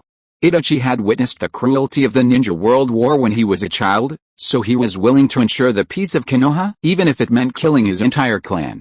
Jiraiya had always wanted to find a way to make peace in the ninja world. He couldn't think of a way himself, so he placed his hope on the Child of Destiny. Orochimaru was lamenting the fragility of life, and the death of Senju Naki had a profound impact on him. But it's not that easy to cooperate with me. The implication was that what qualifications do you have to cooperate with me? Orochimaru is not one of those children who were fooled by him, and will cooperate with Shen Fei just because they agree with his ideas. Of course I know that. Shen Fei knew very well who Orochimaru was. He was a very dangerous guy. The Orochimaru at this time was not the completely changed Orochimaru in the later period. If you want to negotiate with such an Orochimaru, you must have at least the same strength as him, so as to ensure that you will not be robbed by the scoundrels. In fact, this is also the basic condition for negotiations in the ninja world. Without equal conditions, why should you negotiate with you? Wouldn't it be better to just bring your things to you? Even Naruto's mouth-to-mouth persuasion is only useful when he can knock the other party down. I don't know if this is enough. Shen Fei said as he vanished from Orochimaru's side in an instant, a sight that made Orochimaru's pupils shrink. As a cage-level expert, Orochimaru had seen many masters, even the might of paint 6 paths, but this was the first time he had seen such speed, so fast that he had no time to react. Bang, bang. Just as Orochimaru was about to make a move, 2 figures were suddenly thrown in front of him. When Orochimaru saw who they were, his palms stopped moving immediately. The 2 figures thrown in front of Orochimaru were naturally Kamar-Taj and Giron, who had stood behind him. Kamar-Taj and Giron were undoubtedly elite Jonin-level ninjas, but even with such strength, they were not unconscious without a single reaction. In the current ninja world, not even Orochimaru himself could achieve this. Perhaps the only ones who could do this were Uchiha Madara and Senju Hashirama, the 2 founders of Konoha, and the Rinnegan Pain, the leader of Akatsuki, who possessed the unknown depths. In the original novel, Hong Lian's ultimate defeat was due, firstly, to her crystal release being restrained, and secondly, to her consuming too much chakra. Is this enough strength? Shen Fei dared to approach Orochimaru directly, relying on his immense strength. Otherwise, he would have preferred to slowly seek a solution from Konoha rather than come directly to Orochimaru. Of course, Orochimaru's expression had regained its composure, but a closer look revealed a hint of panic. After all, Shen Fei's actions just now were enough to kill him instantly. Even if he had the means to revive himself, he didn't want to be killed so inexplicably. With such strength? It's truly curious. Why hasn't the ninja world heard of you before? In the ninja world, the stronger the ninja, the greater the fame. However, Shen Fei, with such strength, was previously unheard of in the ninja world, which intrigued Orochimaru. I'm not from the ninja world, so of course the ninja world hasn't heard of me, Shen Fei said with a smile. Not from the ninja world? Orochimaru looked at Shen Fei in confusion. This world is huge. You don't only have the ninja world, do you? Do you know what's on the other side of the ocean? The technology tree in the Naruto world is extremely weird. The education in the ninja school lets students know that there are planets under their feet, and the one in outer space is the moon. Iruka once asked students to write that if the moon falls, in the last moments, you want to be with someone. At the same time, there is electricity, television, computers, air conditioners, refrigerators, and even movie stars. The Princess of the Snow Country is a famous movie actor. There are also walkie-talkies, but no telephones or mobile phones. People travel long distances only by walking or by carriage. There are no bicycles. So it's from outside the ninja world. Orochimaru nodded immediately as if he had suddenly understood. He did not doubt what Shen Fei said. With such strength, it would be impossible for him not to leak any information if he was in the ninja world before. But if it came from outside the ninja world, it would be very normal. Not many ninjas in the ninja world really care about what is on the other side of the sea. After all, they are not scholars, nor adventurers.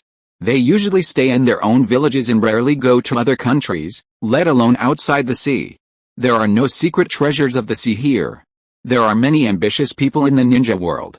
Danzo, the third Tsuchikage and so on can be regarded as ambitious people. Although their ambitions are nothing more than that in Shen Fei's view, except for Uchiha Madara, the ambitions of others are only to be the shadow of a village, and no one wants to be a daimyo. The real ambitious people are those like Ying Zheng. Unifying the world was once the endpoint of Ying Zheng, but now that is just the starting point. It's amazing. It's worthy of Uncle Orochimaru to master the core technology. After displaying his strength, Orochimaru's attitude softened considerably, and Shen Fei took the opportunity to visit Orochimaru's laboratory. There, Shen Fei saw Orochimaru's research projects, mostly biochemical, with a few mechanical aspects. Curse seals and the fusion of animal powers with humans were Orochimaru's primary research areas, and his forces primarily focused on these two areas, those who possessed the power of seals and those who gained animal abilities. However, it was clear that Orochimaru couldn't perfectly fuse these powers, which is why he had so many bizarre individuals under his command. Take Mizuki, the teacher who tricked Naruto into stealing the Book of Sealings. He had obtained Orochimaru's early research and fused it with the tiger's power. Unfortunately, this was Orochimaru's early work, immature. While it could gain power, it not only mutated the body but also significantly reduced lifespan. Mizuki ultimately became a decrepit old man.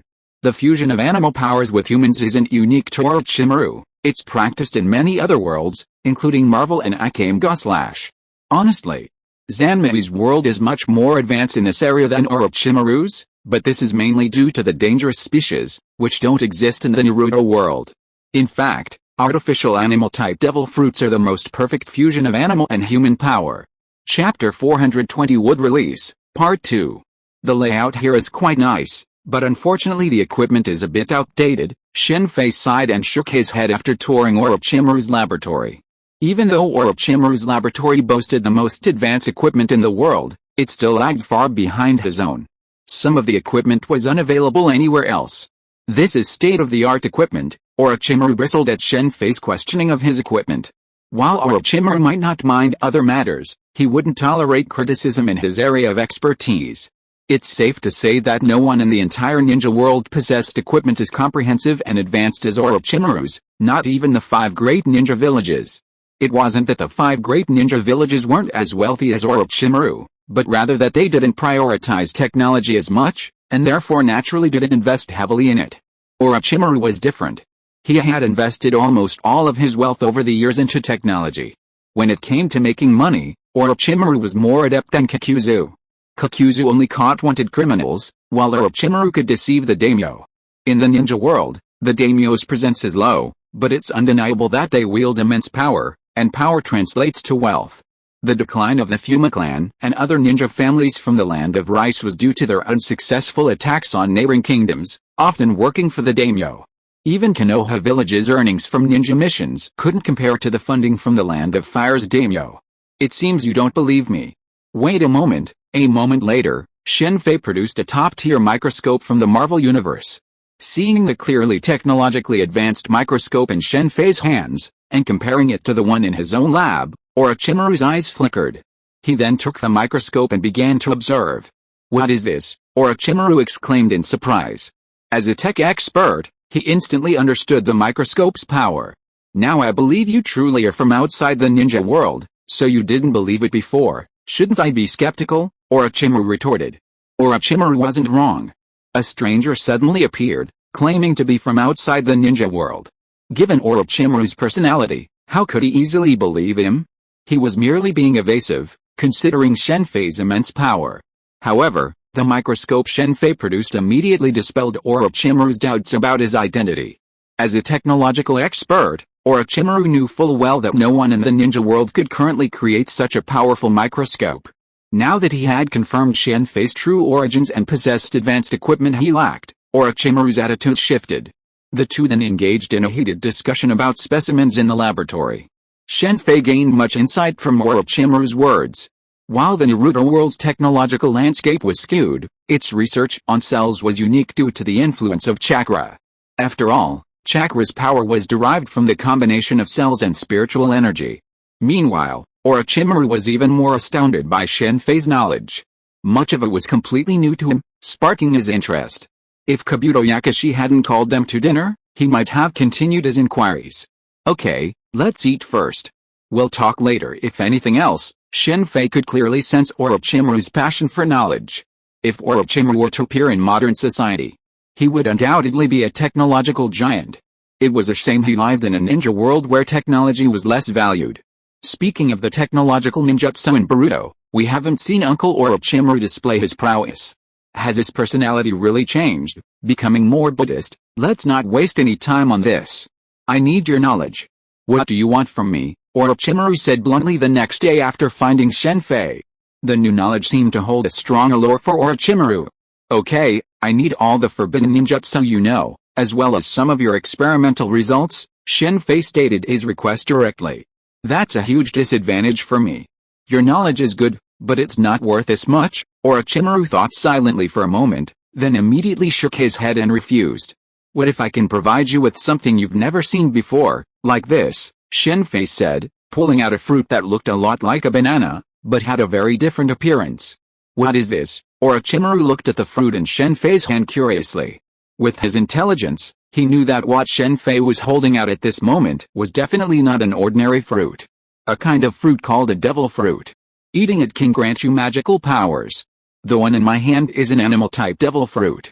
Eating it will give you the power of that animal, Shen Fei said, briefly describing the abilities of the animal-type devil fruit. So magical and interesting. What kind of animal's power is this? Orochimaru immediately looked at the animal-type devil fruit in Shen Fei's hand with great interest. This was a mysterious object that had never existed in the ninja world. Tiger-type animal-type devil fruit, very interesting. Can I see it? Of course, but devil fruits are very precious, I can't give them out for free. I want Konoha's shadow clone technique and multiple shadow clone technique. Just as Kabuto said, you know a lot of things. No problem, but in this case, this devil fruit will be mine, of course, Shen Fei said and threw the devil fruit in his hand to Orochimaru. After Orochimaru took the devil fruit in his hand, he roughly checked it out, and immediately clapped his hands. Then a figure immediately appeared in front of Orochimaru, half knelt on the ground, and said respectfully, Lord Orochimaru, what do you want me to do? Kimimaro, this is really interesting. Seeing that it was Kimimaro who appeared, Shen Fei suddenly laughed. Kimimaro who had eaten the devil fruit was really interesting. Eat it, yes. Looking at the strange fruit before him, Kimimaro unpicked it without hesitation and devoured it. His expression changed immediately after the first bite, but then he regained composure and finished the fruit expressionlessly. Sorry, the devil fruit doesn't taste very good. They say it's incredibly unpalatable, Shen Fei said after Kimimaro finished. What's next? Orochimaru asked, unconcerned about the devil fruit's taste. Just wait. You'll see the effects soon. Sure enough, a flicker of surprise crossed Kimimaro's face, as if he had sensed the power of the devil fruit. Show me your newfound power. Yes. Following Orochimaru's command, Kimimaro immediately displayed the ability of his newly acquired animal-type devil fruit, transforming into a black, upright tiger with two sharp fangs on either side of its mouth, a saber-toothed tiger. How do you feel? My strength has increased quite a bit. Kimimaro himself observed the changes in his body with curiosity. A fruit that tasted so bad had given him a Kekkei-Genkai-like ability. Even though he had no interest in the outside world and was solely devoted to Orochimaru, he still felt a hint of curiosity. If Lee and Gaara were to face him this time, it would probably be troublesome. Kimimura's Shikatsu Vehi was originally based on physical skills, and when combined with a physical-based animal-type devil fruit, it was simply an added bonus. Go down and experience this power. Yes, I agree, but I want 5 of these devil fruits. Impossible, I can only give you 1 at most. Even I don't have many of these. This was, of course, a lie. What Shen Fei had produced wasn't a real devil fruit, but an artificial animal-type devil fruit he had created himself. Since you came to me, you naturally know the value of my research. The 5 devil fruits, the knowledge you possess, and all my ninjutsu and research results can be exchanged with each other, 2 at most, 5, not 1 less. According to what Kabuto said, you know a lot of secret information. In this case, you came to me directly, which means that I have what you need, Orochimaru said with a confident smile. What you have, Konoha also has, but they won't trade with you. Do you think you have me in your hands? Aren't you afraid that I will rob you? With my strength, you can't stop me. Then why didn't you just do it in the beginning? Why not rob? Of course, it's because I am a principled person. Okay, I can agree to your request, but we need to make a vow. Vow. Orochimaru looked at Shen Fei puzzled. Yes, an oath. As you said, I know a lot of secret information, so I know how dangerous you are. Truly killing you would be extremely difficult. This isn't just any oath, it's a soul oath. Your life-saving methods are useless against this oath. How about it? Interesting. I'd like to see this oath for myself, Orochimaru agreed after a moment's silence. Then let's begin. Shen Fei had 2 options for an oath. One was Harry Potter's magical oath, and the other was a telekinetic oath and constraint. These could be used not only for oneself but also for others. Unilateral constraints could be lifted with a telekineticist, but where would a telekineticist come from in the Naruto world? Furthermore, Shen Fei's oath was a mutually agreed oath, something even telekineticists couldn't overcome. Nitaro and his son, Bilyang, had originally made a similar oath, though Bilyang later circumvented it. However, Shen Fei's oath was unavoidable. Interesting power. There's actually such a method. Are there other continents? I must go check it out if I get a chance. Orochimaru looked excited as he felt the effects of the oath.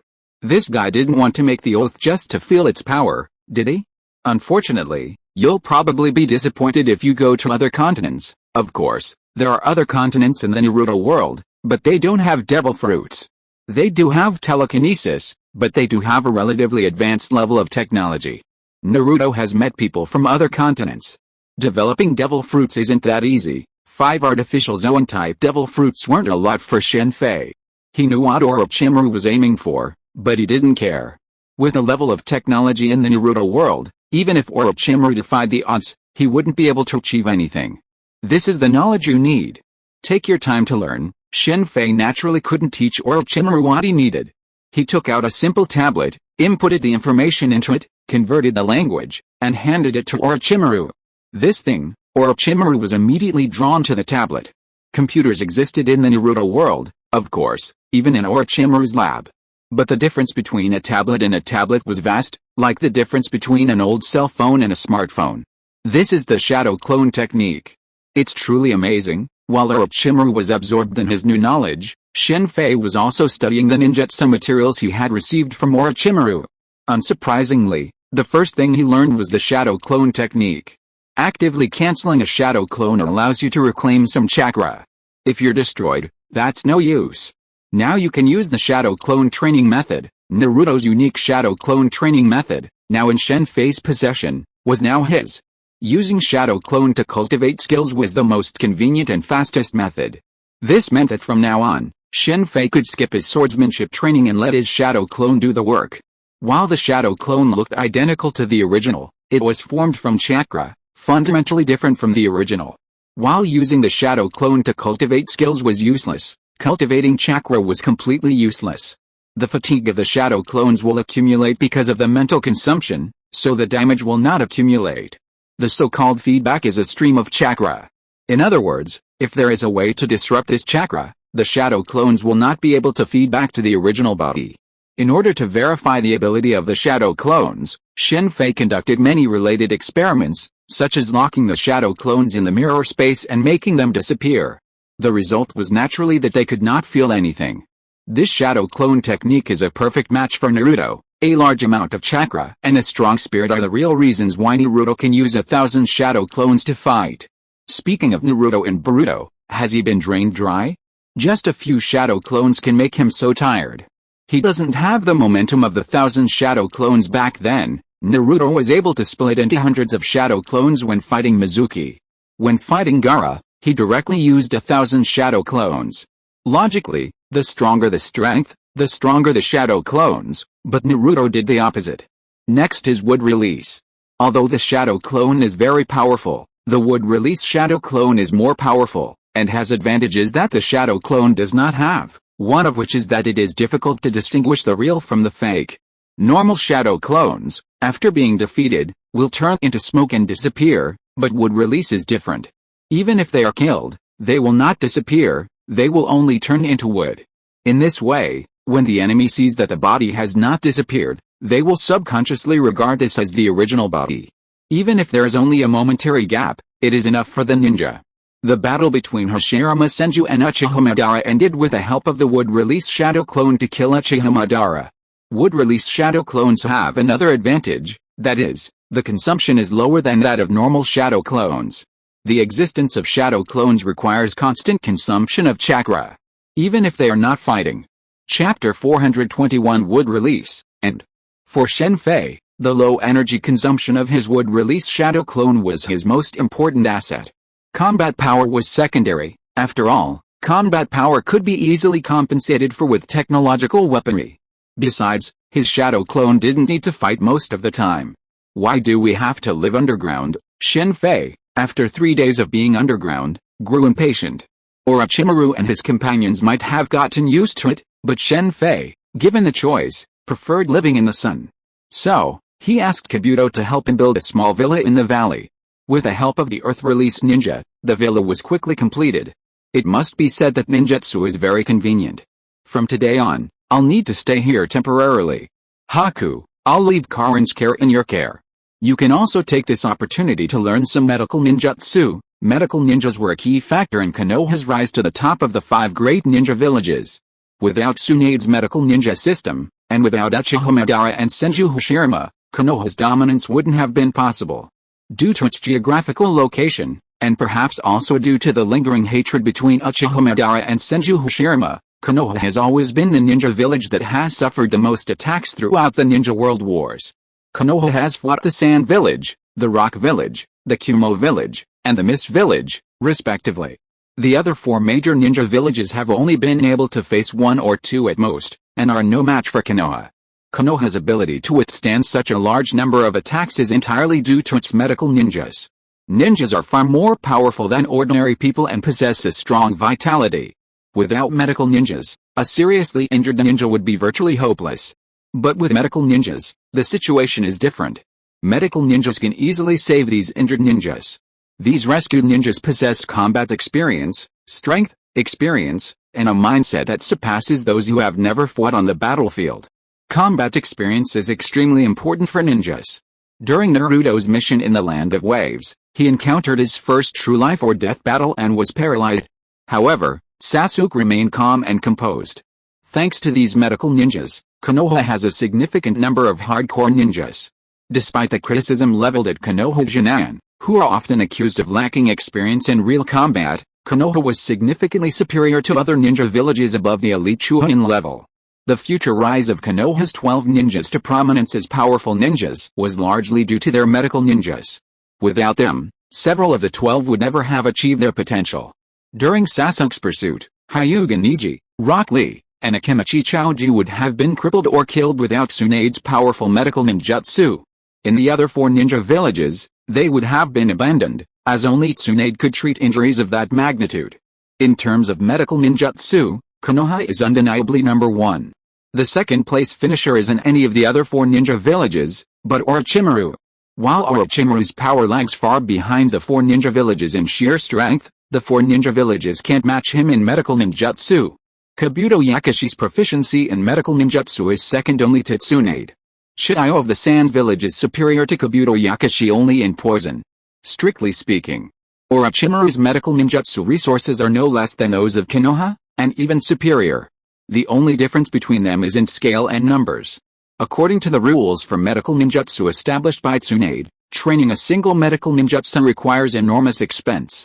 The third Hokage and his companions initially rejected Tsunade's proposal for a medical ninjutsu due to the high cost, but only after finally seeing the benefits did they finally commit.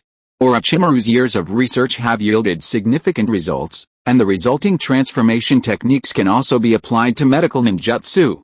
Furthermore, Orochimaru possesses a powerful medical ninjutsu, the cell activation jutsu. This is a powerful medical ninjutsu, not only for medical purposes, but also greatly enhances a ninja's strength.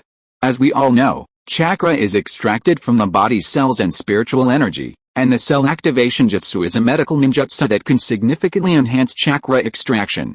There's no difference in the methods of chakra extraction, so increasing the body's chakra reserves requires other methods. Orochimaru and Kabuto Yakushi possess such powerful chakra thanks to their cell activation technique.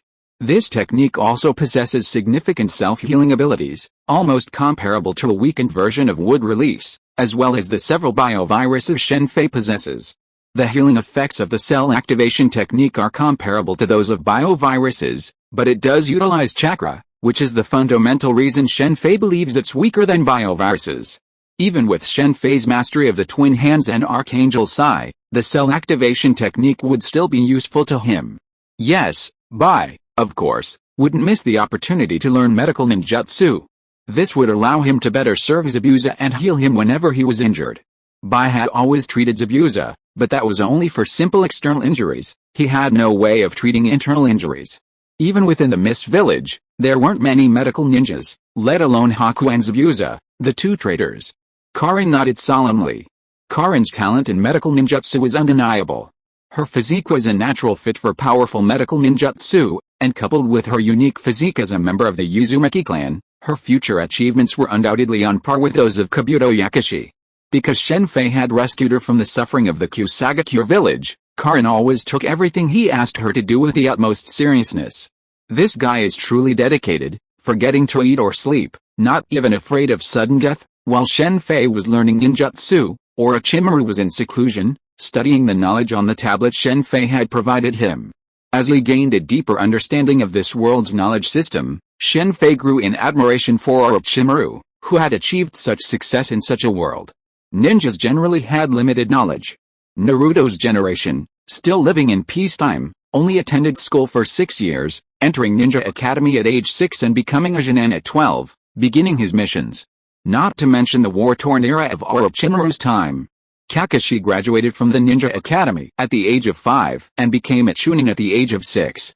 Even under these circumstances, Orochimaru could complete biochemical experiments, so you can imagine his proficiency. The Uzumaki clan's physique.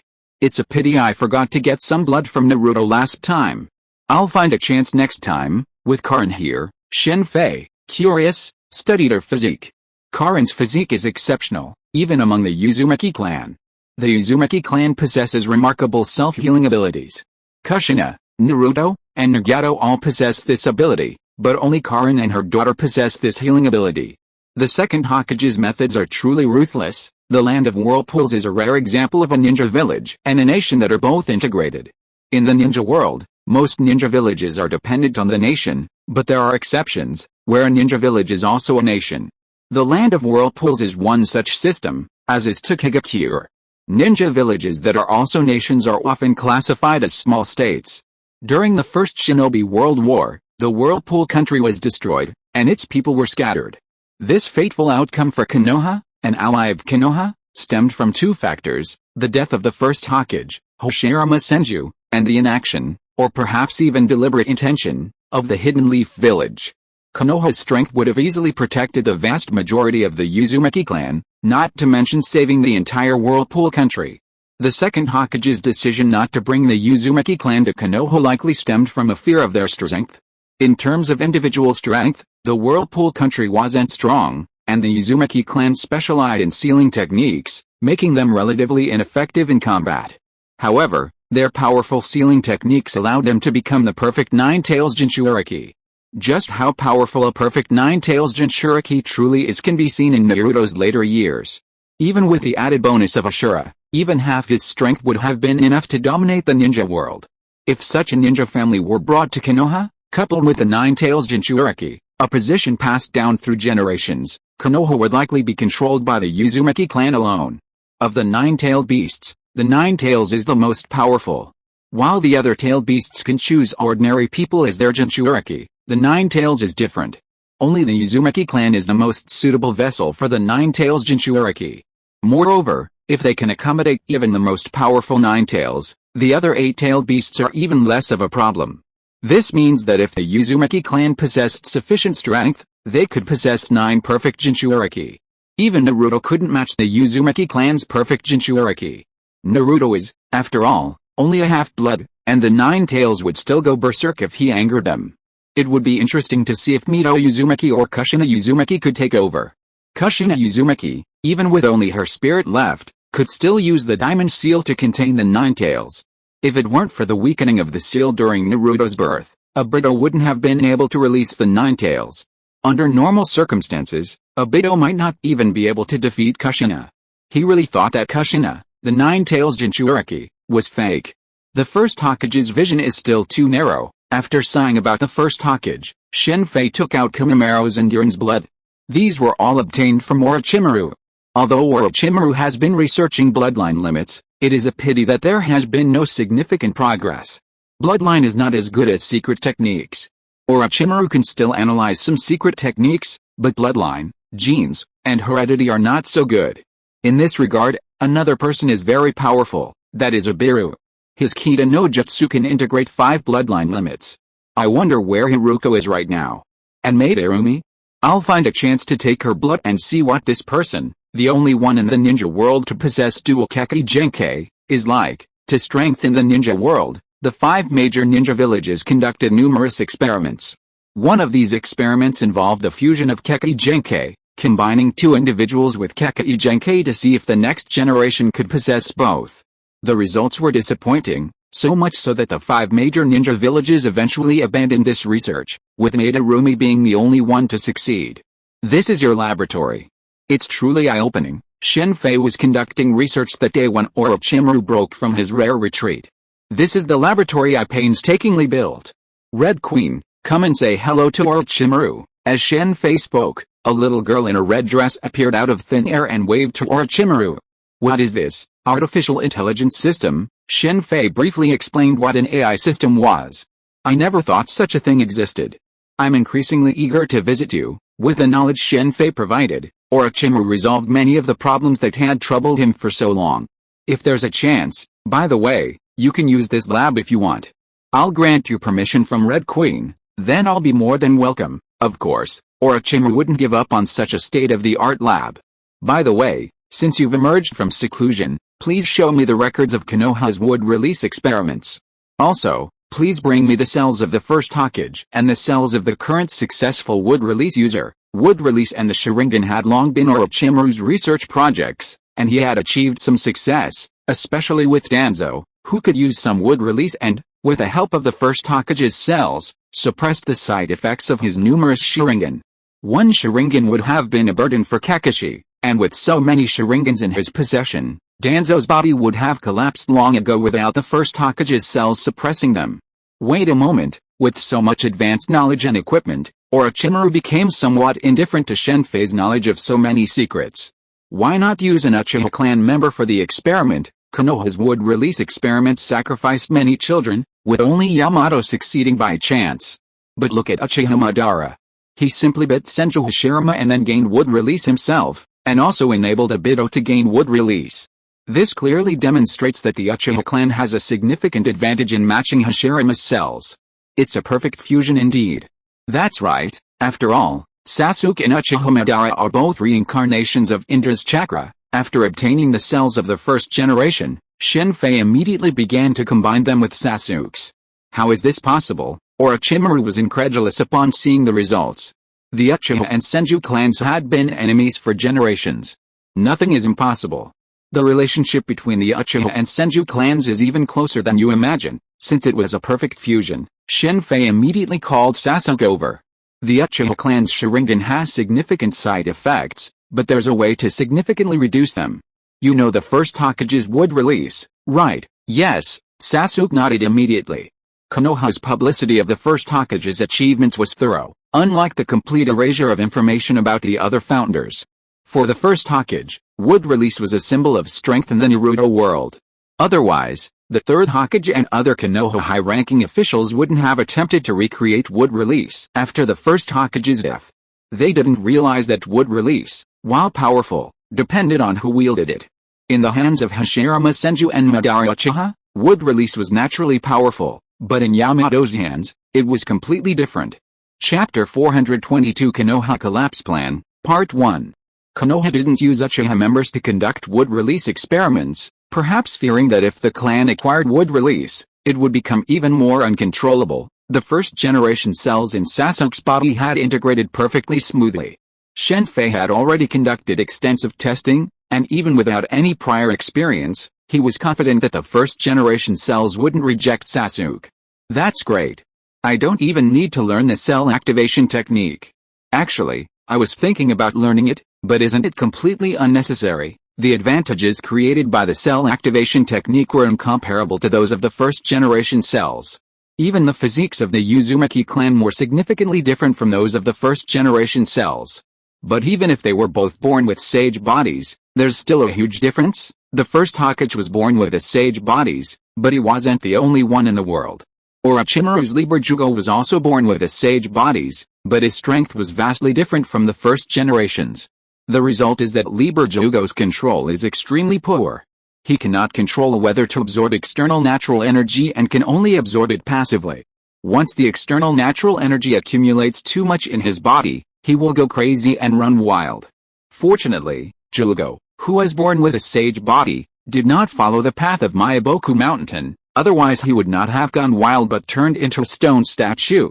The three major spiritual sacred places and the three major celestial arts each have different focuses.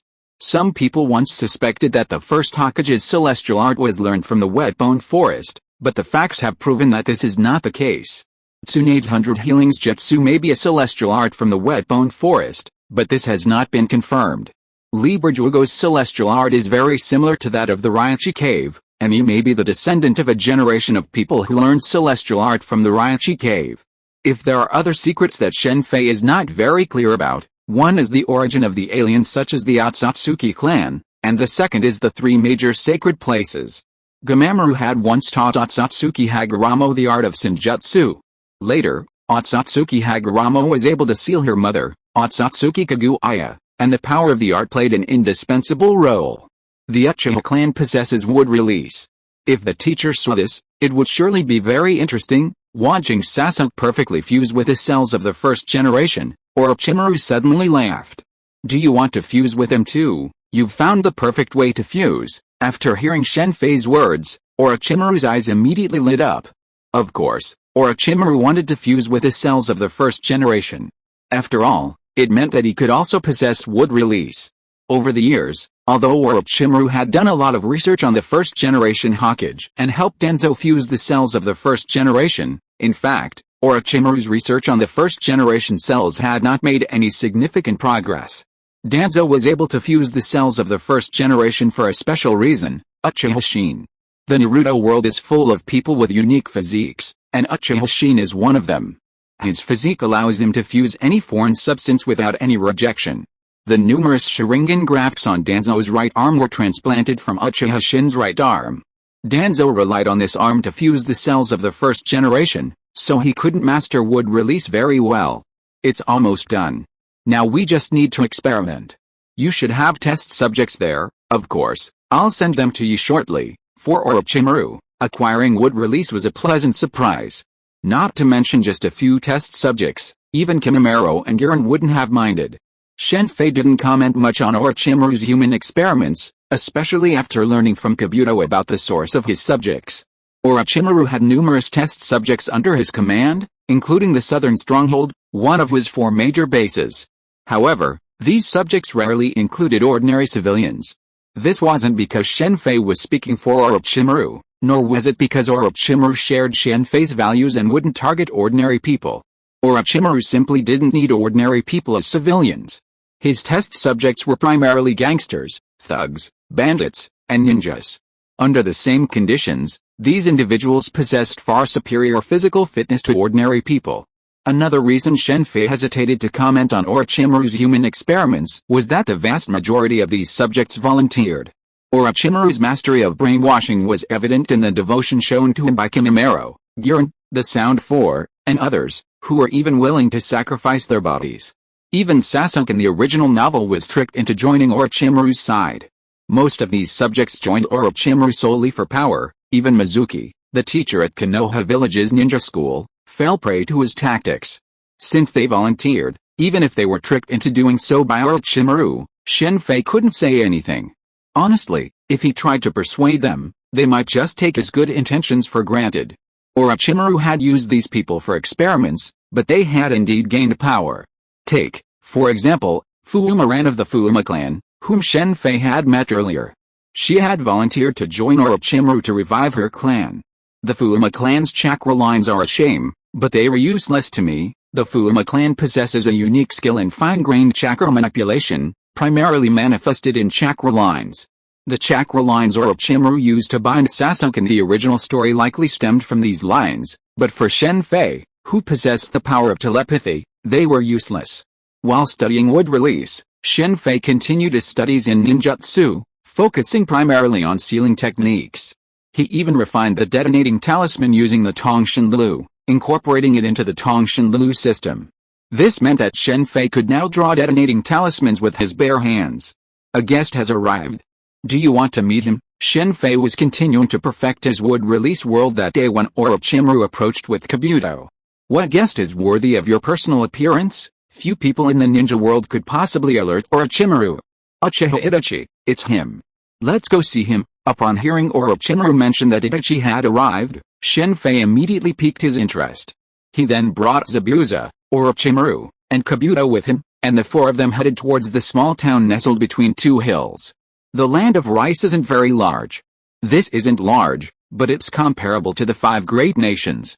In reality, if you were to walk, the land of rice is quite large, as it's primarily mountainous, with towns separated by peaks of varying sizes. Of the 5 great nations, the land of fire has the best terrain, primarily plains. No other land has such excellent terrain. With such terrain, finding the hidden sound village wouldn't be easy for Orochimaru, especially since he's often away from the land of rice. Even though the Akatsuki organization had a small base in the land of rice, they still couldn't find Orochimaru's whereabouts. The Akatsuki organization consisted of more than just 10 core members. It had numerous bases and intelligence personnel. Intelligence was crucial in ninja warfare. Kakuzu's earnings were primarily spent on bases, not all of which Konan used to buy detonating tags. I wonder what intel you have about the Akatsuki organization. From atop a mountain, through a telescope, a pair of Akatsuki members, wearing bamboo hats, could be seen slowly advancing along the mountain path. Despite their bamboo hats and standard Akatsuki uniforms, they were easily recognizable, Uchiha Itachi and Hoshigaki Kisame. Just as Zabuza's beheading sword was his trademark, the sword Samehoda slung across Kisame's back was also a symbol of his identity. Even with the bandages wrapped around Samehoda, it was still easily recognizable. Are you trying to inquire about the Rinnegan? Upon hearing Orochimaru's words, Shen Fei's face immediately lit up with a mysterious smile. Indeed, I'm deeply curious about this. The eyes of the Sage of 6 Paths. If I hadn't seen them with my own eyes, I wouldn't have believed such eyes could actually exist. In the ninja world, the Rinnegan, the most prominent of the 3 Taijutsu, has always been considered a legend. To be frank, aside from a few high-ranking officials from the 5 major ninja villages, most wouldn't recognize the Rinnegan even if they saw it. Take Hanzo, for example. Despite his incredible power, he actually didn't know about it. That's why it's so important to know. Danzo certainly knew about it, but given his character, he certainly wouldn't have revealed this information to Hanzo. Danzo's right arm was destroyed, likely due to Nagato's anger. When Danzo and Hanzo teamed up against Nagato and the others, his arm remained intact. With Danzo's strength, it would have been impossible for an ordinary person to take his arm. This highlights the injustice of Jiraiya's death. Both Danzo and Itachi had seen the Rinnegan, yet neither of them spoke of it. Forget the Rinnegan, even the Sage of Six Paths is still alive in some form, of course. Shen Fei didn't say this out loud. Seeing an old friend? Want to say hello? Shen Fei ignored Orochimaru and turned to Zabuza behind him. He and I aren't old friends, but I'd really like to meet this senior. The former 7 Mist Shinobi were well acquainted with each other and even collaborated on missions. However, they had the misfortune of running into Guy's father, who had opened the 8 gates. Since then, many of the 7 Mist Shinobi have only heard of each other but never met. Zabuza and Kisame were no exception. You two, are you looking for us? Shen Fei, accompanied by Zabuza, appeared directly in front of Itachi and Kisame, blocking their path. Seeing the person they were looking for appear right before them, Itachi and Kisame stopped in their tracks and slowly removed their bamboo hats. He's certainly handsome, but his stance is a bit strange. Itachi was willing to slaughter his own clan for Konoha, yet conceal information about Akatsuki. Even Shen Fei couldn't believe Itachi's true intentions. I never thought that when we actually met, our positions would be so opposite. This is probably the gap between reality and ideals, just like in the world of One Piece. Whitebird and Ace were once characters Shen Fei had great affection for, but when they actually met, he beat up Ace. Itachi's personality and behavior made Shen Fei completely untrustworthy. In comparison, he would rather cooperate with Orochimaru than Itachi. Given his current stance on Konoha, collaborating with Itachi would undoubtedly lead to his backstabbing. He was willing to sacrifice everything for Konoha. Kisame, Itachi tossed his hat aside and tilted his head to glance at Kisame beside him. I understand. Even though Itachi hadn't finished his words, Kisame immediately understood his intentions. The two had worked together for so long, their mutual understanding was unwavering. As fellow 7 Mist ninjas, let's duel, Kisame said, unsheathing Samedhota's massive sword. That's exactly what I meant. Zabuza, in turn, took up his beheading sword. The two had long heard of each other's fame, but had never met, let alone clashed. It's a bit tight over here, how about over there? Kisame said with a smile, pointing to the right side of the road. Please, who are you? After Kisame and Zabuza left, Itachi remained silent for a moment before asking expressionlessly. I thought you'd ask how Sasuke's doing. Shen Fei had just said this when Itachi's eyes suddenly transformed into pinwheels, spinning continuously. Instantly, Shen Fei found himself in a strange, blood-stained space, his body bound to a cross. The opening scene is Tsukuyomi. Truly a ruthless man who doesn't talk much. A smile suddenly crossed Shen Fei's face as he gazed at Itachi, who had appeared out of nowhere. This is the Tsukuyomi space. Itachi explained the situation in the Tsukuyomi space, and at the same time, a long sword appeared out of thin air in his right hand, and it stabbed towards Shen Fei. Who are you? What do you want to do to Sasuke? What is your purpose for Konoha? After the sword was inserted into Shen Fei's body, Itachi immediately asked. You have so many questions at once, which one should I answer? Shen Fei said, and with a slight force on his arms, his body walked down from the cross, and then gently pulled out the long sword that was stuck in his body. The Uchiha clan's main Mangekyou Sharingan is very powerful, but it doesn't work on everyone. With Itachi's strength, even the 5 would be hit by the main Mangekyou Sharingan's Tsukuyomi if they were not careful, but unfortunately, his opponent this time was Shen Fei. In terms of soul energy, Tsukuyomi has no effect on him at all. If you delve deeper into the effects of illusions, you'll find that they actually affect the mind and soul. Orochimaru was instantly killed by Itachi, but Jiraiya was able to face both Itachi and Kisame alone. This was mainly because Orochimaru's reincarnation technique had left a flaw in his soul, causing his resistance to illusions to become extremely low. HMPH, the next moment, the Tsukuyomi space shattered. Itachi couldn't help but utter a muffled groan, and his body involuntarily stepped back several steps. At the same time, traces of blood flowed from his eyes, which were covered by his right hand. The Tsukuyomi space is inherently a double-edged sword. Without the eternal Mangekyou Sharingan, using the power of the Mangekyou Sharingan would have side effects. Not to mention that this time, Shen Fei had forcibly broken the Tsukuyomi space, and the backlash left Itachi seriously injured. The next moment, Itachi's body immediately leaped back more than 10 meters, and then he swung his hands in a flurry, sending a large number of shurikens and kunai towards Shen Fei, while his hands quickly formed hand seals. Fire Style, Great Fireball Jutsu. Chapter 423 Konoha Collapse Plan, Part 2. A blazing fireball, 2 meters in diameter, burst from Uchiha Itachi's mouth and hurtled towards Shen Fei. Even before the fireball reached him, a burning sensation filled the air. As expected of Uchiha Itachi, he truly cannot be underestimated. Directly in front of him was the fiery great fireball jutsu. To either side and behind him, the kunai and shurikens he had previously launched filled the air. At that moment, Shen Fei's escape routes were practically blocked. While the Uchiha clan's throwing techniques and great fireball jutsu weren't as renowned in the ninja world as the Uchiha clan's Sharingan, they were equally renowned. Especially among the clan's masters, their kunai and shurikens were so powerful that even hiding in blind spots was useless. They were truly cunning and capable of turning. The shurikens Itachi had previously thrown had arced, circling behind Shen Fei, while the kunai, after colliding with each other, enveloped Shen Fei on either side. It's no wonder Orochimaru was so surprised when he saw such a skill. It was truly beyond the reach of ordinary people. Shen Fei had learned the Uchiha clan's throwing technique from Sasuke, and it was truly exquisite, especially in its force control, which truly opened Shen Fei's eyes. The Uchiha throwing technique in Sasuke's possession wasn't the standard Uchiha clan technique, but rather Itachi's modified version, specifically taught to Sasuke. Itachi's technique would have been enough to injure an ordinary Jonin, even if they used a substitution technique.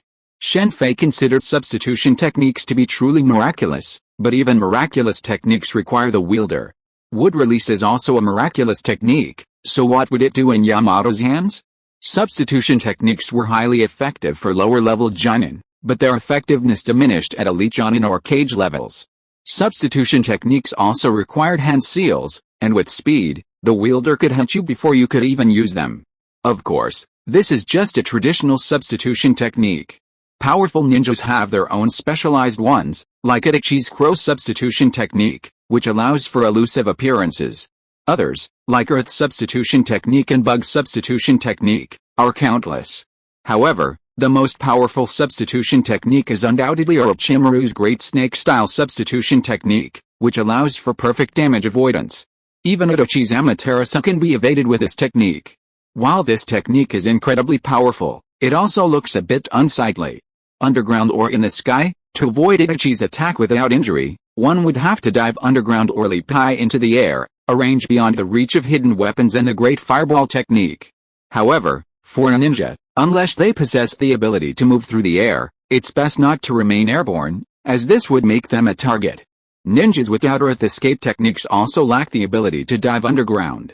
In this situation, the best option is to dodge backward or to the left or right. Even if they were hit by hidden weapons, it would still be better than taking the great fireball technique head-on. The Uchiha clan's mighty fireballs were unharmed in the entire ninja world. Besides Uchiha Madara and the first Hokage, only the successive Raikages could withstand them head-on. Bang! Chakra erupted from Shen Fei's feet, and he leaped directly into the air. While evading attacks by diving underground was theoretically possible, it was practically impossible in combat due to its relative slowness. This was also true for the ninjas of the Iwagakure. The Iwagakure's underground escapades were primarily used for sneak attacks and eavesdropping, not direct combat. The air is truly dangerous, Shen Fei said, leaping into the air. He watched Itachi's right eye rapidly spinning his main Gekyo Sharingan below him, and immediately understood he was about to unleash Amaterasu. Thank goodness I was prepared. Fighting Itachi, how could Shen Fei not be on guard against his Amaterasu? Sensing the movement around him, he immediately performed a substitution jutsu, vanishing from the air. The instant he vanished, the piece of wood that had appeared in the air was engulfed in a sea of black flames. This sea of fire might not seem like much of a threat to Wendy, but the shifting air around it, coupled with the immediate reduction of the wood used in the substitution jutsu to ash, revealed that Amaterasu wasn't as harmless as it appeared. Preparing a substitution jutsu in advance? How is that possible? Has your ability been leaked? Seeing his Amaterasu dodged by a substitution jutsu, Itachi was immediately startled. Shen Fei's actions gave him a bad feeling. Itachi's Amaterasu wasn't considered a secret within Akatsuki, but within the outside world, it was rarely known. Hey, what are you looking at? Just as Itachi was thinking, Shen Fei's voice rang out from behind him. Using his substitution jutsu, Shen Fei instantly appeared behind Itachi with a flickering jutsu. Flickering jutsu is the simplest form of ninja jutsu. It involves releasing chakra from the soles of the feet, enhancing one's speed. The speed achieved depends entirely on the individual's strength and chakra control. This chakra burst, if not properly controlled, could cause harm. Of course, this was only a standard flickering jutsu. There's another, more advanced form of instantaneous teleportation, involving special teleportation. The Flying Thunder God technique and the Sky Hand technique all employ this technique.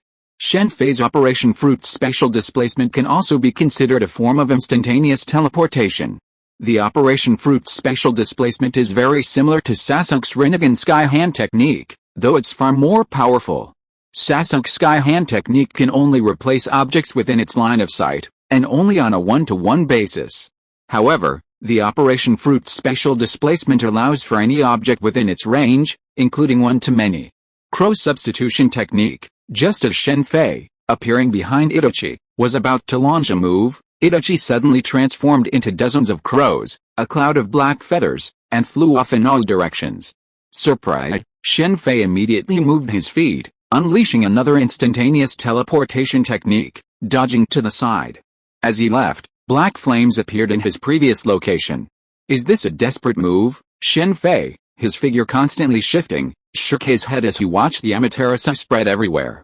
While Itachi's Amaterasu was formidable, the original novels showed it hadn't achieved significant results.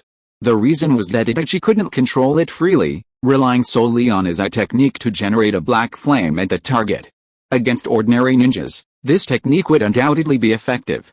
But the problem was that it consumed a significant amount of energy, making it impossible to use against ordinary ninjas. However, against a skilled opponent, the situation was different.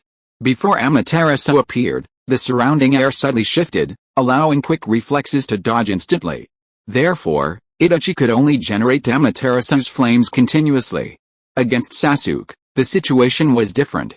He could freely control Amaterasu's flames to pursue his enemies, even using them as a shield, transforming himself into a hedgehog, bringing disaster to anyone who attacked him. The fourth breakage sacrificed a hand to land a punch on Sasuke. Of course, Itachi himself knew this weakness, so when he released Amaterasu, he didn't just stare at Shen Fei.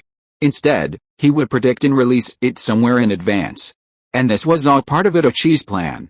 Trying to trap me in Amaterasu, the seemingly chaotic Amaterasu was actually an irregular circle, capable of trapping anyone once it was connected.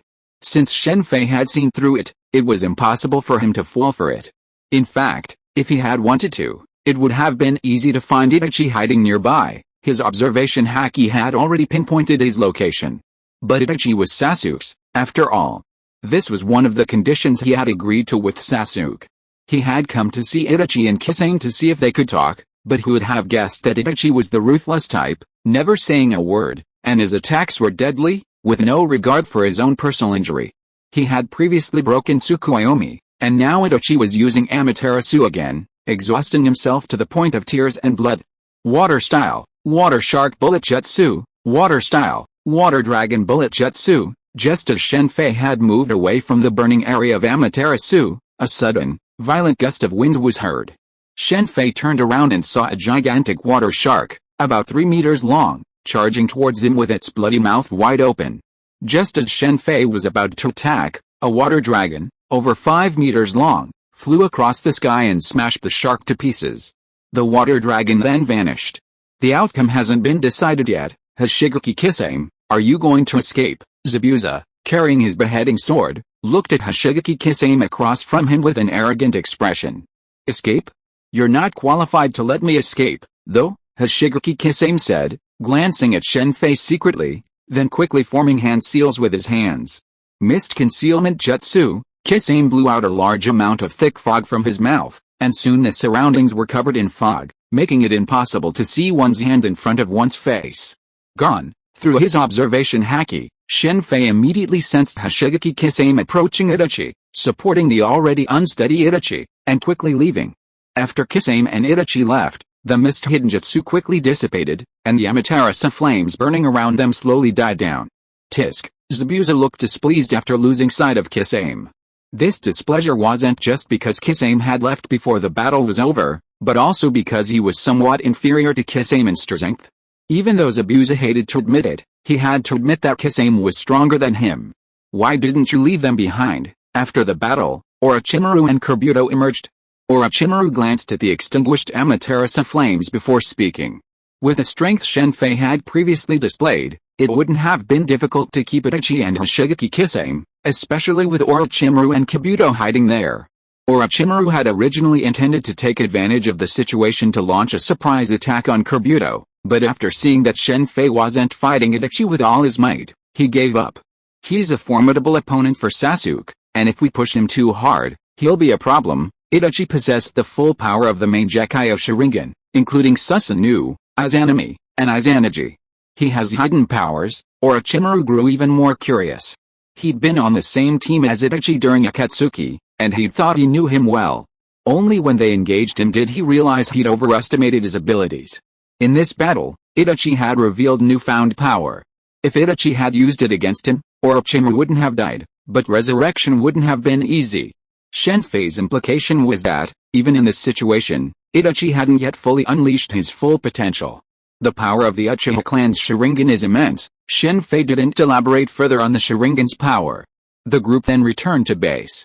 The Uchiha clan possesses such immense power, yet you're not interested in it at all, Orochimaru suddenly spoke in the laboratory. While the Sharingan's power is immense, it's difficult for anyone outside the Uchiha clan to unleash its full potential. Even if you were to obtain Sasuke's body, the result would be the same. Do you know what your biggest problem is? Shen Fei glanced at Orochimaru and spoke slowly. Oh, what's my problem? Your reincarnation technique is incredibly powerful and creative, but it has also caused considerable damage to your soul, which is why your resistance to illusions is very low. Don't assume the soul's lifespan is infinite. It has a lifespan, too. Every time you change bodies, you damage it. I advise you to avoid changing bodies unless necessary. The human soul is more important than the body. Why was Shen Fei so certain that Orochimaru wouldn't be able to unleash Sasuke's immense power even if he obtained Sasuke's body? Firstly, Indra's power would be lost, and secondly, the difference in souls created a problem. While genes differ only slightly between people, no two people are exactly alike, even twins. This is primarily due to the soul. While the soul is important, the body is equally crucial. For ordinary people, the body is the key to providing energy to the soul. Death typically occurs when the physical body, not the soul, necessitates a new body.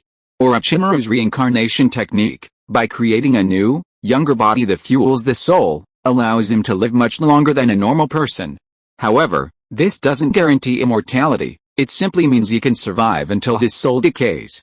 The soul has a lifespan. This was the first time Orochimaru had heard such an explanation, and he was stunned. Yes, your so-called immortality has a time limit. Even if it's 1,000, 10,000, or even 1,000,000 years, it still has a limit. This was the current state of Odin in Asgard. Of course, this is just normal. Some magical things can change this, such as the immortality surgery of the Operation Fruit, the longevity rice of the Dark Continent, and the pure gold of the pirate world, among other things. I see. So, you're quite knowledgeable about the soul. Not a lot, just a little more. The mystery of the soul, even though Kamar-Taj utilizes dimensional power, is not strictly understood. Is this wood release? I really want to see the teacher's expression when he sees it. After Itachi and Kisame left, the land of rice was devoid of any other Akatsuki members, and the place seemed remarkably peaceful. During these peaceful days, Shen Fei helped Orochimaru fuse the cells of the first generation and also learned a number of ninjutsu. Chapter 424, Konoha Collapse Plan, Part 2. I think it should be quite amusing. Shen Fei couldn't help but laugh, thinking of the third Hokage's expression upon seeing his highly anticipated wood release appear on Orochimaru and Sasuke. Konoha had sacrificed so much, only to produce Yamato. Now, Shen Fei could mass-produce wood release users. Of course, Shen Fei couldn't realistically produce that many. At most, he could fuse the cells of the first generation with those around him. The power of wood release varied from person to person. Even if Orochimaru had fused with the first generation's cells, he still wouldn't be able to match Sasuke's in wood release. Furthermore, in a real battle, Orochimaru wouldn't necessarily use wood release. At most, he'd use it for show, perhaps to scare the third Hokage. Uchiha Obito could also use wood release, but aside from the initial battle to support Kakashi and Rin, he rarely used it, preferring Kamui the vast majority of the time. Ninja combat is no spectacle. In a split second, life and death are at stake, so of course, one must unleash their strongest abilities. Take Orochimaru, for example. While his jutsu skills are undoubtedly comparable to those of the copy nin Kakashi, in combat, he still primarily relies on derivative jutsu like the snake hand. The reincarnated Uchiha Madara could demonstrate his wood release technique against the 5 Kage, but later, facing the reincarnated Senju Hashirama, he relied primarily on his Susanoo and avoided using wood release.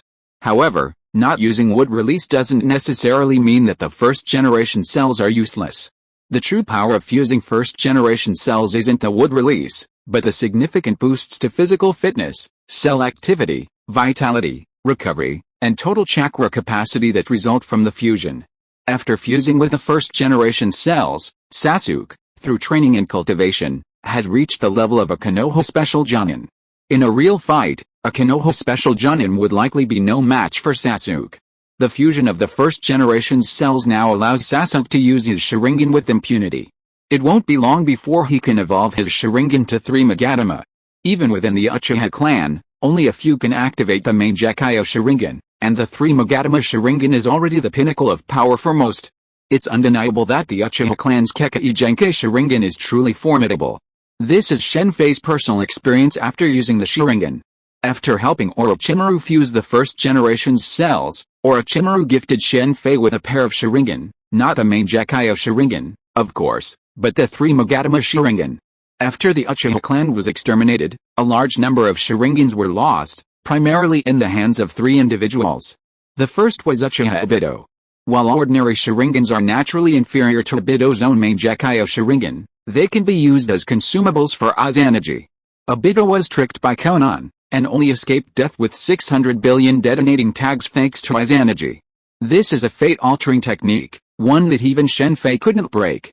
The second person, of course, is Danzo, whose right arm holds a large number of Sharingan. The last person is Orochimaru. Ever since becoming interested in research, Orochimaru has secretly collected the bodies of those who have achieved a Kekkai Genkai, including members of the Uchiha clan. While the Uchiha clan normally reclaims the bodies and eyes of fallen members, battlefields often leave no trace. Furthermore, other ninja villages also compete for Sharingan, and even if some are lost, there's no way to trace them. The 4 major ninja villages are locked in a fierce battle for the Hyuga clan's Byakugan, let alone the Sharingan.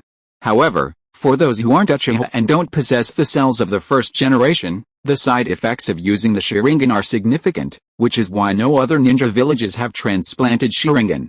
This was also the reason Orochimaru didn't transplant his Sharingan. After receiving the Sharingan, Shen Fei was naturally curious about this famous eye technique. Coupled with the Sharingan's plug-and-play nature, he removed his own eye and installed the Sharingan to see for himself. As it turned out, plug-and-play wasn't for everyone. Kakashi, for example, wasn't. Those who could only achieve this required possessing first-generation cells and some knowledge of medical ninjutsu. Even so, it still hurt. Shen Fei's greatest admiration wasn't the Sharingan's plug-and-play functionality, but the way they seemingly felt no pain, simply removing their eyes. He dared to replace his Sharingan because he possessed the Operation Fruit, which allowed for a painless, plug-and-play eye replacement. Even though it was only a 3 Magatama Sharingan, Shen Fei truly felt the power of the Uchiha clan after using it. The Sharingan possessed far more abilities than the Byakugan, even at close range, capable of achieving a similar clairvoyance. The Sharingan's copying ability relies on this clairvoyance. By observing the opponent's chakra flow and hand seals, it can copy the opponent's ninjutsu. This is the origin of Kakashi's copy ninja. This copying ability also allows the user to observe the opponent's ninjutsu during combat. Kakashi's ability to synchronize his ninjutsu with Zabu's is due to this ability. Combined with its high-speed dynamic vision, even physical techniques can be copied. Lee's years of painstaking practice were copied by Sasuke in a single glance. Even your years of hard work are no match for his opponents. This is a gift. Of course, while the Sharingan's power is formidable, it's not invincible. If it were, the Uchiha clan wouldn't have been wiped out. Because the Sharingan's power is so powerful, it's easy to overestimate one's abilities if one's mindset isn't right. This is like Sasuke's battle with Lee. Even though Sasuke could see Lee's moves, his body couldn't keep up, and he was still defeated. Even if he copied Lee's taijutsu, it would still require a period of painstaking practice to master it. Simply copying it doesn't automatically mean he can use it. After all, It's not an ninjutsu. Just like Shen Fei's 6 styles, even if Sasuke copied it, he couldn't use it. His physical fitness simply wasn't up to par. Overall, the Sharingan is undoubtedly extremely powerful, especially on the battlefield, where it truly allows for comprehensive vision. Take, for example, Gai Nai's single-handed battle against 300 Dragon and Tiger Cavalry, where he was severely injured. If Gai Nai possessed the Sharingan, things would have been different. Not only would he have emerged unscathed, but his injuries would have been far less severe. However, despite the Sharingan's immense power, Shen Fei ultimately removed it and continued to use his original eye. Firstly, Shen Fei was already powerful enough that the absence of the Sharingan wouldn't have affected his strength. Secondly, since someone outside the Uchiha clan couldn't deactivate the Sharingan, it was somewhat inconvenient. Members of the Uchiha clan can freely switch between their regular eyes, the Magatama Sharingan, the Mangekyo Sharingan, and the Rinnegan. When not in combat, they can use their regular eyes. However, non-Uchiha clan members must keep their eyes open, constantly consuming chakra. Kakashi and Uzumaki Nagato are examples of this. For Shen Fei, even if there were a pair of Rinnegan before him, he wouldn't give up his own. Of course, this doesn't mean the Rinnegan is useless to Shen Fei.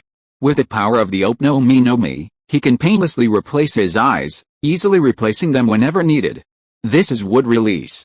All I have to do next is obtain Konoha's Book of Seals, the Flying Thunder God Jutsu. After Orochimaru fused with his cells of the first generation, Shen Fei also began fusing his own cells, granting himself wood release. Looking at the spikes emerging from his palm, Shen Fei smiled and nodded. With wood release in hand, his goal was already halfway achieved. Are all the guys from the Uchiha clan so perverted? That day, Zabuza came back from the door with a gloomy face, carrying a beheading sword on his back. Behind him were Bai and Sasuke with a Kusanagi sword slung on his waist. The Kusanagi sword that belonged to Sasuke in the original work was asked by Shen Fei in advance and given to Sasuke. What happened? Shen Fei looked at Zabuza and Sasuke curiously, not understanding what had happened between them. It was the previous battle, Bai on the side immediately explained, and Shen Fei understood why Zabuza had such an expression. During this period, Bai was in charge of Sasuke's training at the beginning, but after Sasuke fused with the cells of the first generation, he quickly defeated Bai, and then it was Zabuza's turn. At the beginning, Zabuza had an absolute advantage over Sasuke, but as time passed, Zabuza's absolute advantage slowly disappeared. Thanks to the Sharingan, Sasuke's taijutsu skills advanced at an extraordinary rate, even learning a bit of Zabuza's silent killing technique. Zabuza's silent killing technique wasn't limited to the mist hidden art, but also included taijutsu techniques, such as swift, silent movements and soundless sword swings. A decapitation sword is incredibly heavy, and swinging it silently requires considerable skill. Furthermore, Sasuke occasionally battled the Sound 4 and Kamimaro, absorbing Kamimaro's taijutsu skills and fusing them into his own unique taijutsu. Of course, Sasuke's rapid progress wasn't solely due to the Sharingan, but also to his dedicated training and the effects of his first-generation cells. These cells accelerated recovery, meaning Sasuke now possessed a physique comparable to that of the Uzumaki clan. No matter how exhausted he was, a good night's sleep would almost do the trick. Naruto's advantage over Sasuke was now diminished. Zabuza was frustrated because Sasuke was now able to fight him evenly, and it had only been a few months. Lord Orochimaru, there's a call coming in. Shen Fei and Orochimaru were discussing Kamimaro's bloodline disease when Kabuto Yakashi entered the room and whispered. Kamimaro's bloodline disease was a very difficult condition to treat, and even Shen Fei, now in his current state, could eradicate it. Strictly speaking, he had no effective way to eradicate it for the time being, as it was a side effect of the Shikatsu Kekkei Genkei. The only way to eradicate it was to seal the Shikatsu Kekkei Genkei. Kekkei Genkei don't always have beneficial effects, many have significant side effects. These types of Kekkei Genkei are rare in the ninja world today because most were eliminated during the wars. The Shikatsu Kekkei, due to its immense combat power, survived, but Kimimaro was the only one left in this generation. For Kimimaro, not using his Shikatsu vein was impossible. He was one of Orochimaru's most important fighters. Without the Shikatsu vein's power, even with his current animal-type devil fruit, his combat effectiveness would be greatly reduced. For Kimimaro, who had devoted his everything to Orochimaru, a mere threat to his life was nothing. Shen Fei naturally remained silent on this matter. It was a good opportunity for him to research bloodline diseases, one of the most challenging in medicine. Of course, Shen Fei had a way to completely cure Kamar-Taj.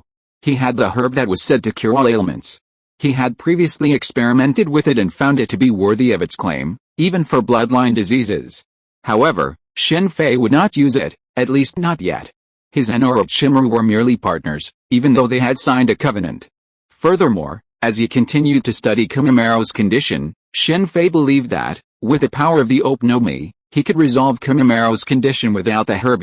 "Are you interested in visiting Konoha?" Upon hearing Kabuto's words, Orochimaru immediately put Kamar-Taj's illness aside. Orochimaru wasn't particularly concerned about Kamar-Taj's life, he only cared about his strength. "Konoha?" Shen Fei looked at Orochimaru in confusion. "Konoha is planning to hold the joint Chunin exams, and Itagaki is among the invited guests. This is a perfect opportunity to surprise our teacher." After Orochimaru finished speaking, Kabuto Yakushi immediately explained the joint Chunin exams. The so-called joint Chunin exams invite Konoha's allies and some smaller ninja villages to participate together, serving as a platform for ninja villages to showcase their military might. In times of peace, when war is a thing of the past, the Chunin exams are the perfect venue for displaying military might, much like military exercises in the ordinary world. The Jonin exams, because they involve the Jonin strength, secret techniques, bloodline limits, and so on, are not suitable for public viewing. Battles in the ninja world are primarily based on intelligence. Revealing the strength of one's own village's powerful ninja is utterly foolish. The Chunin exam is different. Even if it is leaked, it will not cause too much danger because the person will continue to grow.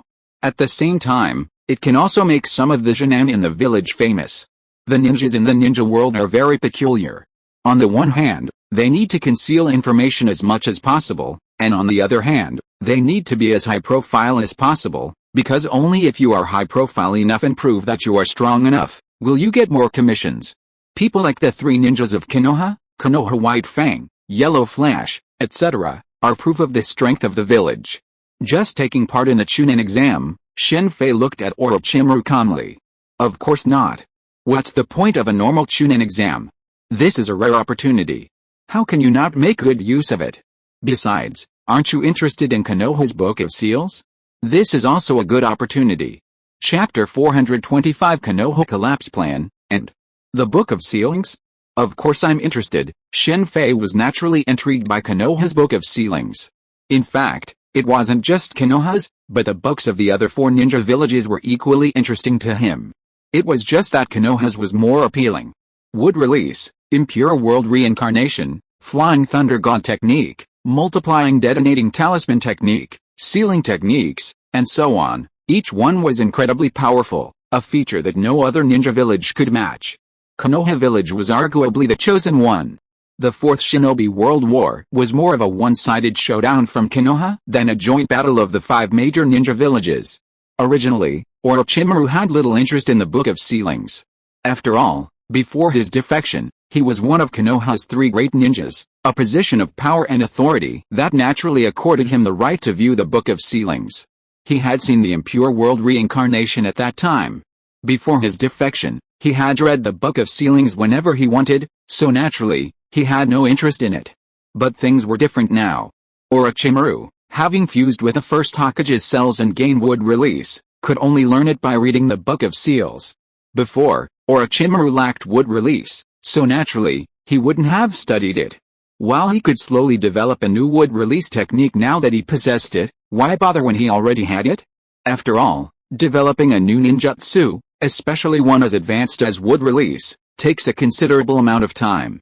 Even with the 4th Hokage's talent, it would have taken him 3 years to develop the Rasengan, yet Jiraiya and Naruto mastered it in less than a month. And that was just for a single ninjutsu. Considering the first Hokage's powerful Wood Release, he possessed a wealth of skills. Shen Fei now had no problem using simple Wood Release techniques combined with the Manio Hikaru Ryu, but he couldn't use the first Hokage's devastating Wood Release techniques, such as the Buddha's head and the True Thousand Hands. Many of these techniques could be imagined simply by knowing the power and image. While Shen Fei still had a chance to use these Wood Release techniques, Orochimaru couldn't. Strictly speaking, the Wood Release Orochimaru knew was only the equivalent of a Yamato technique that had been strengthened 1 level. Shen Fei was also interested in Konoha's Book of Seals for another reason, the second Hokage's water release. As a Hokage, his water release skills were unmatched even in the Mist Village. Furthermore, as a genius in developing ninjutsu, he possessed some water release techniques that even the Mist Village lacked. Water release had many limitations in the Naruto world, but in the One Piece world, the situation was different. The sea was everywhere, providing a natural advantage.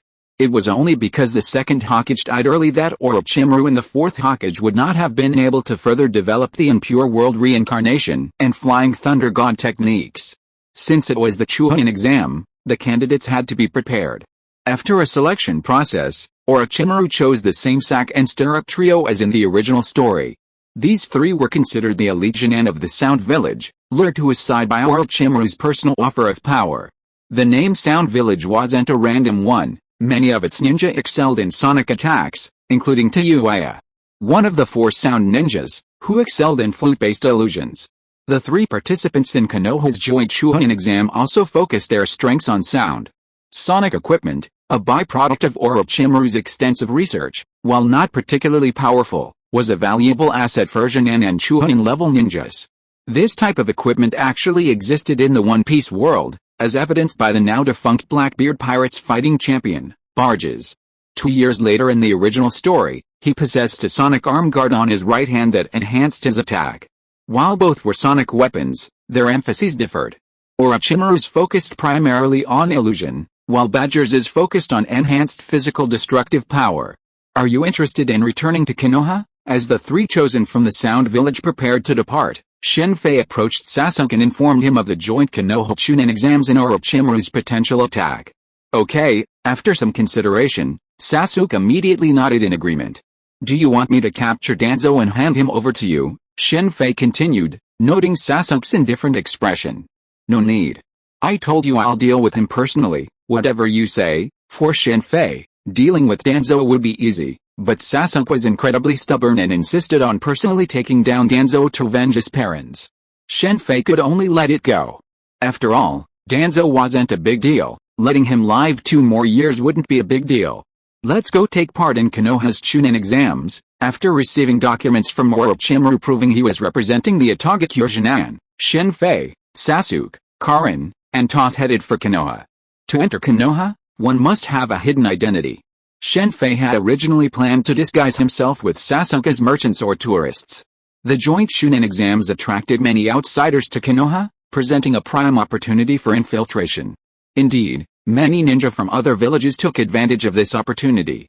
However, when Karin expressed her desire to enter Konoha, Shen Fei, realizing he had 3 people on his side, suddenly had an idea, to enter Konoha as a Genin from the Itagakure.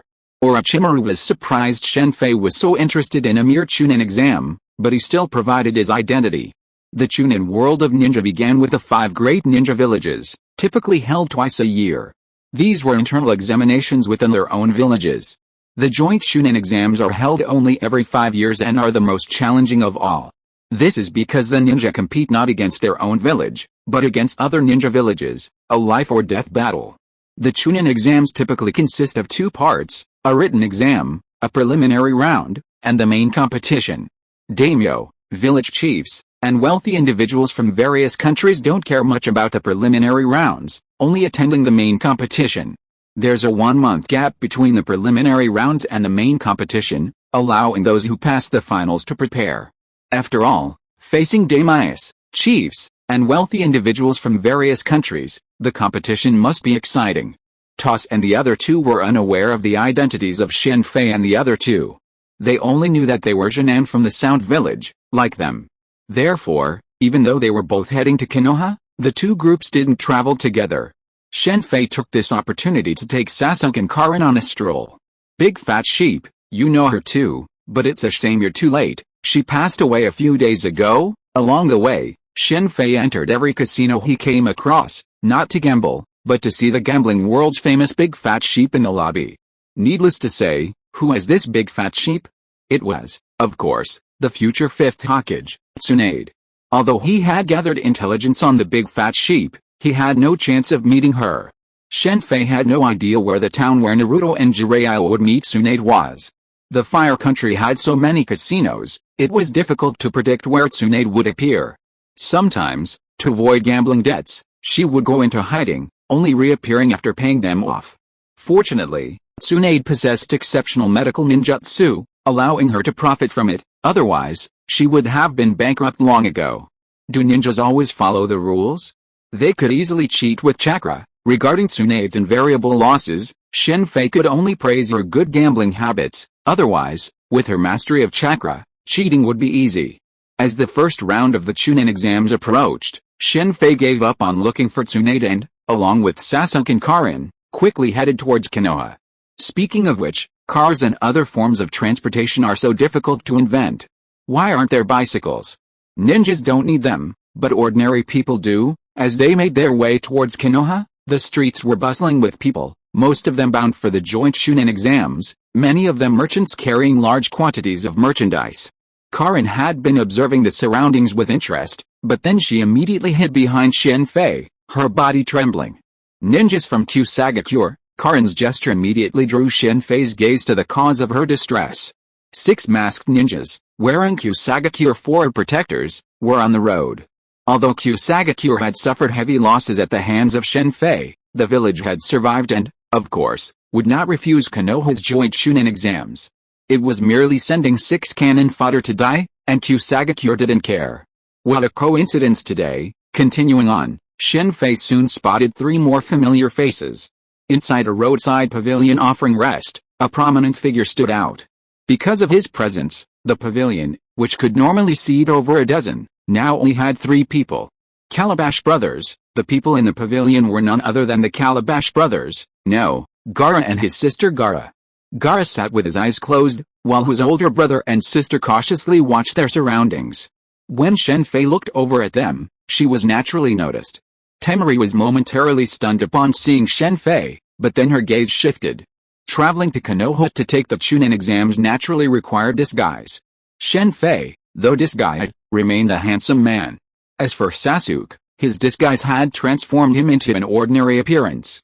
Karin wore only a simple layer of makeup. Ninjas from the Sound Village. It seems some have already arrived. Outside the Konoha gates, the Konoha Chunin in charge of identity checks immediately became wary upon seeing the identification of Shen Fei and the other 2. We were traveling separately, completing a mission along the way. Does Konoha have a rule that all ninja from the same village must arrive together? No, sorry. The Chunin said, immediately returning his identity to Shen Fei. He then summoned Jinan and led the 3 of them to the Itagakure village headquarters. Since they were coming to Konoha to participate in the Chunin exams, Konoha would naturally cover their food, accommodation, and transportation. Konoha did have the funds. Furthermore, the joint Chunin exams presented a significant opportunity for Konoha to earn money. While the influx of outsiders would pose some security risks, it would also significantly stimulate consumption. Konoha would cover their food, accommodation, and transportation, but that would be within the headquarters. Since they were in Konoha, why couldn't they explore the area? This was a rare opportunity to tour the city openly and honestly. In terms of overall environment, Konoha was the best of the 5 major ninja villages, even better than the smaller ones. The only other ninja village present this time was Konoha's ally, the Sand Village. Temari was incredibly excited upon arriving in Konoha. In the Sand Village, even a speck of green was hard to find, but in Konoha, it was everywhere. Don't be so excited. You'll be living in Konoha forever. No, without chasing Sasuke, what's going to happen between Temari and Shikamaru? Shen Fei shook his head slightly as he watched Temari's back. He then led Sasuke, Karin, and the leading Jinan to the Sound Village headquarters. Upon arrival, the Konoha Jinan reviewed the rules for the joint Chunin exams. The rules were simple, no causing trouble or fighting in Konoha. If anyone violated the rules, Konoha had the right to execute the offender. Beyond that, the other miscellaneous regulations were minor. Let's go for a walk. Since they were in Konoha, of course they had to explore some of the famous spots. Sasuke looked reluctant, muttering about what was so interesting, but he still followed them out. He was naturally familiar with Konoha, but back then, obsessed with revenge, he hadn't really taken a good look at it. Now that he knew the truth, it was a perfect opportunity to take a closer look. Hokage Rock, in Konoha Village, wherever you looked, as long as the view wasn't obstructed, you could see the majestic Hokage Rock. The massive head of the fourth Hokage, as if constantly watching over Konoha, stood beneath it. Beneath the rock was the Hokage's office, and the ninja school was also located there. With the influx of outsiders, Konoha's streets were bustling with activity. The cries of vendors selling all sorts of goods rang incessantly. There were quite a few ninjas on the streets, both from other villages and within Konoha itself. Shen Fei even spotted a few familiar faces. Let's go get Ichiraku ramen, and how could anyone in Konoha not try out Satsuki Ichiraku's ramen? It was Naruto's favorite, and even after becoming the 7th Hokage, he still frequented it. Welcome. When Shen Fei and the other two entered the ramen restaurant, Sasuke's body couldn't help but jump when he saw the figure sitting inside. Even Shen Fei was a little surprised. Because the person sitting there eating ramen was Naruto, the only friend Sasuke recognized after the Uchiha clan was exterminated. Shen Fei was of course not surprised by Naruto. It was very normal for Naruto to appear in a Ichiraku ramen restaurant. This was his favorite. What surprised Shen Fei was the figure sitting next to Naruto. He had white hair, a forward protector with the word oil written on it, and a red jacket. It was none other than Jiraiya, one of the 3 ninjas of Konoha, the famous lecherous sage, and one of the 3 evils of pornography, gambling, and drugs. He's back now. Is this the butterfly effect? Shen Fei thought to himself, and took Sasuke and Karin to sit in an empty seat on the side. They had to say that they were lucky to have an empty seat. Jiraiya naturally also discovered Shen Fei and the other two. After seeing the 4 protectors of the 3 people from the Sound Village, his eyes narrowed involuntarily. Orochimaru is the master behind the Sound Village. Although not many people know about it, Jiraiya has heard some rumors. End of this chapter. Thank you very much for reaching the end. Don't forget to like. Looking for more exclusive content and immediate access? Subscribe to our Patreon. Remember, every like, subscription, or donation encourages us to continue.